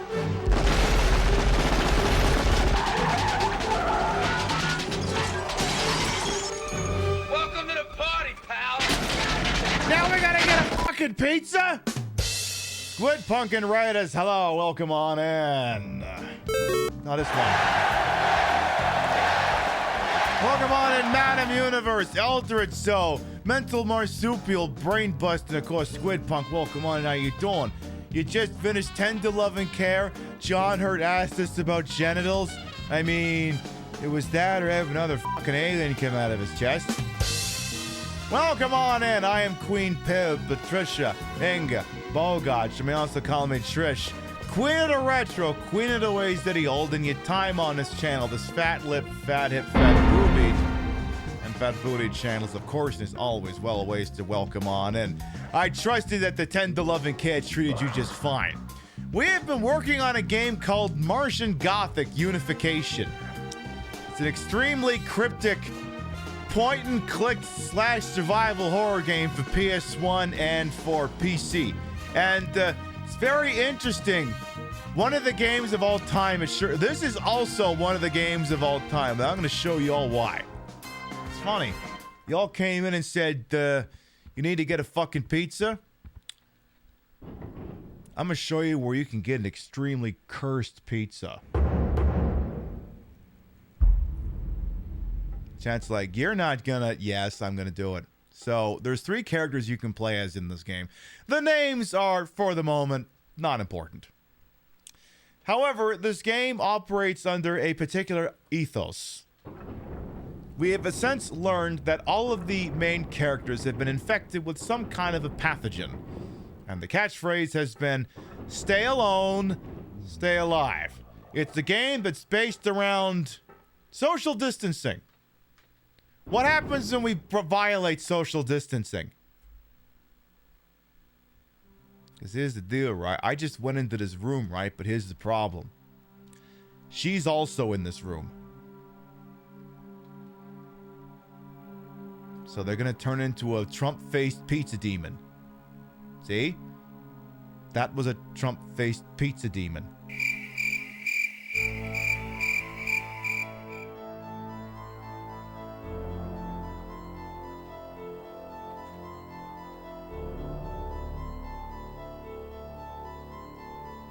It literally looked like Trump.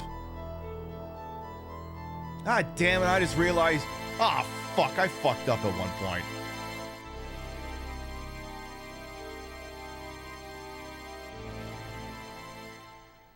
This might be horrible to say, but sayonara in the big text like that is kind of peak aesthetic. Yeah, everyone says it looks like you died from, like, Dark Souls.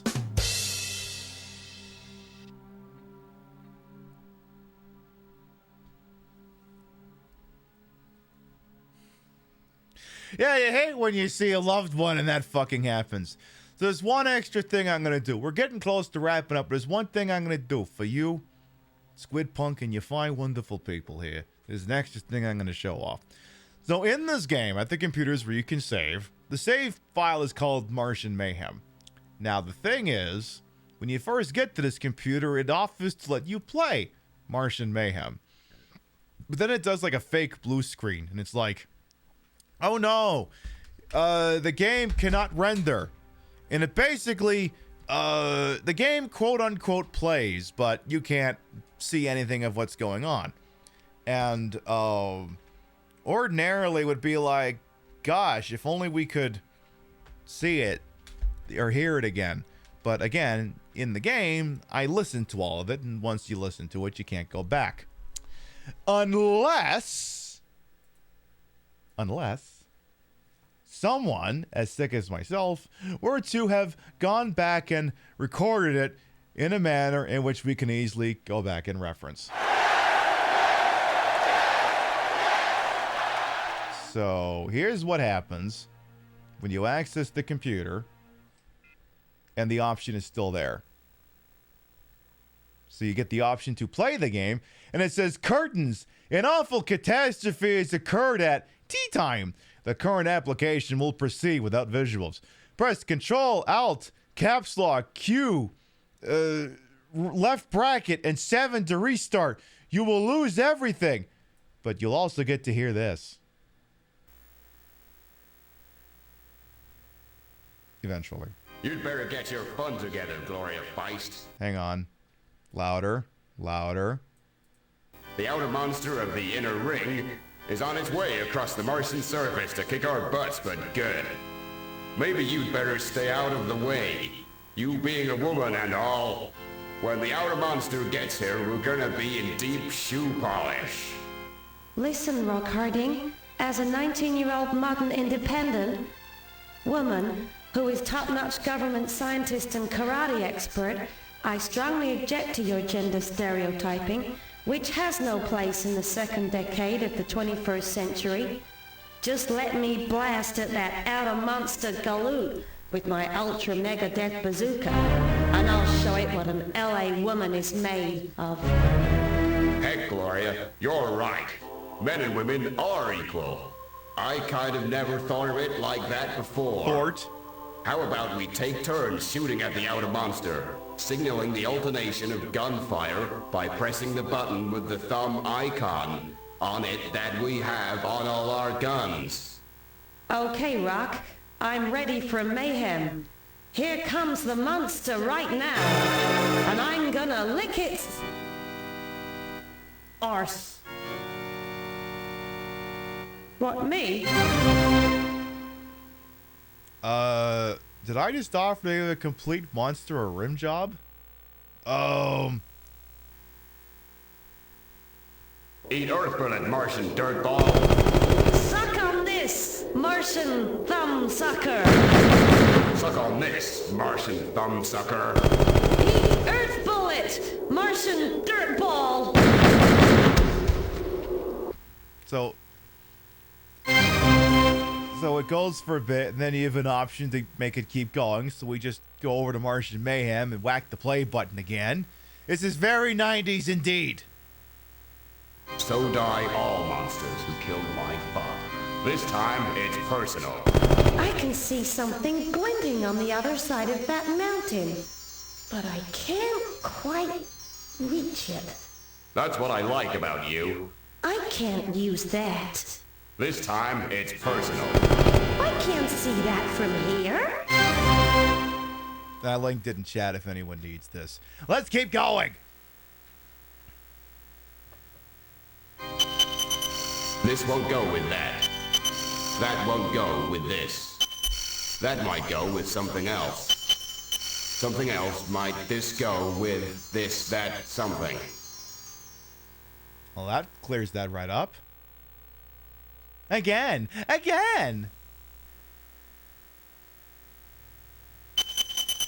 I can see that, but I can't reach it. I can reach that, but I can't see it. Maybe if I pull this lever, my hat will fall off. Oh no! Monster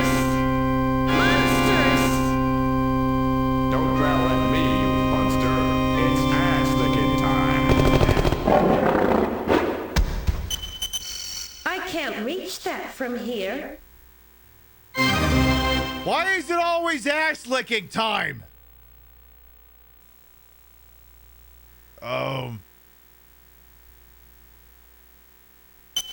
That's a door. Looks like a door. The door is locked. It's locked. The door? I need a key for the locked door. I can see a walrus on the locked door.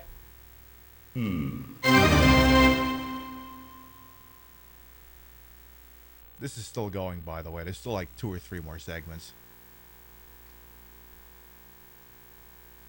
I will talk to this man with a beard standing on Mars. Ich ist Harling und Fräulein Feist. Oh, it's Elon Musk. I have a big gun. Will you give me your big gun? I will give you my big gun because you have Lederhosen. Your ace, Prof. Hey, watch out. A monster's just come out from under that bench. Oh no. Put me down, Martian dog. He has just bitten my head off. Oh no! Their monsters killed Professor Actum. Let's drill that alien scum with some all-American slugs.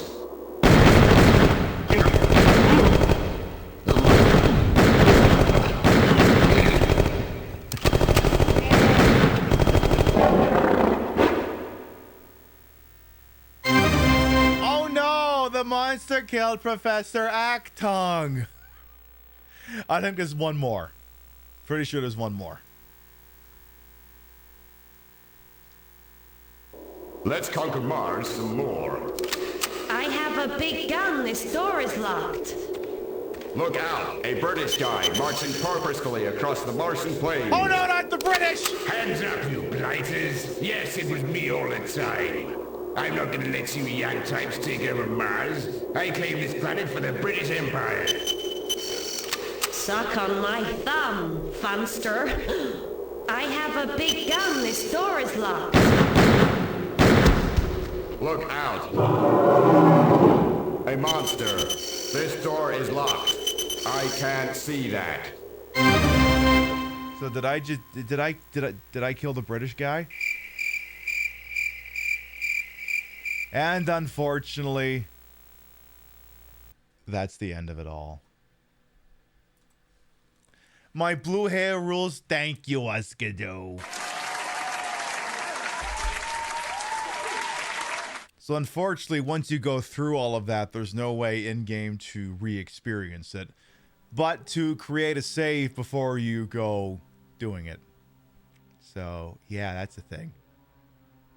That's we're not even done with this stupid game. I mean, we're just about done for tonight, but apparently this walkthrough has 40 items, and we're on item 27. So, yeah. It's gonna be a little tricky. Just ever so slightly. Because, yeah, if I go back to the table of contents here. Yeah. So, yeah, if we're on 127 and there's 140, oh, boy. Wow. Congratulations. Okay, so tonight we started at 120, and we made it to 127. That wasn't even 50% progress on as far as this thing's concerned. Oh, God, hope we're still not playing this thing on Thursday. You still have with I can reach it, but I can't see it. That doesn't make any sense. Well, have you ever played Silent Hill 2? Have you ever seen all the things James Sunderland's willing to stick his fist into? That would probably be the closest approximation. All right. Here's what we are going to do, folks. It is getting late. We have been live for 4.5 hours. You have been beautiful. You have been marvelous. But as I said, it is getting late. And unfortunately, like many of you, I got to participate in capitalism tomorrow. So what we are going to do is I've gone ahead and switched off the old PlayStation 1 over there. You got the YouTube link up there in the chat if you need to consume Martian mayhem on your own time and your own dime over here. And what we are going to do is we're going to start to wind down for the evening. There you go. I was wondering if maybe we'd actually finish the damn thing tonight, or if it would survive until Wednesday. Because that's the thing. Like, I try to do schedule forecasting, because technically tomorrow morning, you know, this week's schedule comes out. And, well, I can guarantee on Wednesday we're still going to be playing Martian Gothic, but we'll see what the hell happens after that. Do we know any Russian-speaking mods? Pretty sure, not that I'm aware of. But yeah, we'll still be playing it on Wednesday, because that's going to be our next scheduled broadcast. Wednesday, 7 p.m. Eastern, 4 p.m. Pacific. Okay, how many pages is this? We are 1 page, 2 page,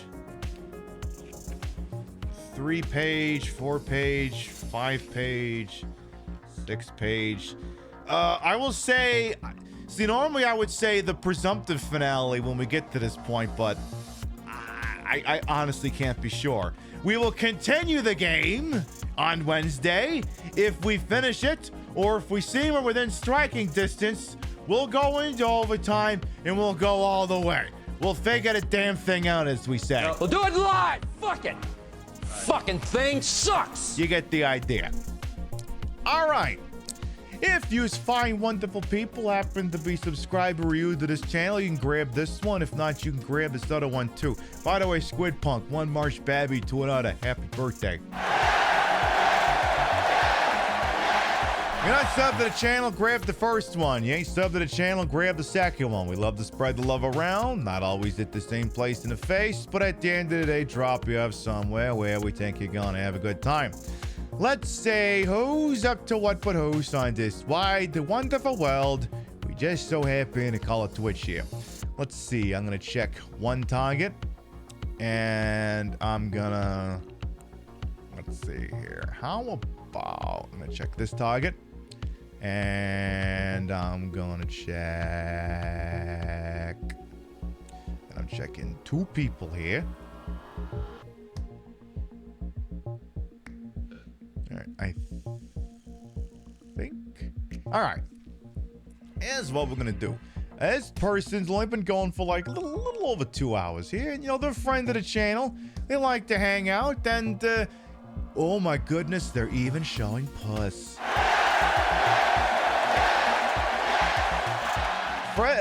Friend of the channel, Pope Corky the Ninth, is playing some Red Dead Redemption 2, and the title says they're making friends with Southerners. I'm not sure if they're actually making friends. But tell you, I'll dump you off with Pope Corky the Ninth. He'll get you to the rest of the night. And like I said, also showing a lot of puss right now, so we have to go over and see this. And oh my God, he's wearing a Cactus Jack t-shirt. Oh my God, I just realized that. Crazy motherfuckers wearing a Cactus Jack t-shirt. Bang bang, indeed. All right, as I previously stated, we will be live next Wednesday night, 7 p.m. Eastern. 4 p.m. Pacific. Hell, just make Bang Bang your rage thing if you want. They're going to be live, like I said, Wednesday, 7 p.m. Eastern, 4 p.m. Pacific. The continuation and possible finale of Martian Gothic Unification. Will we actually finish it? I don't know. I honestly don't know. Depends on the pacing of the show, and if any of the puzzles continue to be that fucking obtuse. We will continue it, and if we can, we'll polish it off. Thank you very much, everyone who followed, biddied, rated, subbed, lurked for a bit, put up with my bullshit we had the entire time. You all continue to contribute to the ongoing success of this shit show we call the Pib Show. Thank you very much for stopping by, and we'll see you next time. Good night, everyone. Thank you for the stream. You're welcome. I'm gonna get these titties off. Bye!